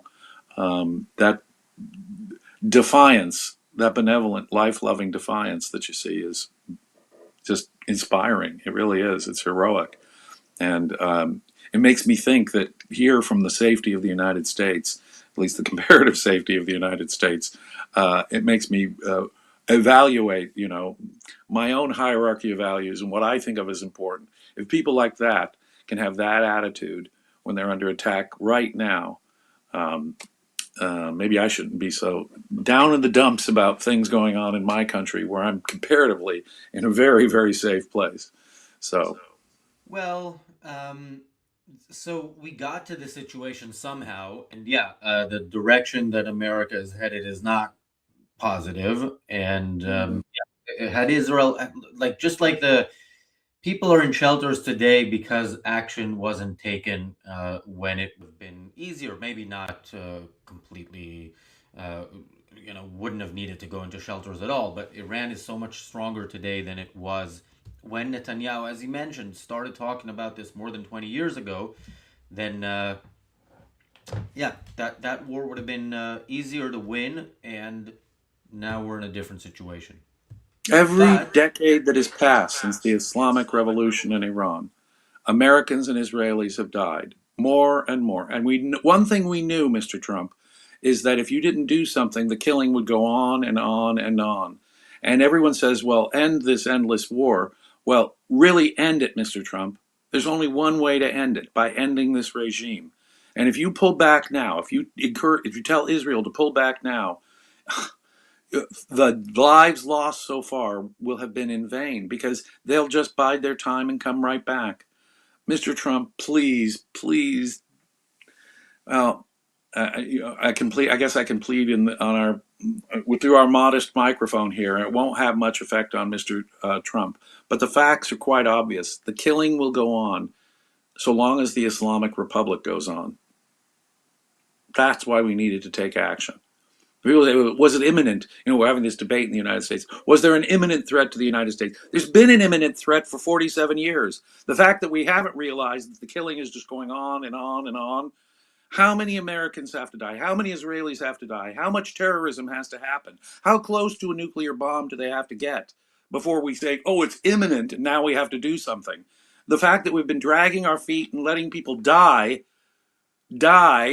every decade since the Islamic Revolution happened tells you that it was imminent then and is just even more imminent now. That's my final thought for today, gentlemen. And please let me step out and have a break now. James, thank you so much for being here an hour longer than we always when the clocks change, we don't know what's going on. I yesterday promoted my interview with Zoe Strimple for the wrong hour in our U.S. members. So that's I caught it. It was interesting. It really was. And if you guys get a chance to check out his conversation with Zoe. Yeah, we have that video ready, and it hasn't been released yet, right, Daniel? But if it hasn't, we'll do it. Okay, my friends. Stream, maybe 10 p.m. Be safe. Thanks, James. We'll see you tomorrow, hopefully. Daniel, take a break whenever you want, but actually let me know if that's soonish or not soonish, and if it is, then I will do the Guardian article, and if not, either way, actually, we can start with Mehdi, and whenever you need to take a break, we take a break from Mehdi, and I go to that Guardian article. Up to you. All right, yeah, whatever you want to do. All right, let's. So Mehdi Hassan. Now, this isn't Mehdi on Mehdi's platform, Zeteo, or however it's pronounced. This is Mehdi on the Times. The Times in the UK. It's considered kind of right wing, but I seem to always find them to be on the wrong side of everything. And yeah, remember, the editors choose what they're going to highlight, who they're going to have on. They chose to have on Mehdi Hassan without the Piers Morgan theatrics of a panel where somebody completely disagrees with him and they're going to shout at each other, with an interviewer who, in the first minutes that I've seen of this, is not really asking the tough questions. He's as Douglas Murray said to Joe Rogan, you're asking the questions. He's just asking questions. He's not asking any tough ones. But let's take a look. Salome, we're gonna and Alex are already complaining, understandably. We're gonna start watching this. It's worth watching because he is a figure in the media who people listen to, and it's worth pointing out what he's doing. But yeah, we're not going to do it all in one go because Daniel will take a break at some point, at which point I will read a Guardian article, and then we will go back to Mehdi, maybe. Daniel. Alex says we are making her suicidal. Well, Alex, if you want to join on the show, we'll do something different. We'll do the Guardian article first. But for now... Not sure that sells it, but yeah. Well... They claim to have had a list of leaders they wanted to do a deal with after Khamenei was killed, but they accidentally killed them, John. That's how incompetent this government is. They bombed the people they had lined up to succeed Khamenei. A week on from the first US military strikes in Iran, the mission, the aim of the military operation cannot be called clear. There have been varying, contrasting narratives from the administration about, well, what is the point of this? Last night, President Trump, indicated that he believed Iran was set to attack the USA. The situation was very quickly approaching the point of no return, and the United States found it intolerable, in my opinion, based on what Steve and Jared and Pete and others were telling me, Marco, so involved, that I thought that they were going to attack us. I thought they would, if we didn't do this at the time we did it, I think they had in mind to attack us. President Trump there. Now let's talk to Mehdi Hassan, the broadcaster, founder of Zeteo. Hello to you, Mehdi. Hey, John, how are you? Hi, welcome to you. Mehdi, look, you have been a very consistent opponent of the Trump administration and pretty much all its works. You are firmly of the view that the war in the Gulf is a war without a plan, and you've got that in common with most Americans, including a significant slice of Republicans, as well as with the British government, Keir Starmer, and a lot of British public opinion too. So all of that said, what is your theory of why this war began and when it began? Okay, let's pause right here because wow, that question is this setup. First of all, it's not a question. It's we want to give you a platform. We want you to present your views to our audience, and we don't want you to be challenged, but we want to pretend like it's not your platform or something to that effect. So this guy is presenting the Mehdi Hassan case, presenting the case for agreeing with Mehdi. He's saying, well, everybody else agrees. And as we heard earlier from Cenk, we've heard this from Megan a bunch of times. It's all a popularity contest. That's what reality is. That's how you determine right and wrong, is how many likes you have, how many followers you have, how many views you have. And in this case, how many people in polls supposedly agree with you, not is it right or wrong, and why. And of course, the question itself, or there's a question, is what is your theory about how this war started? Now, there are the official statements by the people who were saying there will be war if these conditions aren't met. Then they weren't met, and now there's a very clearly presented, at least at the beginning, reason for the war and goals for the war. Yeah, I mean, I don't have much to say here. But yeah, I mean, I think the sort of reasoning for joining is pretty clear. I mean, Iran was going to attack America anyway, as a bunch of Gulf states found out. So America joined in. I think that is the most, in a sense, quickest explanation of why this has happened. But we'll hear from Mehdi what he thinks. It's a good question, John. Luckily, we don't need a theory. The one good thing about this administration is they often say the quiet part out loud. So Secretary of State Marco Rubio, last Monday, over a week ago, went to Capitol Hill and he was asked, well, where's the imminent threat? There's no intelligence of an imminent threat. The Iranians were negotiating with the Omanis. The Omani foreign minister went on American television and said, the Iranians have agreed to everything that Trump wants. This was the day before Trump attacked and Israel attacked. And Rubio says, well, we were told that the Israelis were going to attack Iran, and once they attacked Iran, Iran would hit us, so we hit them first.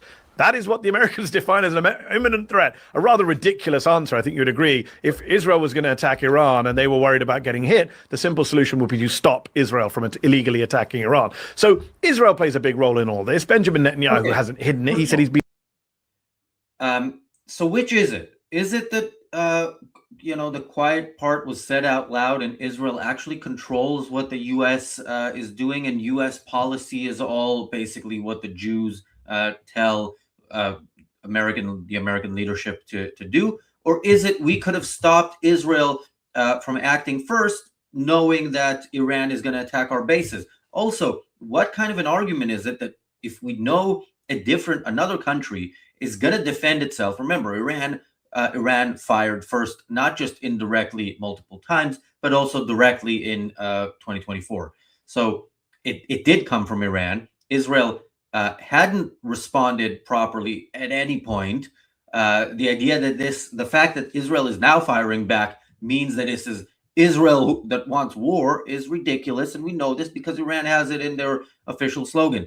But Mehdi is actually going further than official Iranian propaganda. He is claiming that Iran doesn't have a nuclear weapons program at all, which is not a part of what they're saying and what they were saying in the negotiations. And there's negotiations going on. Okay, there were negotiations going on before World War II, and they were completed. And, we had peace for our time. And then we had war. So maybe don't believe people who say all they want is to kill you when they say temporarily, okay, right now we're not going to kill you. That's not a long-term strategy. Yeah, and again, what do you mean Iranians have accepted everything? One, the negotiation wasn't even about the even if Iranians would have accepted everything, still would be wrong, because the deal didn't deal with the Houthis and Hamas and Hezbollah. and their missile program, just simply the nuclear enrichment. So it still would be wrong. But also from the American administration, from what we know from Witkoff and Jared Kushner and Trump and J.D. Vance, they've said that they realized Iran is not actually negotiating. Iran is actually just trying to buy time forever, basically just keep like when we say negotiations, this was like around 7 or like around 6 or 7 of it was actually like 6 or 7, something like that, of negotiations, and what, so we just believe Oman and Yemen and Iran, did they say they were genuine with the negotiations? I mean, give me a break. It's and again, I don't care if negotiations were a ruse for America to attack or Israel to attack, or if the negotiations were genuine. Either way, they shouldn't have happened, and yeah, there shouldn't be a deal with Iran. I mean, that's the end of it. Bonnie says the U.S. administration shot itself in the foot by dribbling out various reasons for acting, and people could then call them out either as not knowing or lying by giving different reasons. A mess. I don't know. I mean, if we look at if we look at the statement that Trump made on the day and some of what he was saying in the run-up, it is pretty clear. Ballistic missiles, it's not sufficient, but it's clear. Ballistic missiles and the nukes. That was I think in the negotiation it was also stop sponsoring terrorism. Good luck enforcing that, by the way.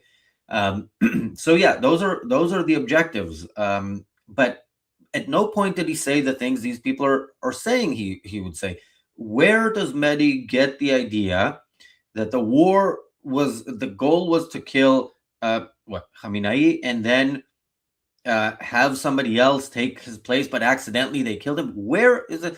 And these people are pulling it out of their ass because they all come up with different theories, maybe sometimes on the spot, and they're very, very different from one another. I mean, a lot of them, do kind of.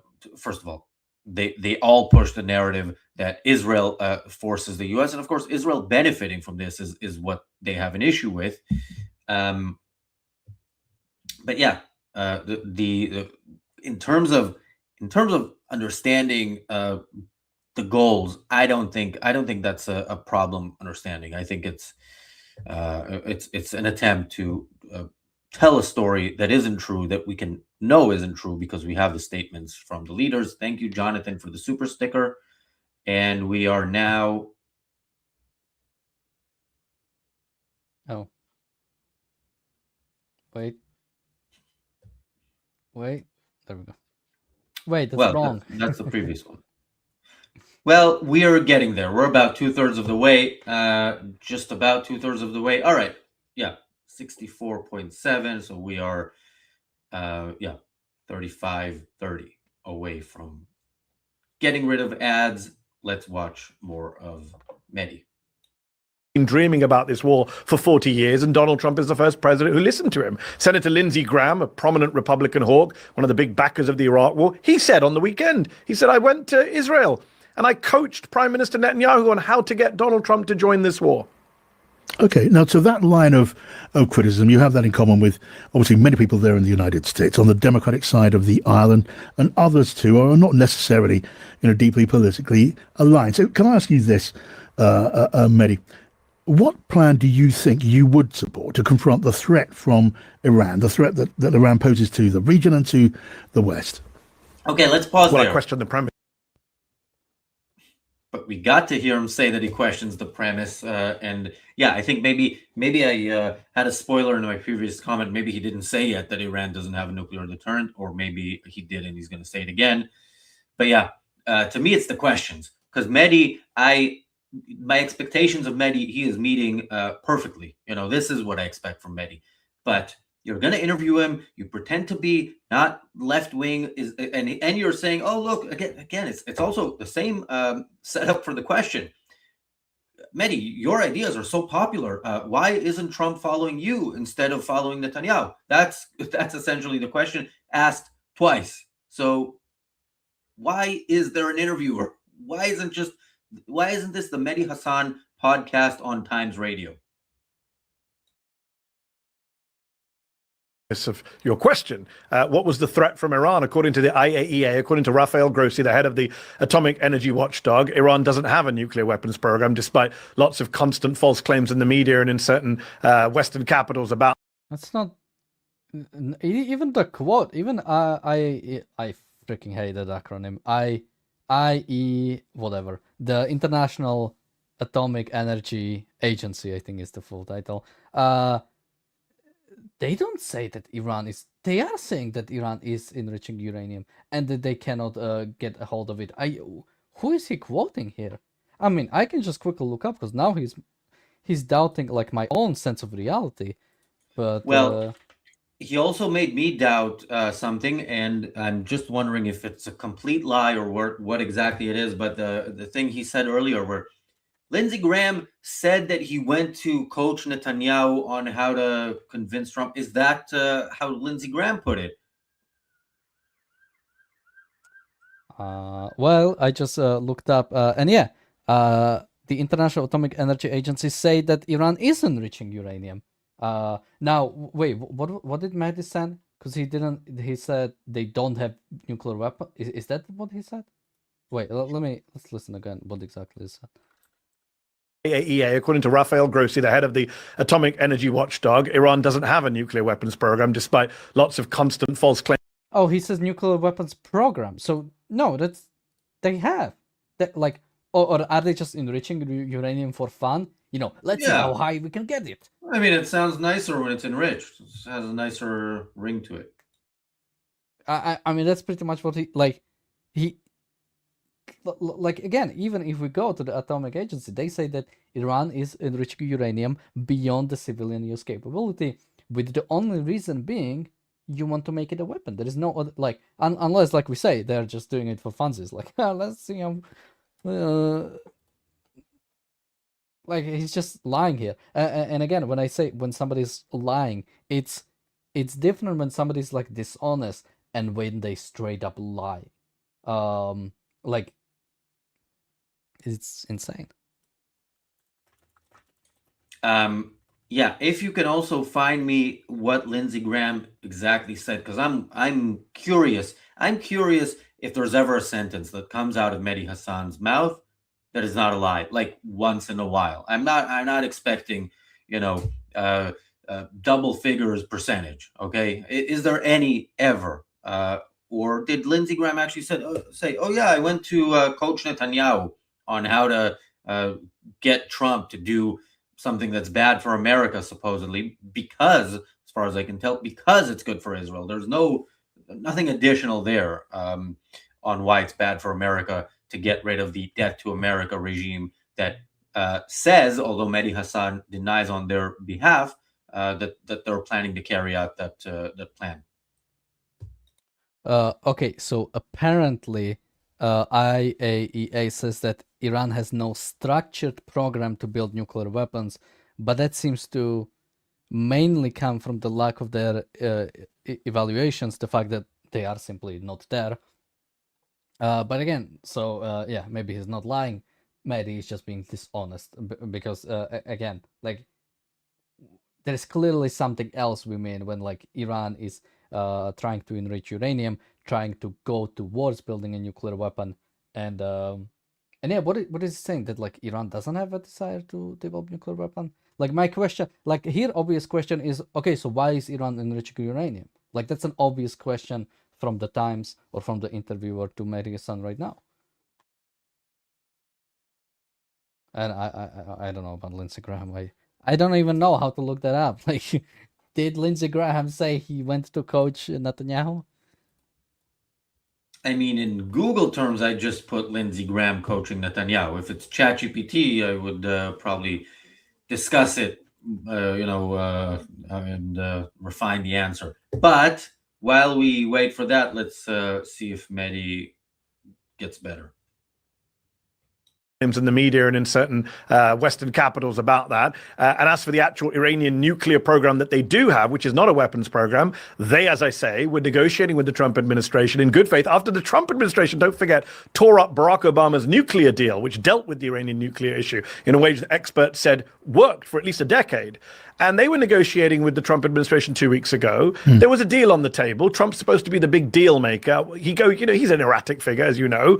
He goes from wanting to be a war hawk one day to a negotiator the next day. The deal was on the table. But according to Marco Rubio, the Israelis were going to attack because Netanyahu's wanted this war, as he says, for 40 years. This idea that there was some massive threat from Iran to the region, I would point out right now, the country that is bombing two Middle East countries as we speak is Israel, not Iran. Israel is bombing Iran and Lebanon. 700,000 people in Lebanon have been kicked out of their homes by Israeli airstrikes. Kids are getting killed. 83 children killed in Lebanon just in the past week by Israeli forces. So I think we got to kind of recalculate and think about which country is the one that's occupying its neighbors, which country is.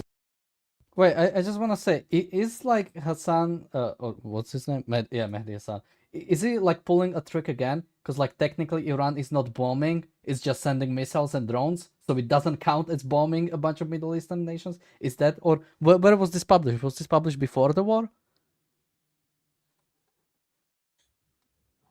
You're asking me? Well, yeah, you sent it. When was what published? This? Yeah. No, this is from like yesterday. So why is he saying that like Israel is the only one bombing somebody, bombing two Middle Eastern nations? Because they never, that's what they always say. Look, Hezbollah firing daily on Israel. Hezbollah can kill hundreds, can kill thousands, and Israel's first shot back will be Israel bombing.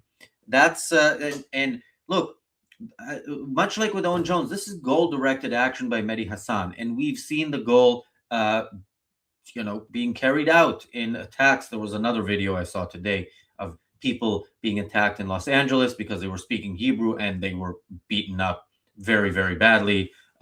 There's, I think, one more that I saw somewhere this side of the pond, either in the UK, somewhere in Europe. But yeah, and that's just the ones we hear about. They're prominent enough in the news. So yeah, Mehdi Hassan is achieving his goal. And Galut Greg says in the chat, there is an example of Mehdi Hassan telling the truth. It was in a column a few years ago where he talked about how Muslim families in the UK are anti-Semitic. I would love to see that, and I'll look it up. And yeah, and so he does know that. He does, and he knows that now it's far beyond just Muslims, and he is again trying to inspire these people to act. He knows the people who actually would go out and beat somebody up because they heard him speak Hebrew, they don't need much. They're like they really are the lowest of the low. And if they could be triggered from something like Israel is bombing two countries, which he knows that it is a product of the countries attacking. But that's not going to get people beating up Israelis and beating up Jews. This is how you get that done, basically. Daniel. Super chat. Yeah, thank you, Pink Bunny Law, for the super chat. Pink Bunny Law says, look up Hassan's article from 2013, the dirty little secret of British Muslims. Yes, we will look that up. Actually, we can read that maybe on this show. But yeah, sounds good. Because except for the word secret in the title, how is it a secret? And how is it British Muslims? I mean, it's yeah. I mean, how is it specific to British Muslims as opposed to Muslims everywhere? Yeah, we will get to that article, but let's continue the video.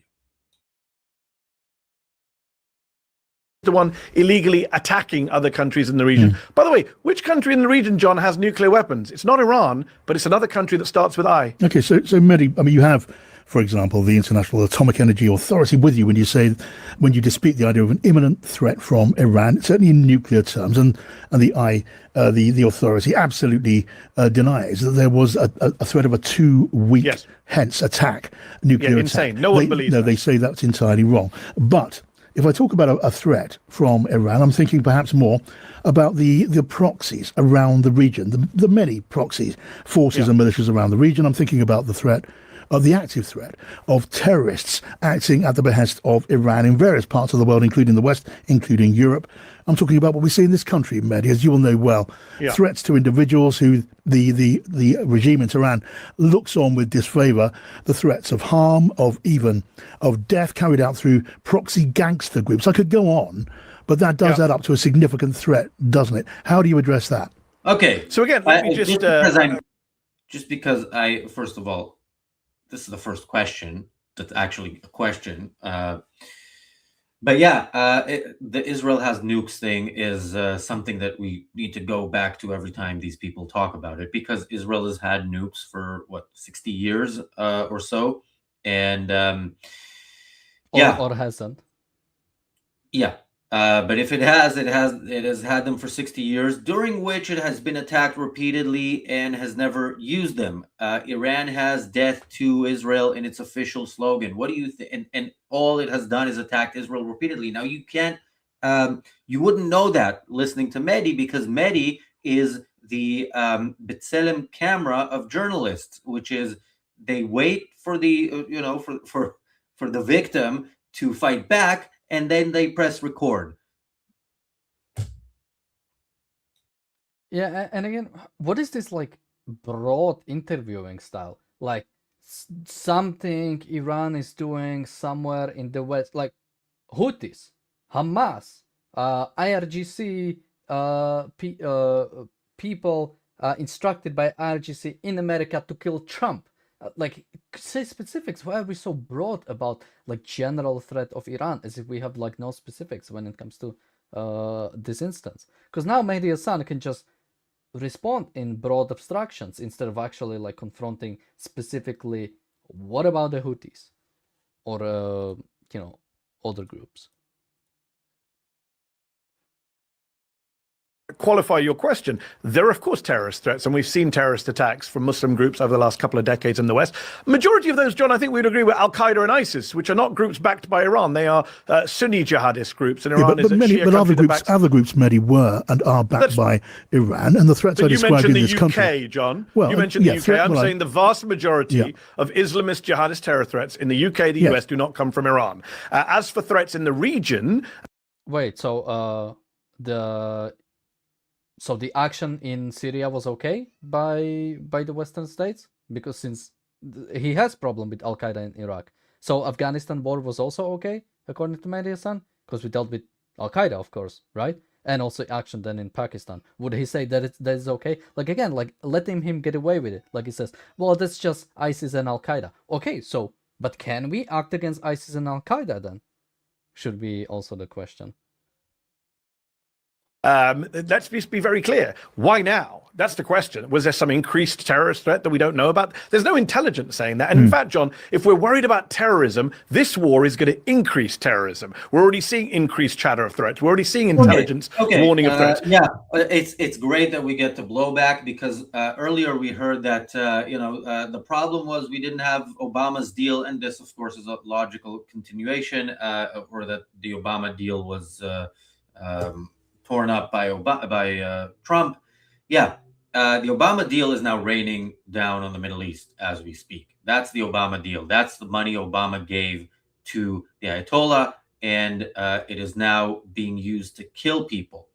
The idea that if we fight against people who say they're going to kill us, is all the more reason why we should fight against them before they kill us on their terms. Look, Mehdi wants perpetual war, and he's getting it, because even now we are still in this mindset of, look, it's been a week and a half and we're still at war with a country that has 90 million people and has been preparing for war for half a century.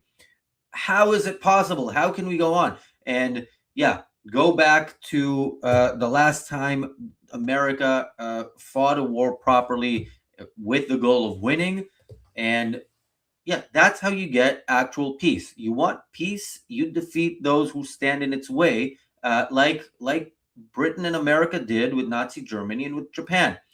And There's actual peace with those countries right now. All the peace deals with savages that say they want to kill us have resulted in more war, more death on both sides. But the problem is on our side, because that is what the role of government is to protect its own citizens. Want to watch more? Yeah. The Daily Mail, not a. We're already seeing increased chatter of threats. We're already seeing intelligence warning of threats. The Daily Mail, not a paper I normally source, is reporting that the Trump administration is suppressing US intelligence, warning that there may be new attacks on the homeland as a result of this war. When you go in and you assassinate, you murder a foreign head of state who also happens to be a religious leader for many people in that country, you don't think his followers might want to take retaliation? Yes. You don't think there might be blowback? John, you and I covered the Iraq War in 2003. Tony. I mean, this should be commented on. Why is there not much more blowback? What did we see so far? One thing in Austin, and was there anything else? Well, I would say we see blowback specifically against Jews, but it's not blowback. It's anti-Semitism inspired, and anti-Semites inspired to act by the likes of Mehdi Hassan, who tell them, who promote the globalized intifada idea. Whether or not he does it in those words, we hear that in between the lines when he says, look, the Jews, or not the Jews, the Jewish state, which is completely separate from the Jews, determine U.S. policy, and they're controlling us. An anti-Semitic trope that has been around for decades, but has been confined to white supremacists who just dance around a burning cross somewhere in the woods, and is now mainstream thanks to the likes of Mehdi Hassan. But again, I think we've seen much more terrorism when we didn't counter terrorism, when we didn't actually fight against Iran. Unlike now, like we took out the Ayatollah, we took out the supreme leader, who is also the mystic leader of Shiites, and so far there's been like nothing. Again, because I think they're afraid. They're afraid that finally something is being done, finally terrorism is being encountered, and they are afraid to actually do something. For the longest time when this war started, the Hezbollah were like taking a break. The only purpose of Hezbollah is to fight with Iran against Israel, and they were not doing anything in the first days of the war. Houthis, are they doing anything yet? So far, they are very passive. Again, once you confront evil, it's like the bullies. They will realize that, okay, if I'm the stronger I'm being, the stronger the response is gonna be. Unlike in the past, where we've always covered after a strong response from us, we always refuse to do something or apologize for actions, and they sense that weakness. The weakness is no longer there. At least for now. And hope it doesn't come. I'll have to leave in a bit. I know. Do we have time for a bit more?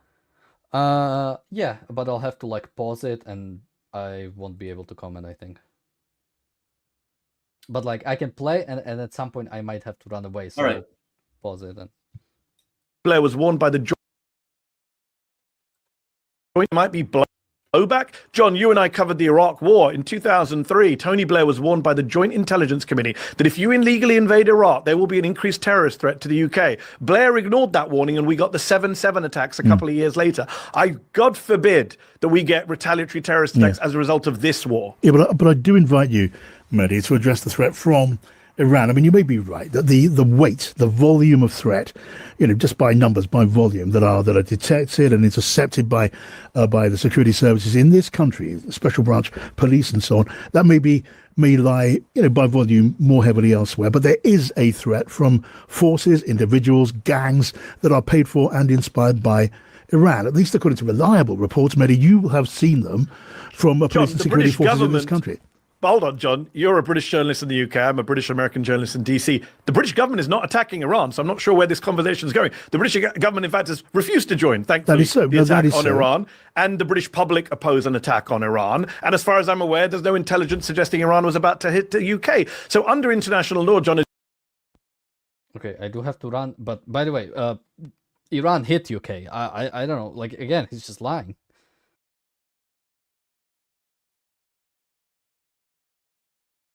You're muted. You're muted. Well, I was expressing my amazement at the fact that he can say something like that, and again, I haven't seen the rest of this. We're gonna see it when Daniel comes back. But seriously, we're talking like days after, less than 10 days. No, less than 10 days. Well, a week and a half after Iran attacked the UK. And he's talking about Iran didn't want to attack the UK, so the UK didn't join this. Well, the UK didn't join it after being attacked. Okay, so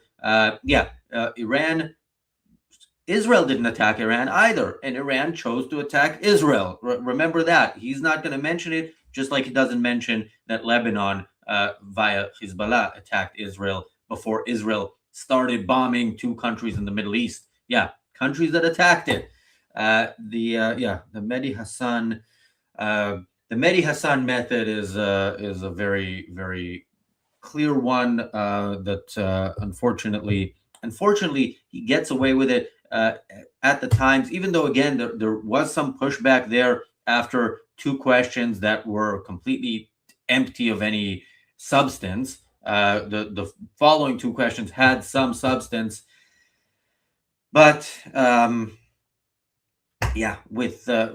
with first of all the decision, which is an editorial decision, who to interview on your channel, the decision to bring a anti-Israel, anti-Semitic, anti-American propagandist like Mehdi Hassan is already questionable, and then you don't challenge him on anything. What a real shame that this is how the Times chooses to cover the war. We talked about how the Telegraph chooses to cover the war, and we'll talk about it some more possibly today. There's an article that we were going to go through today. I don't know if we'll have the time.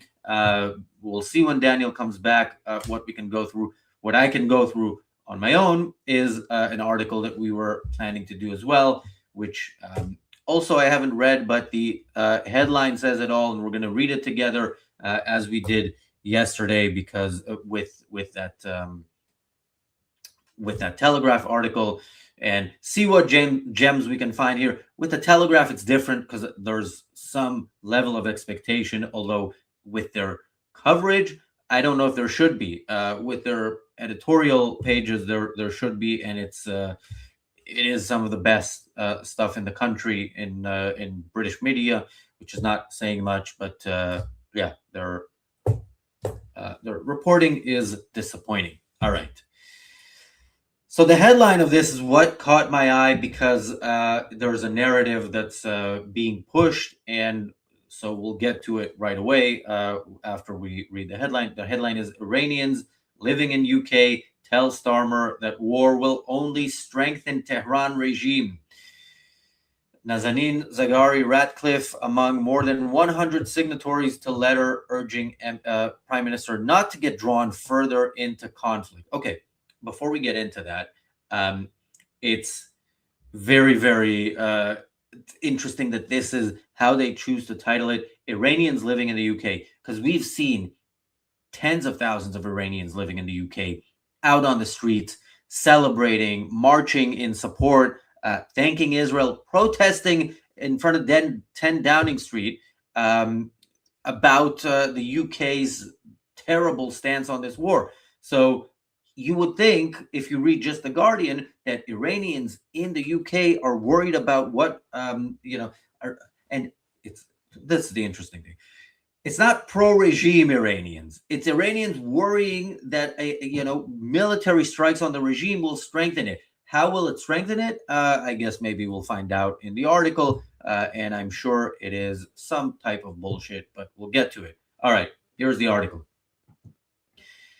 Nazanin Zaghari-Ratcliffe is among 3 of Iran's former political prisoners and more than 100 Iranians living in the UK who have urged the British Prime Minister not to get drawn further into the Iran conflict. They are all signatories in a letter to Keir Starmer saying the way the war is being conducted is strengthening the regime in Iran.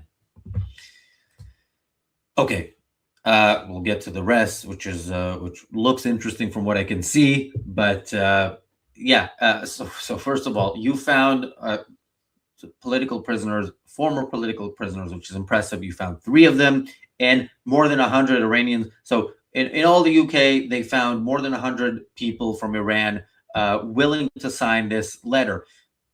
Is that supposed to impress us as a number?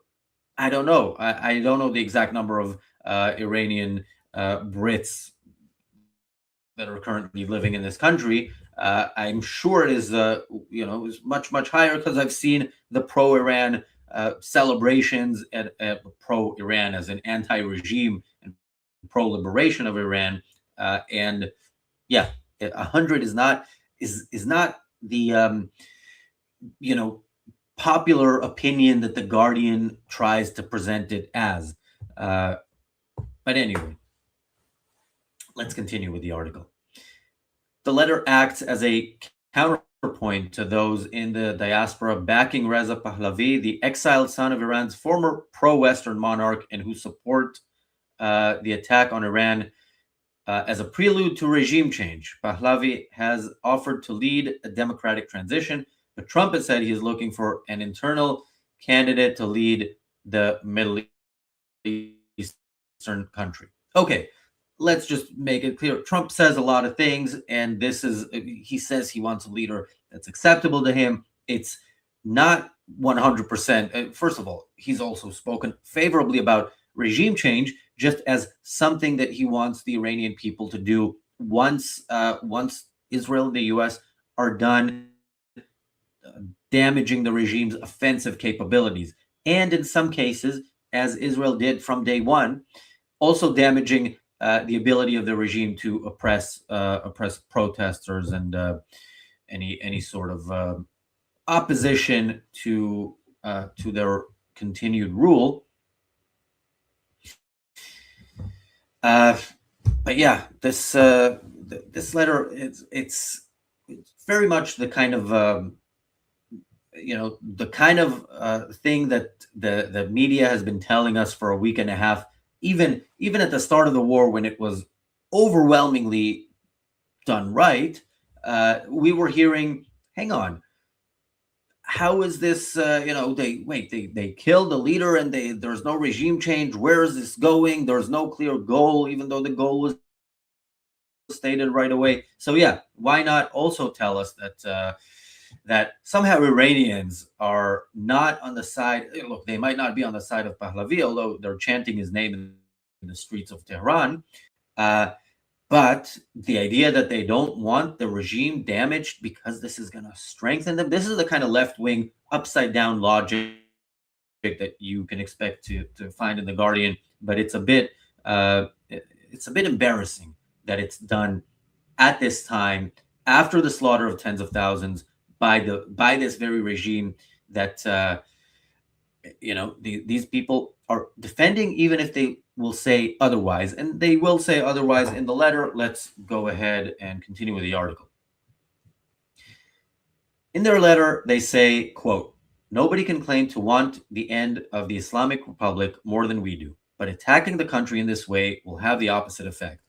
It will entrench the authoritarians and give life to the fiction that has sustained them internally for decades, that they are fighting Western imperialism."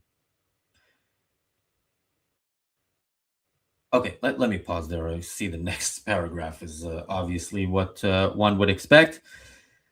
But yeah,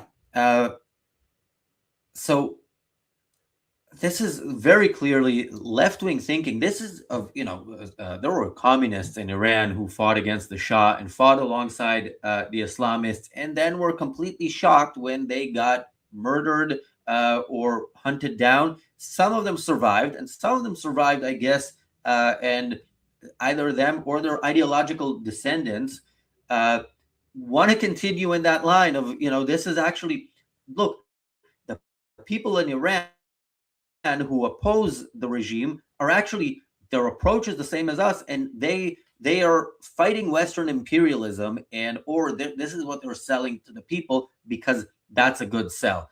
It doesn't look like it's a good sell.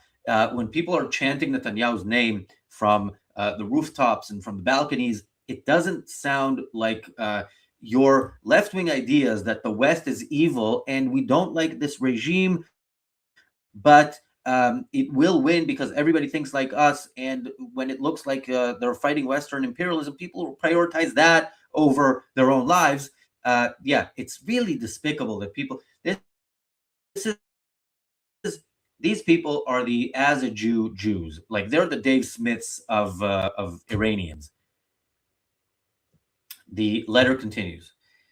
When Netanyahu, a man charged with international war crimes after killing countless civilians in Gaza, countless is maybe correct because you don't actually have a number, assassinates Iran's dictator, that kills a man but immortalizes the myth.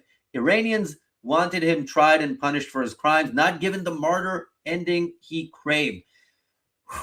So they want an end to the regime, but they don't want the West to aid the citizens who might change that regime, and those citizens were slaughtered without anybody helping them. Okay, so but they don't want it because it's Western. They'd rather be slaughtered by the tens of thousands, say ex-Iranians who live in the comfort of a Western country.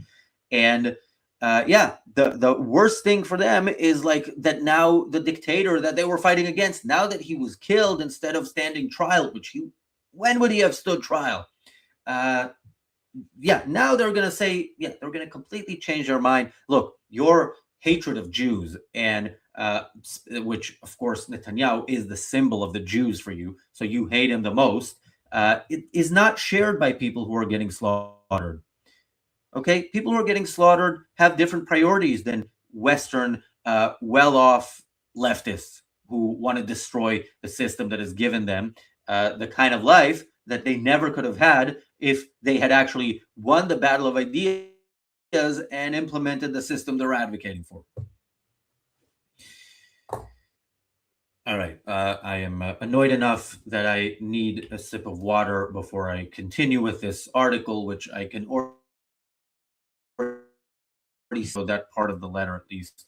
I don't know if that's the whole thing, but that is over.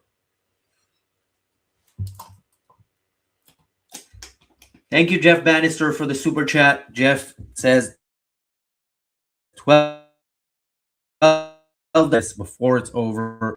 Even the Iranian women's football team will be in trouble still. Yeah, that is a story that last we heard and last we talked about here. They were getting on a plane, and minus those players who were granted asylum. And yeah, this is such an it proves the Mehdi Hassans of the world right, because it tells you that the West can do a couple of days of bombing, but we are not built for 3, 4, definitely not 5 weeks, as Trump suggested at some point, of war. We're not built for it. The first days of this war made the U.S. for the first time since World War II, maybe, at least as far as just wars go, look not like a paper tiger.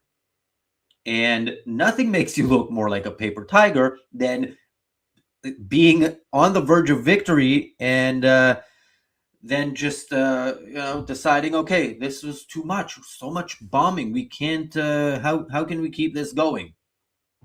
So Jeff, I share your concern. I really hope we are both wrong, and this is not what we are about to see. And we will, we will keep pushing. Although I don't think Trump is watching this channel, but hopefully I'm wrong on that too. All right, the article continues. The 86-year-old supreme leader, Ali Khamenei, was assassinated along with many in his family in Israeli airstrikes on the first day of the war. He has been succeeded by one of his sons, Mojtaba Khamenei. In the letter, the group set out a series of peaceful and practical steps to help the internal opposition, including those held in prison such as providing Starlink to end the continuous communication blackout inside Iran. Wow, these people are really pushing the okay. Look, bombing the regime out of existence is only going to strengthen them. You know what's going to weaken them? Starlink. By the way, you know who who you're asking Starlink of? That's a whole interesting side story there with these people, but I don't know if it matters there to them. Okay. Yeah, let's just continue with the article. Zaghari Ratcliffe, a British-Iranian dual national, was held in a jail on espionage charges, mainly in Tehran, for 6 years from 2016. Other signatories include the Iranian political prisoner Aras Amiri, a former British council worker kept in jail for 3 years in Evin prison in Tehran, and Nasrin Parvaz, who spent 8 years in Iranian jails from 1982. Others include high-profile artists within the Iranian community, as well as academics and writers. They write, quote, a pro-democracy policy would protect political prisoners and ensure in those cells where the future democratic leaders of Iran reside. A pro-democracy policy would not smuggle internet services, would smuggle internet devices, not weapons, across the border and break the blackout that is blanketing the country. A pro-democracy policy would call out Israel's assassination policy, even when it targets leaders we despise. There is so much that can be done in solidarity with Iranians, but joining in with Netanyahu's forever wars is not it. Okay. So again, this is all about the Jews. This is all about, like, okay, look, yeah, we know it doesn't look very good to see tens of thousands of people slaughtered, but if you're not on that side, you are on the side of the Jews. And look, you know, they don't need weapons to protect themselves from weapons. They need internet. That's all they need. Why? Because what? We're then going to see those images. Okay, we've already seen some of the images despite the blackout. And what is the possible result that these people can think? Us seeing the images could inspire that would remove the regime that isn't war. What are those things? Protests in front of Iranian embassies around the world? Seriously, what are they offering? And the fact that The Guardian says, look, they're offering a bunch of real solutions. They didn't say real, but they're offering a bunch of solutions and alternatives. Well, no, they're offering forever wars. They are offering forever wars because peace deals with savages result in war. Always. And they result in worse wars than if you just went to war instead of signing that peace deal. Always. And, you know, this is what they're advocating for. They're advocating for more of the same. And yeah, they are defending the regime no matter how much they try to claim otherwise. Shmuju asks, where is this article? It's in The Guardian from yesterday. Okay, let's continue with the article.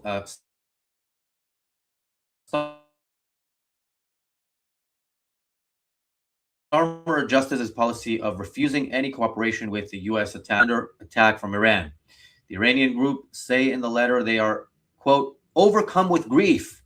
For decades, we have been hoping for the day when Iranian democracy can finally flourish. Many of us have not been able to visit Iran for years for fear of imprisonment or worse. That's the difference between you and Netanyahu and Trump in this case so far. And even if they do pull the plug, that is the difference. For decades, we have been hoping for the day when Iranian democracy can flourish. You hope, others do. And the doing is, in your words, I don't think this is in your mind, but in your words, this is strengthening the Iranian regime, killing the people who are in the regime, killing the people running it, killing the people operating it, destroying the weaponry, basically destroying what the regime has in its arsenal that is used and going to be used to kill Jews. That is what strengthens them. Again, the upside down logic of these people is not. It's not. If you look at their views on other issues, you will see that that is the case. By the way, just a sidebar here that there's, I forget her name, but this American Israeli who was held in Iraq for 6 years by Iranian militia, 6 years or however long it was, recently came out and said she's against the war. And of course, she said it as an Israeli who was there. Like that makes her some figure of authority, apparently, because she was held by savages, despite the fact that she's a leftist. Okay, we've seen that. We've seen the Vivian Silvers of the world. Some of them somehow survive, some of them do not. But that, in either case, doesn't make them any sort of figure of authority if the fact that they are of the people they're going to kill, and yet they support the savages. That just makes them horrible human beings, not people we should listen to. Okay. Article continues, and they criticize the Israeli leader, arguing that Iranians not to with your arms crossed and instead rise up to finish the job, unquote. They reject the presumption behind his remarks that, quote, 90 million people had been idly waiting several decades for his bombs. Yeah, this is not, of course, the people sitting idly by are these Iranian, British people who are suddenly making their voice heard when their country, the regime in their country, is closest it's ever been to collapsing. It was the closest it's ever been to collapsing with those protests in January. Now, with the additional bombardment by two armies that are stronger and the complete systematic destruction of their offensive capabilities and their defensive capabilities when it comes to war, country doing that because the leader is inspiring them to go out and finish the job. And him saying don't sit with your arms crossed, the nitpicking of deciding that this is somehow an insult, racism. How is it racism? Is there's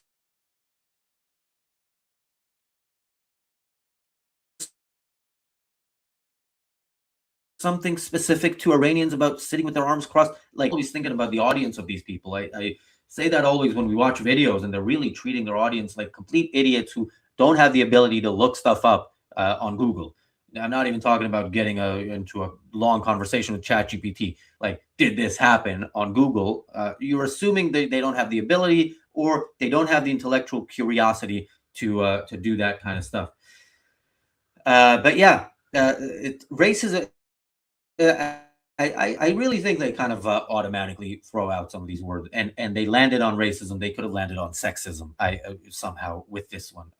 But yeah, really, really pathetic that these evil people are pretending to be against the regime while they are against the one thing that's being done that has a real chance of regime change if it continues, rather than if it's paused as these horrible, horrible people demand.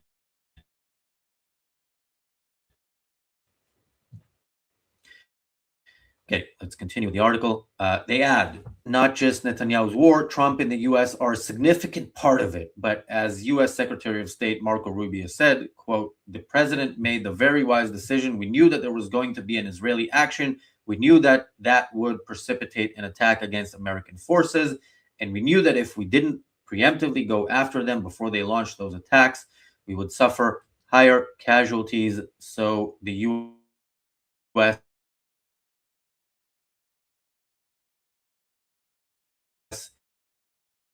followed, adding that in, not as part of the quote. Look, the people are the fact that all these people are jumping on Marco Rubio's statement. That is the bigotry. Okay, I'm not going to call it racism because, but that is, and I'm sure these people are racist, but that is the bigotry here. The Jews are controlling the world is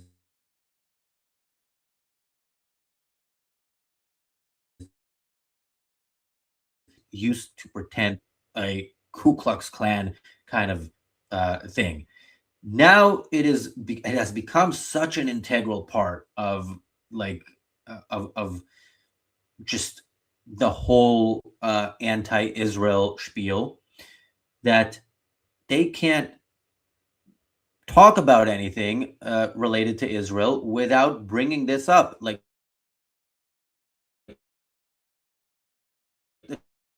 narrative and yeah, okay. Hang on a second. Am I lagging? Yeah.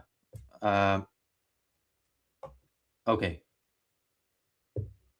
Secret Bassring says, Razi, you're breaking up. I think the Guardian article I was reading here was kind of making my laptop lag.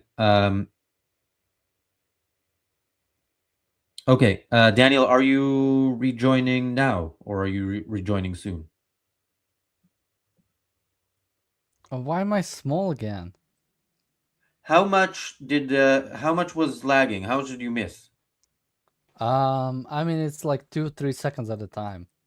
Oh man, that was by the way, that reminds me of the question. Yeah, okay, next time I'll read it from I like that I can sort of look up even if not directly at the camera, but yeah, next time I will read it from my phone because this laptop can't handle can't walk and chew gum at the same time. What else was I going to ask you, Daniel, before we all right, yeah, you want to have a news update, right? I mean, I wanted to, but there are no news actually. Well, I have a news related question. Did you not yet add the Razi emoji, or are the members who voted for it just not using it at all? And is it just not? I didn't add it. Oh, okay. So okay, no, not blaming the members yet, but yeah, people demanded it.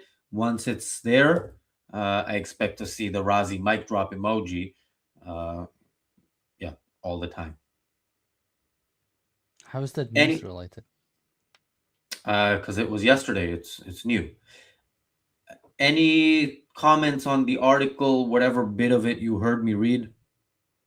No, not much. I was hoping I wouldn't have to come back to have to talk about it.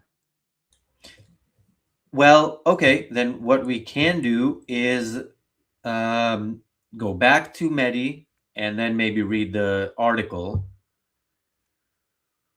that Mehdi wrote way back when. Sure.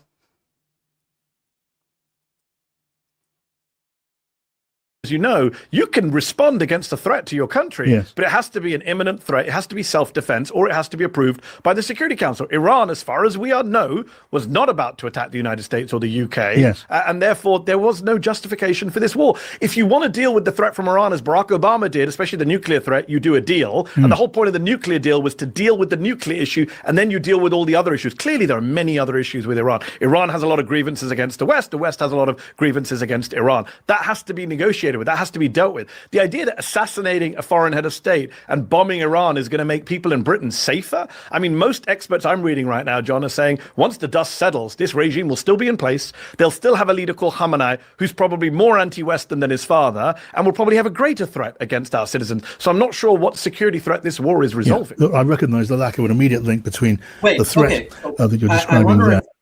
I wonder if the next question is going to be pushback of like, why are you saying that it's still going to be the same leader? I mean, are you saying the U.S. and Israel combined do not have the military force, the military power to do what needs to be done, or are you saying they don't have the resolve, which might be the case with Trump? I don't understand this, and if you are against the regime, why aren't you pushing for them not to do what you're concerned about and end this before actually removing that regime? Yeah, I mean, with people like Mehdi Hassan, I can't believe that he actually like cares even what would happen to the Westerners. Like, is that really his like mode of operandum? Is that his starting point? He cares about the welfare of the British or American citizen, and that's where his foreign policy and everything comes from. It's just so hard for me to grasp, like this idea of simply to deal with Iran, you have to get a deal with Iran. And the only way you can fight a war is if you are defending yourself or if you get the UN Security Council resolution, which again, I would go to him. So was the Libya war okay? Because there was the UN Security Council resolution. But maybe he would be. I don't know. Thank you, Jeff, for being a member of the YouTube channel for 46 months. Jeff said, I'm sick of coverage of Cenk and crap like this. I've been watching for an hour and there has been no war coverage. What about the Supreme Leader? Well, we do updates throughout, and it's a big part of why we have these long streams. But yeah, knowing what the prominent people in the culture are saying and challenging them on it and giving a rational alternative is a big part of what we do. I think it's needed. I don't think anybody does this kind of stuff like us, as well as us, if I may say so myself. So yeah, it's sometimes unpleasant, but it is important to see and challenge what is going on in the mainstream nowadays. And yes, we will go at some point, as somebody earlier suggested. And that's, by the way, we always welcome that, positive suggestions. Don't take it personally if we don't do it. We still, retain creative control here. But yeah, there was somebody suggested that we go through an Elika Laban thing or something from Goldie. And yeah, I think we should do that soon. But even when we do that, it's often going to be contrasted by whoever they're up against, which they frequently are, because they are okay with doing that, and they do it better than almost anyone. Anyway, yeah, let's go back, and right after that, we will read the article, which is titled. Well, is this a title? The sorry truth is that the virus of anti-Semitism has infected the British Muslim community. That's the title that I've found it. But okay, we'll get to it after this. That could be related to the attack that's taking place in the Gulf now, and more broadly, seeking your view on the broader threat which does exist from Iran and how, ideally, in your view, that might be addressed. I'm agreeing with John. I'm saying there's clearly a 40-year grievance between both sides, have legitimate grievances against the others. The U.S. government with the hostage crisis and the attacks on U.S. troops, the Iranian government with the Iran-Iraq war and the shooting down of its airline and the sanctions. We can go back and forth, but that's why you have negotiations between two countries. The idea that an illegal war by the US and Israel, of all countries, is going to resolve those issues rather than make them worse. My fear is we've just made the next 40 years even worse in relations between us and them. Yeah, it's not part of my line of argument that the attack on Iran happening when it did was entirely clearly justified. I've spent pretty much every day of my life discussing arguments where that is very heavily questioned. But I am putting it to you that there is a threat in the form. Why did you increase the speed? I don't think I did. I think you did. That was they were talking faster, no? But yeah, look at this guy apologizing to him. First of all, yeah, like he's saying, "Oh no, look, I'm completely with you. Yeah, we shouldn't have done this." And Mehdi going, "Israel of all, yeah."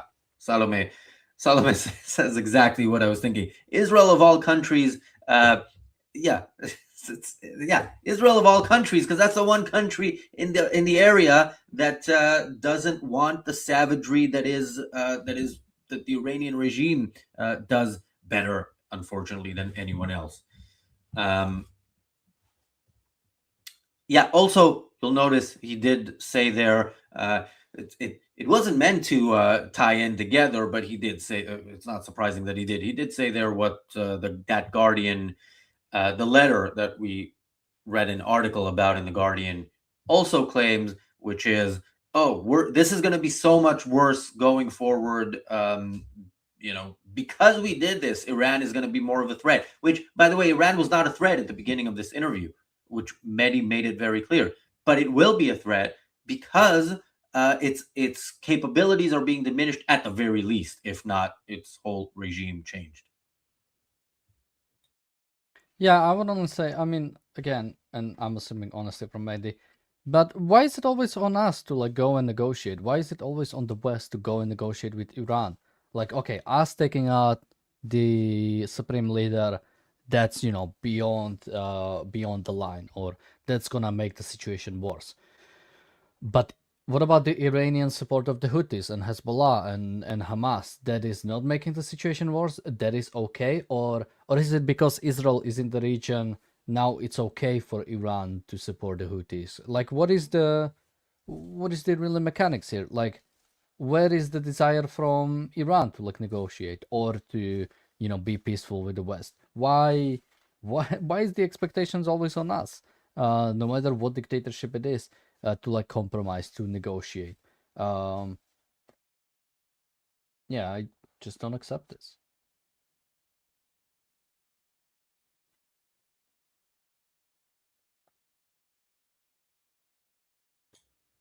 We can hear some more.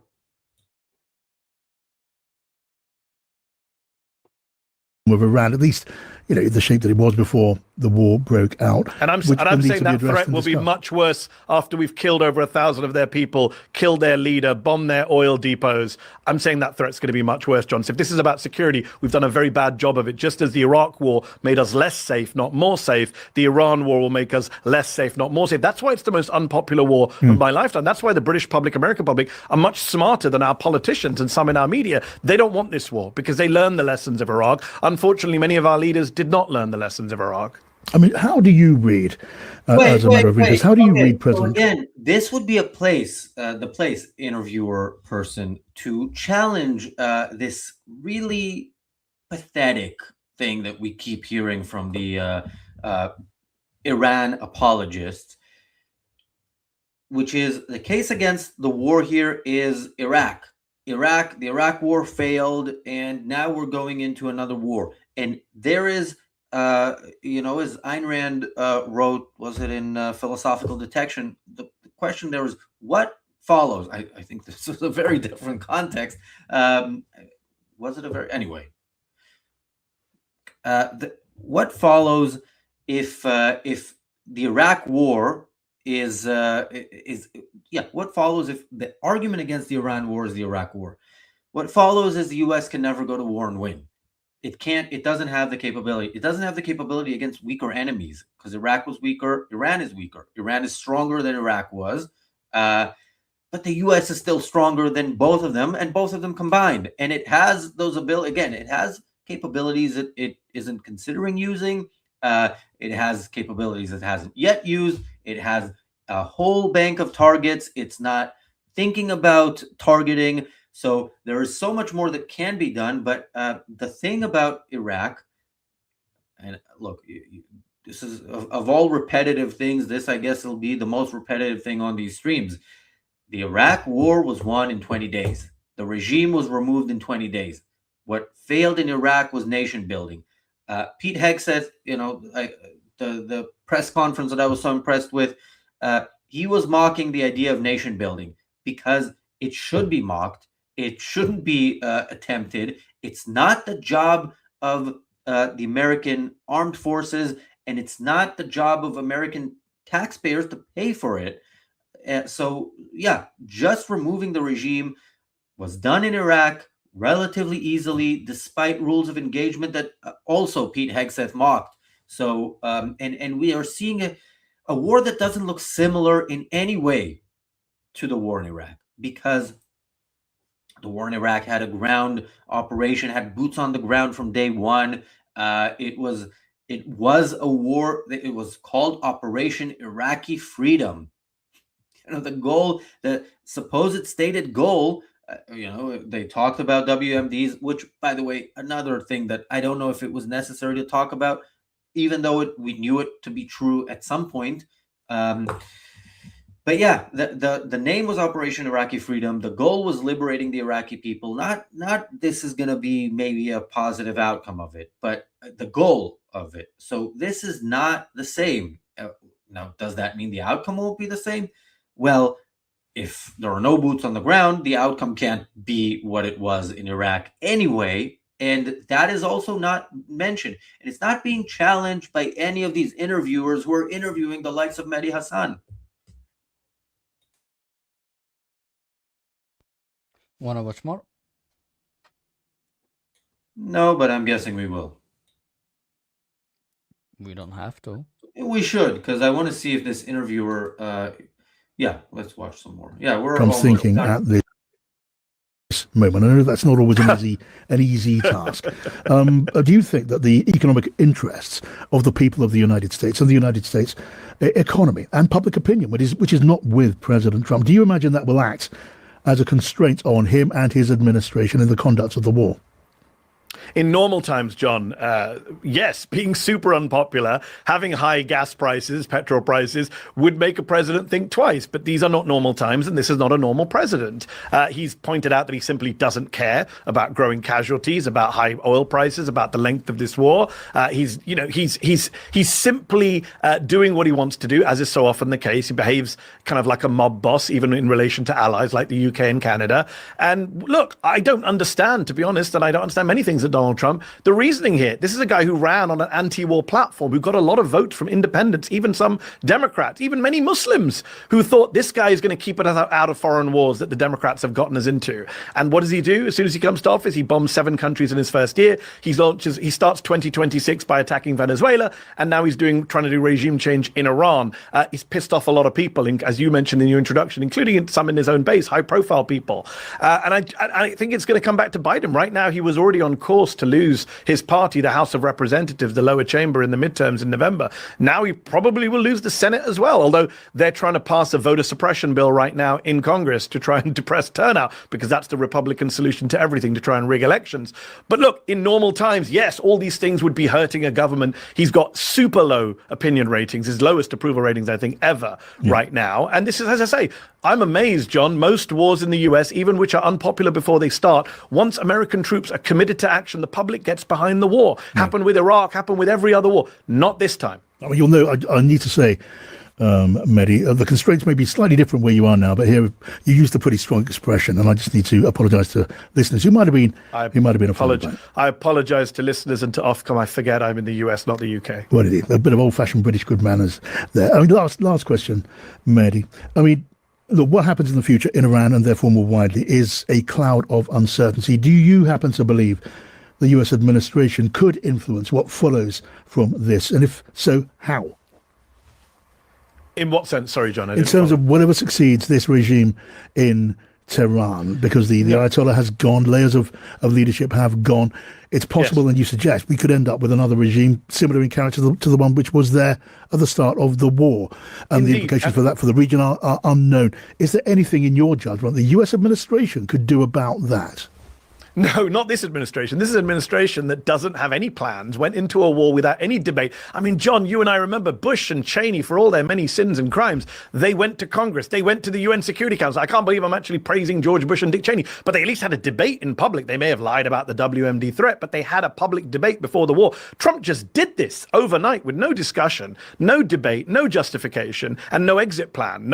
And now he's jumping around saying, I want unconditional surrender. Oh, wait, no, the war is over.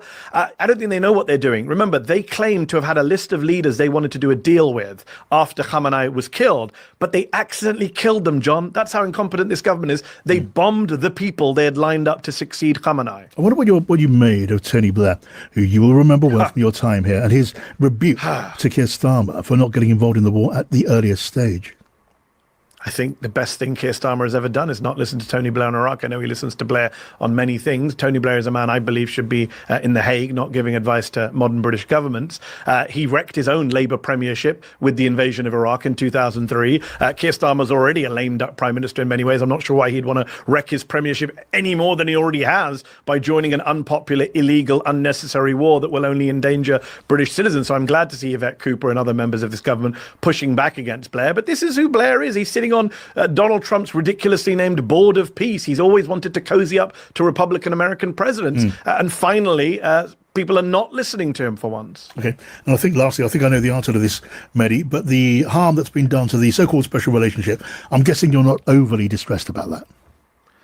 Well, a sense, I am, because it's not about the special relationship, John. Donald Trump is sui generis. He's not like other American presidents. This isn't just about the US, UK. It is about Trump's remaining 3 years in office and what the rest of the international community does about that. And I think Mark Carney, before he gave his own green light to this war, gave that very good speech in Davos that he then kind of disowned by backing this war.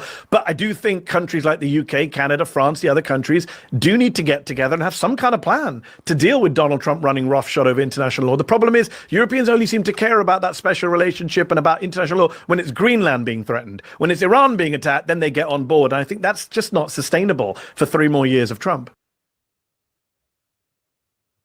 I like that ending. Yeah, because, if he's comparing the threats to Greenland to the military response to the threat that has materialized multiple times over the past 50 years, what more do you need to know about Mehdi? Well, a bit more. Daniel, I'm going to go to you first because I know you are going to leave soon, and I don't know how soon, but yeah, I thought I'd get your comment on this.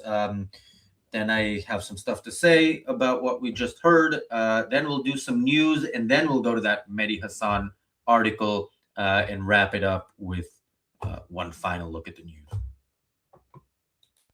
That was way too much, and I have like nothing to say about what he said. I'm increasingly more about not engaging with this level of dishonesty, and I know I'm being like very general and broad.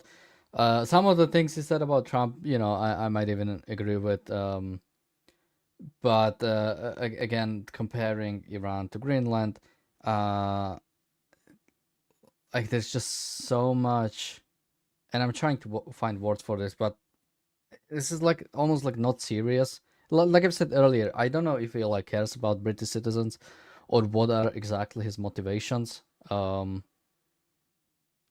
yeah, it's I mean, I would recommend just going to earlier when we talked about him, because I think I did much better coverage there of like basically he is very favorable towards twisting facts, towards straight up lying or being dishonest about what exactly is being said, and yeah, I mean his appeals to the UN as like this is the right way to do things, his ignorance, or rather, I mean even the interviewer didn't call out for example, the Houthis or any terrorist organizations, just a broad sort of like we should always negotiate with these dictatorships.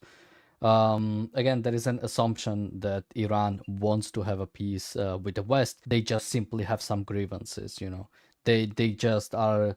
What did you say? Iraq war. They're just unhappy about Iraq war. That's why they're still fighting the West right now. But once we figure that out, I'm sure they'll be nice. Yeah. So I am increasingly, especially after that segment, thinking the opposite. I think this shows why it's important to showcase this, because the Times is a reputable source. It's not Zeteo or whatever it's called. People go to the Times. Serious people read the Times as their main news source. Not me, as they said in the Yes Prime Minister, the Times is read by people who run the country. Well, I don't know if the people who are currently running the country, I guess whoever was prime minister during whatever season this was set in was probably a conservative, right? Well, the general conception of the Yes Prime Minister is that the party that what's his name? It's not Hackett, is it? Jim Hackett? I don't know. I watched the thick of it. I didn't watch Yes Prime Minister. Okay, I think it is Hackett. He's supposed to represent sort of both the Labour and Conservative. Like he's sort of. I think the implication might be that he is actually. I can't remember that he might be like either on the left or the right, but on like the opposite side of that party. Like if he's on the left, he's like the right wing version of the left, or he is on the right, but sort of like a left wing version of the right. Like one of those, it's supposed to be. So it's generally representing sort of both. But The Guardian is read by people who think they ought to run the country. So there's also that. Yeah, well, I don't know if that applies today, but yeah, to the point of, the Times is being read by serious people. And this guy, one of these questions we played, the last clip was longest one we played. We just let it play. But during that, he did for the third time repeat, as part of the question, this war is as unpopular among the U.S. Among people in the U.S.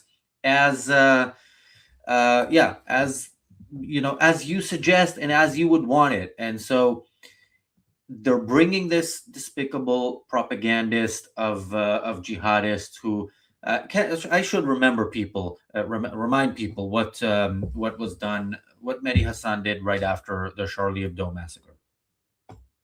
I've said this on the channel. He was on what's it called? Question Time, BBC's Question Time. This major show, if you're not in the UK, it happens every week. While it's on, it's not on for the whole year.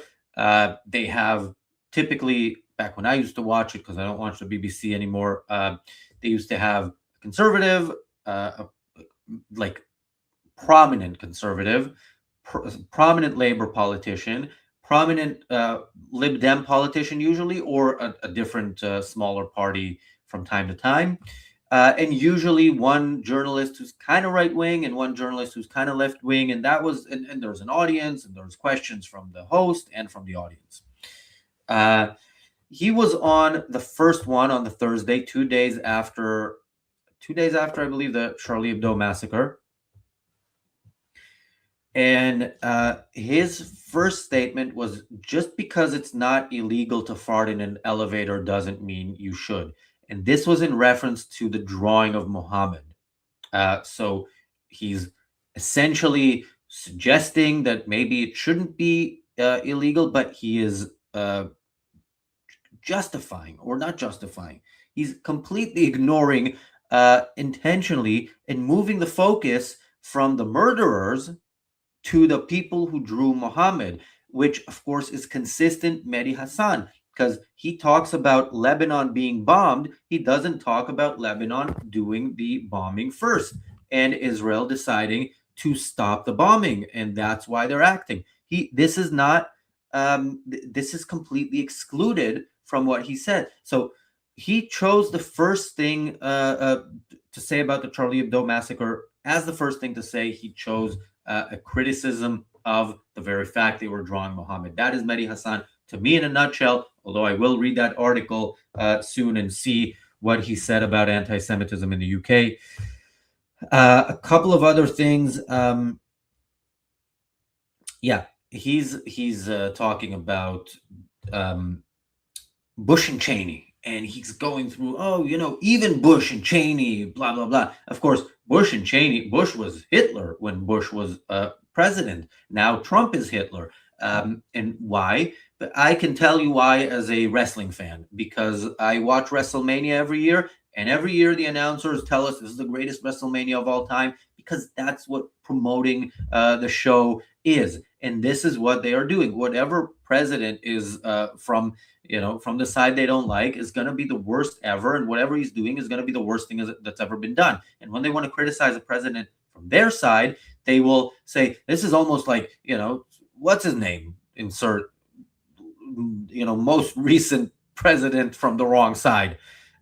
So yeah, this is, of course, you are now using Bush and Cheney in your spiel because you want to highlight what was previously the worst possible thing people can say is George W. Bush, and highlight just how bad Trump is, that even in this comparison, even in this comparison, even Bush comes out on top. Okay, there is some news. I'm going to get to the news, and then we'll get to that article. And I believe that I'm doing the rest of this solo, unless somebody surprises me and joins us. But it's very late in Israel, and James Valiant has done many hours on this stream. So I assume it's just me.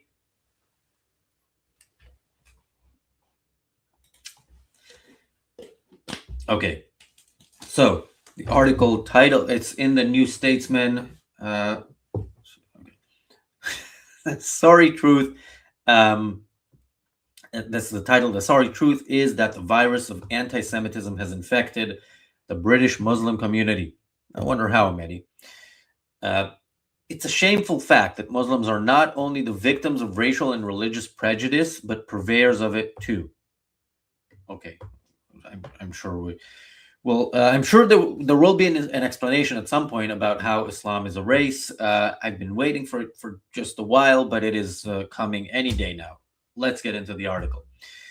If tomorrow, God forbid, I were to cause the death of an innocent man with my car, minutes after sending a series of texts on my mobile phone, I'm guessing I'd spend the rest of my life riddled with guilt.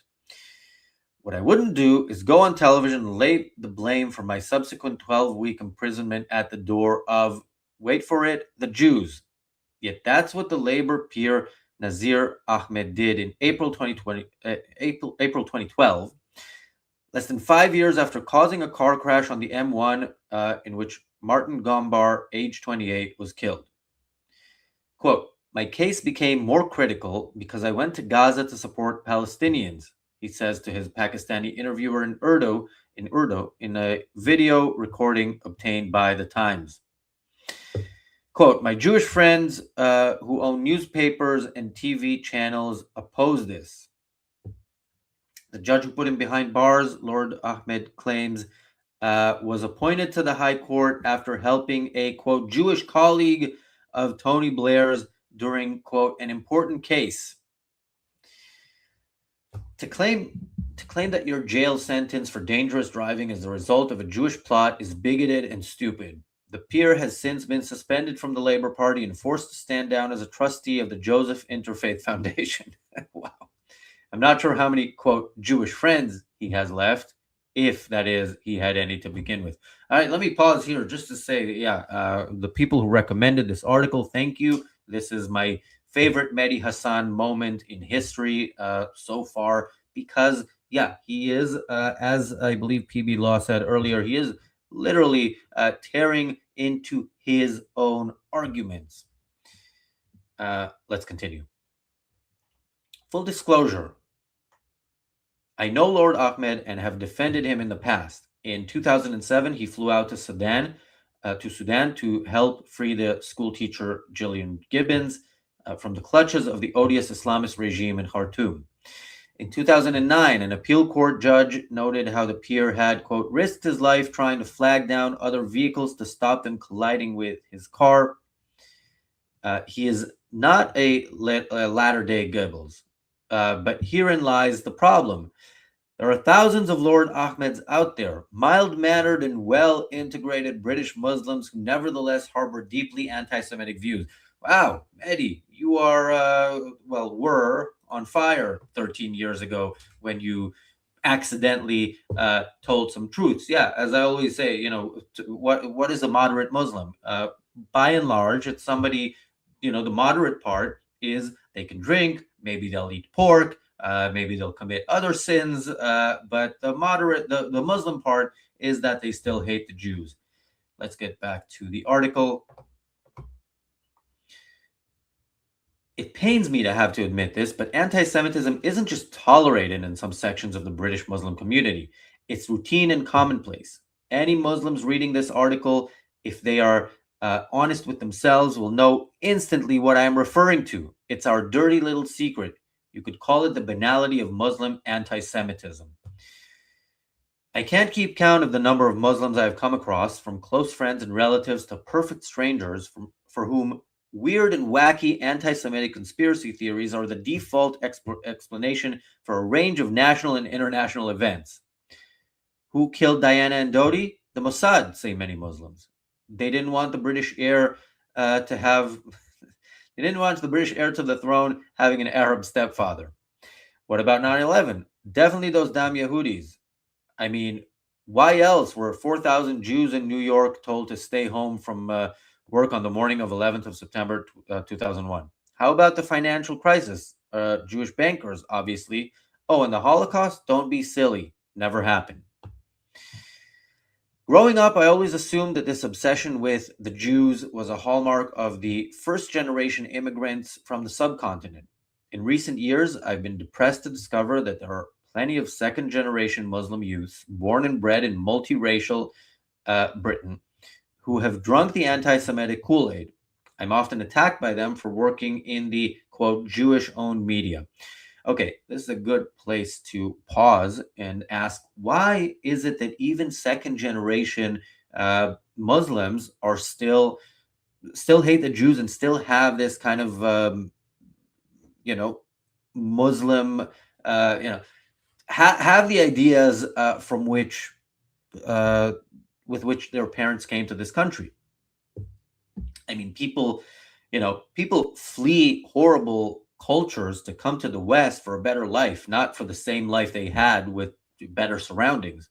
So what's unique there? And what's unique there is that we treat immigrants as if they get to stay as they are, which is not a thing. And again, I went through my pro-immigration spiel earlier, and yeah, I am very much pro-immigration, but the idea of multiculturalism, as in every culture is equal, and look, we don't, rape children, we don't beat up our wives, we don't kill people because they disrespected us or something.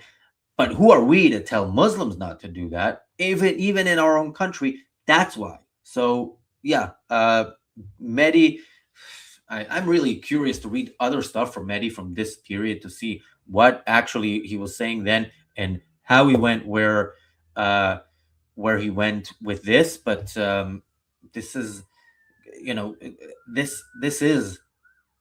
But it's not multiracial Britain, it's multicultural Britain. It's not the race thing, even though you insist on saying, talking about race. Like, you people, are obsessed with race. The people on the left, the right now increasingly so as well.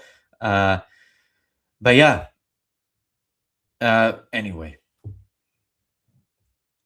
Okay, let's just continue with the article. The article continues. The truth is that the virus of anti-Semitism has infected members of the British Muslim community, both young and old. No, the ongoing Israel-Palestine conflict hasn't helped matters. But this goes beyond the Middle East. How else to explain why British Pakistanis are so often the most ardent advocates of anti-Semitic conspiracies, even though there are so few Jews living in Pakistan? Well, I think there are no, I don't know what 2013 was. As far as I know, there are no Jews living in Pakistan, and as somebody who has ancestry in that part of the world before it was called Pakistan, yeah, I think they were all left or were kicked out or killed, as far as I know. But yeah, that is a valid question. Of course, Mehdi here already slips in. Look, the fact that there's a Jewish state and people are trying to get rid of it, and it sometimes defends itself, that doesn't help. Like, that's a good reason to hate Jews, maybe, but maybe not. He's still maybe not. He's still not 100% sure. Davy Boy says 1 Jew in Pakistan. I don't know if that's a joke, but that sounds like something not far off from what I vaguely remember hearing in the past. Yeah, there is no Jewish community in Pakistan because they take Islam seriously. Okay, let's continue. It is sheer hypocrisy for Muslims to complain of Islamophobia in every nook and cranny of British public life, to denounce the newspapers for running Muslim-baiting headlines, and yet ignore the rampant anti-Semitism in our own backyard. We cannot credibly fight Islamophobia while making excuses for Judophobia. To be honest, I've always been reluctant to write a column such as this. To accuse my fellow Muslims of being soft on the scourge of anti-Semitism isn't easy. I feel as if I'm daubing in the community, telling tales to the non-Muslim teacher. Nor do I particularly want to assist the English Defense League in its relentless campaign to demonize all Muslims everywhere as extremists and bigots. We aren't. And we're not all anti-Semites, but as a community, we do have a, quote, Jewish problem. There is no point pretending otherwise. That Bradford's Council for Mosques has been campaigning to save the city's last remaining synagogue from closure doesn't change the fact that thousands of British Muslims will have been nodding in agreement as they read Lord Ahmed's comments about Jewish power and influence, or will have assumed that the Times scoop is evidence in its own right of a, quote, Zionist plot against the Pier. Oh, and I'm well aware that this column will also be held up by some of my fellow Muslims as, quote, proof that, quote, Mehdi Hassan has sold out to the Jews. I only hope and pray that Lord Ahmed's comments will act as a wake-up call to Britain's moderate Muslim majority. The time has come for us to own up to a rather shameful fact. Muslims are not only the victims of racial and religious prejudice, but purveyors of it too. It's an interesting way to put it, because I think racism is without a doubt rampant. We know that from Muslim communities worldwide. And yeah, when you bring in communities and don't have them assimilate, they'll stick with the ideas that they had before. It is, they are mostly purveyors rather than victims, but by far, like incomparably much worse is the problems that they create as communities rather than what they are supposedly victims of. Okay, article continues. This is the end of it. In 2011, Baroness Varsi, then the Conservative Party chairman, said that Islamophobia has, quote, passed the dinner table test in polite British society. I agree with her, but what she omitted to mention, and what we Muslims must now admit, is that anti-Semitism passed the dinner table test in polite British Muslim society long ago. That is, it is 2013 when he wrote this. That is really, that is quite the article, because again, that's completely, juxtapose that with what we just heard from him. He is doubling down, and we've said this before. There were times I've said this about Keir Starmer. Keir Starmer took over the Labour Party, realized it has, everybody knew it had an anti-Semitism problem, because Corbyn intentionally brought in to the party his hordes of anti-Semites, and Keir Starmer genuinely cleaned it up. Not completely; it still has many anti-Semites in it, but cleaned it up a lot, because anti-Semitism was a serious image problem, not because Keir Starmer has any spine or any views on anything. I don't think he's for or against anti-Semitism or anything else, but he's for winning elections, and he thought that was a bad look. Now it's not a bad look. You're not going to hear him. You'll hear him occasionally pay lip service to being against it, but you're not going to see him doing anything too active, and you're not going to see him talk about anti-Semitism, certainly not at length, without mentioning Islamophobia. You might see him talk about Islamophobia without mentioning anti-Semitism, but we know how that goes. So this is an article we're going to refer back to, I think, quite a lot when we discuss Mehdi Hassan in the future, which, look, I will try my best to keep it to a minimum. But if there are significant things out there, and this is significant, him being platformed by a serious mainstream newspaper, that should be discussed, and the way it's being done should be discussed. Because how would they interview somebody? If I was being interviewed by the Times, leaving aside the fact that,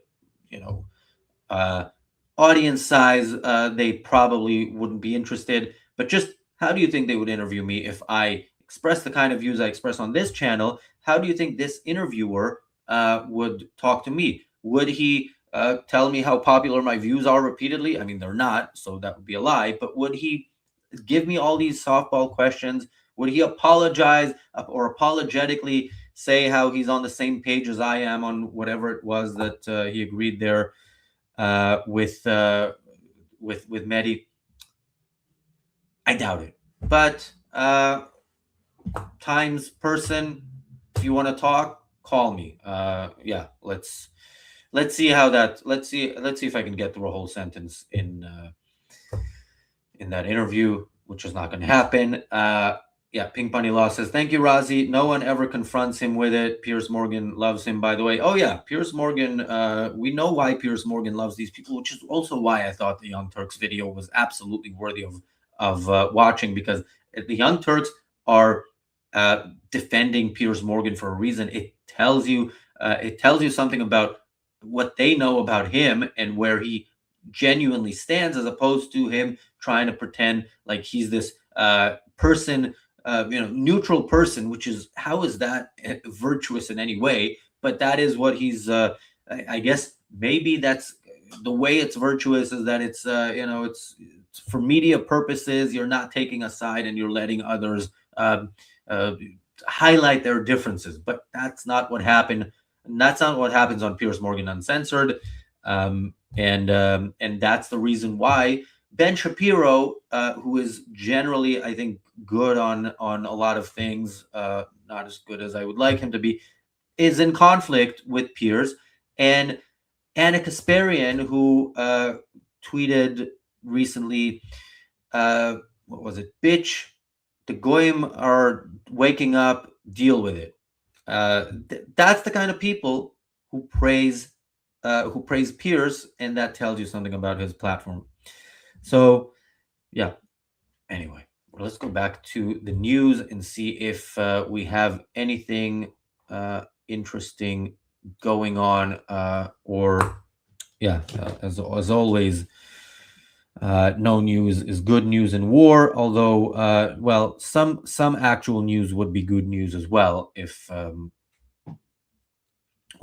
okay. So here is the news. There are a lot of barrage after barrage from the north. Hezbollah has announced a new operation and has been firing non-stop rockets and drones from the north. Again, those can cause damage because it's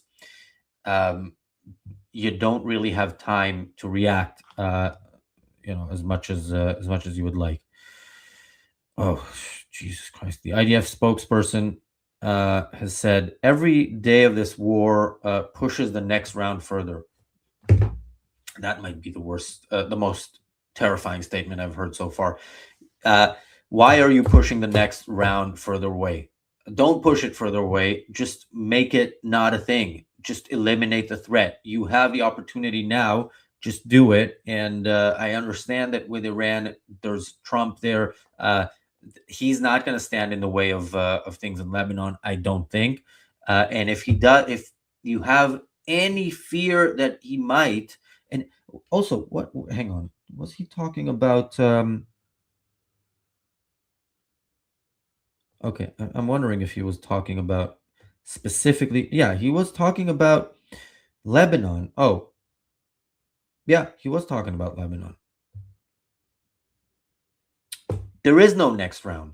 This is the last round. This is something Israel can do on its own. It doesn't need the U.S. It needs maybe the U.S. not to get in its way, but it doesn't need the U.S.'s help to finish off Hezbollah and to set up the new border on the Litani River. So completely, yeah, they haven't learned their lesson. That's what I can learn from this. We are hearing that there are significant bombings in Dahia. There's a mushroom, smoke mushroom there above the Dahia quarter. Not from a nuke, don't worry. Although this is not the first mushroom that that Beirut has experienced.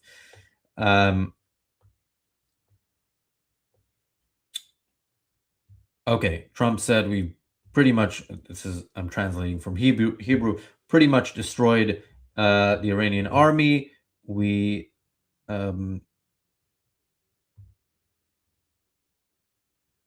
okay. Yeah, we need to finish this. We don't want to come back every 2 years. Good, then finish it rather than talk as if you've already finished it, which tells them, okay, we need to hold out. In a sense, whatever they're doing tonight could save.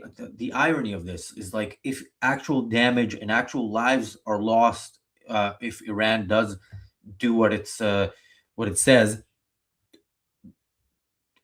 people will be saved long term. That's the insane policies that we live in that we need death on our side to justify acting to prevent more death on our side from people who say that all they want from life is death on our side. All right. Well, and there has been also a report that the FBI has been warning of an Iranian drone attack on California. So that we've talked about that danger. I hope, and we've said this from the beginning of the first day. Iran will attack around the world if it can and to the extent that it can. So people, stay vigilant and stay safe. You are not necessarily safe if you are not within the range of Iranian ballistic missiles. They have other ways to kill. So stay alert. There's some news from Gaza of Hamas shooting Gazans to death. I read this. I'm reading this in Ynet. I don't expect to see it in the media elsewhere, and and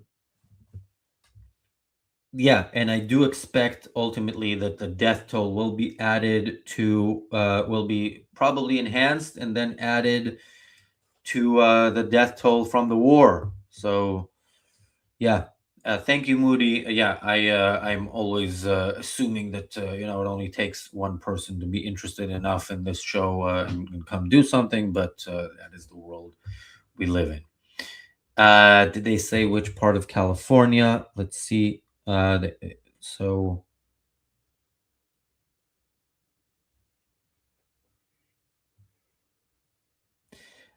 it says in this story, it says California area. I don't see anything specific. Unspecified targets in California. And this is intel that they had last month, that in the case of a U.S. Operation in Iran, this might be a thing that they do. So, or around the time that the war started. So, look, don't put it past them. And the horrible irony of, if they do that and they kill people on U.S. soil, Trump will probably not throw in the towel as quickly as he is suggesting to do. Can we just do victory before having them kill us and getting whatever international legitimacy that, again, we're never going to get, because the people who are on the wrong side of this will never be on the right side of this. They are actually for the enemy. They're for the people. The enemy within is for the people who want to kill everybody, including the enemy within. But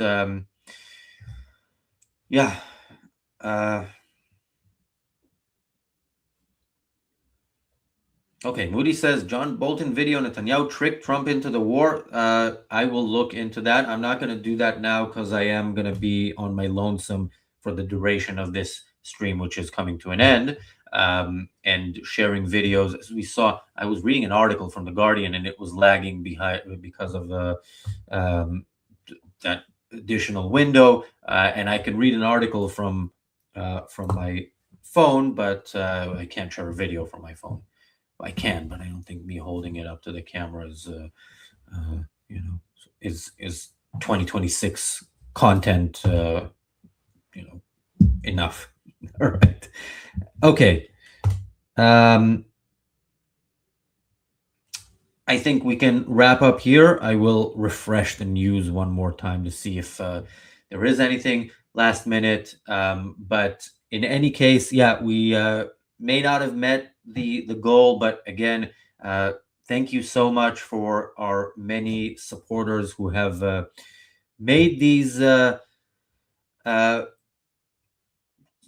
made these streams easier, knowing that we are also getting hopefully growing our budget and growing our abilities to do things. And let us know what you think of the changes we made today. using a different streaming platform, using StreamYard instead of using Zoom for our calls, and what you think of my audio with a microphone. Should I speak less loud now that I have a microphone? Because and also, I can also listen to it afterwards, but I want to know if I'm coming across clearly enough while I'm moving around as I talk, because I'm quite an animated speaker. So thanks to Daniel and James who held the fort for a long time here throughout the day.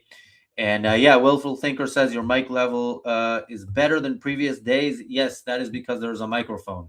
Whereas previously I used the internal microphone of the laptop. Now I'm using an actual microphone. And yeah. Okay. Kuda Baba says, not the greatest sound quality, but I can hear you well enough. All right. Well, we will continue testing this out at least for a bit, and we'll see how it goes. And yeah, thanks again, everybody. Thanks everybody for watching. And even if you're not a super chatter, if you value this, we appreciate it. And we, you can also, as always, support the show for free by liking it and sharing it, and your comments, both on the live chat and after the fact, help with the algorithm. Thanks again, everybody. We will see you back here tomorrow with day 13 of the war.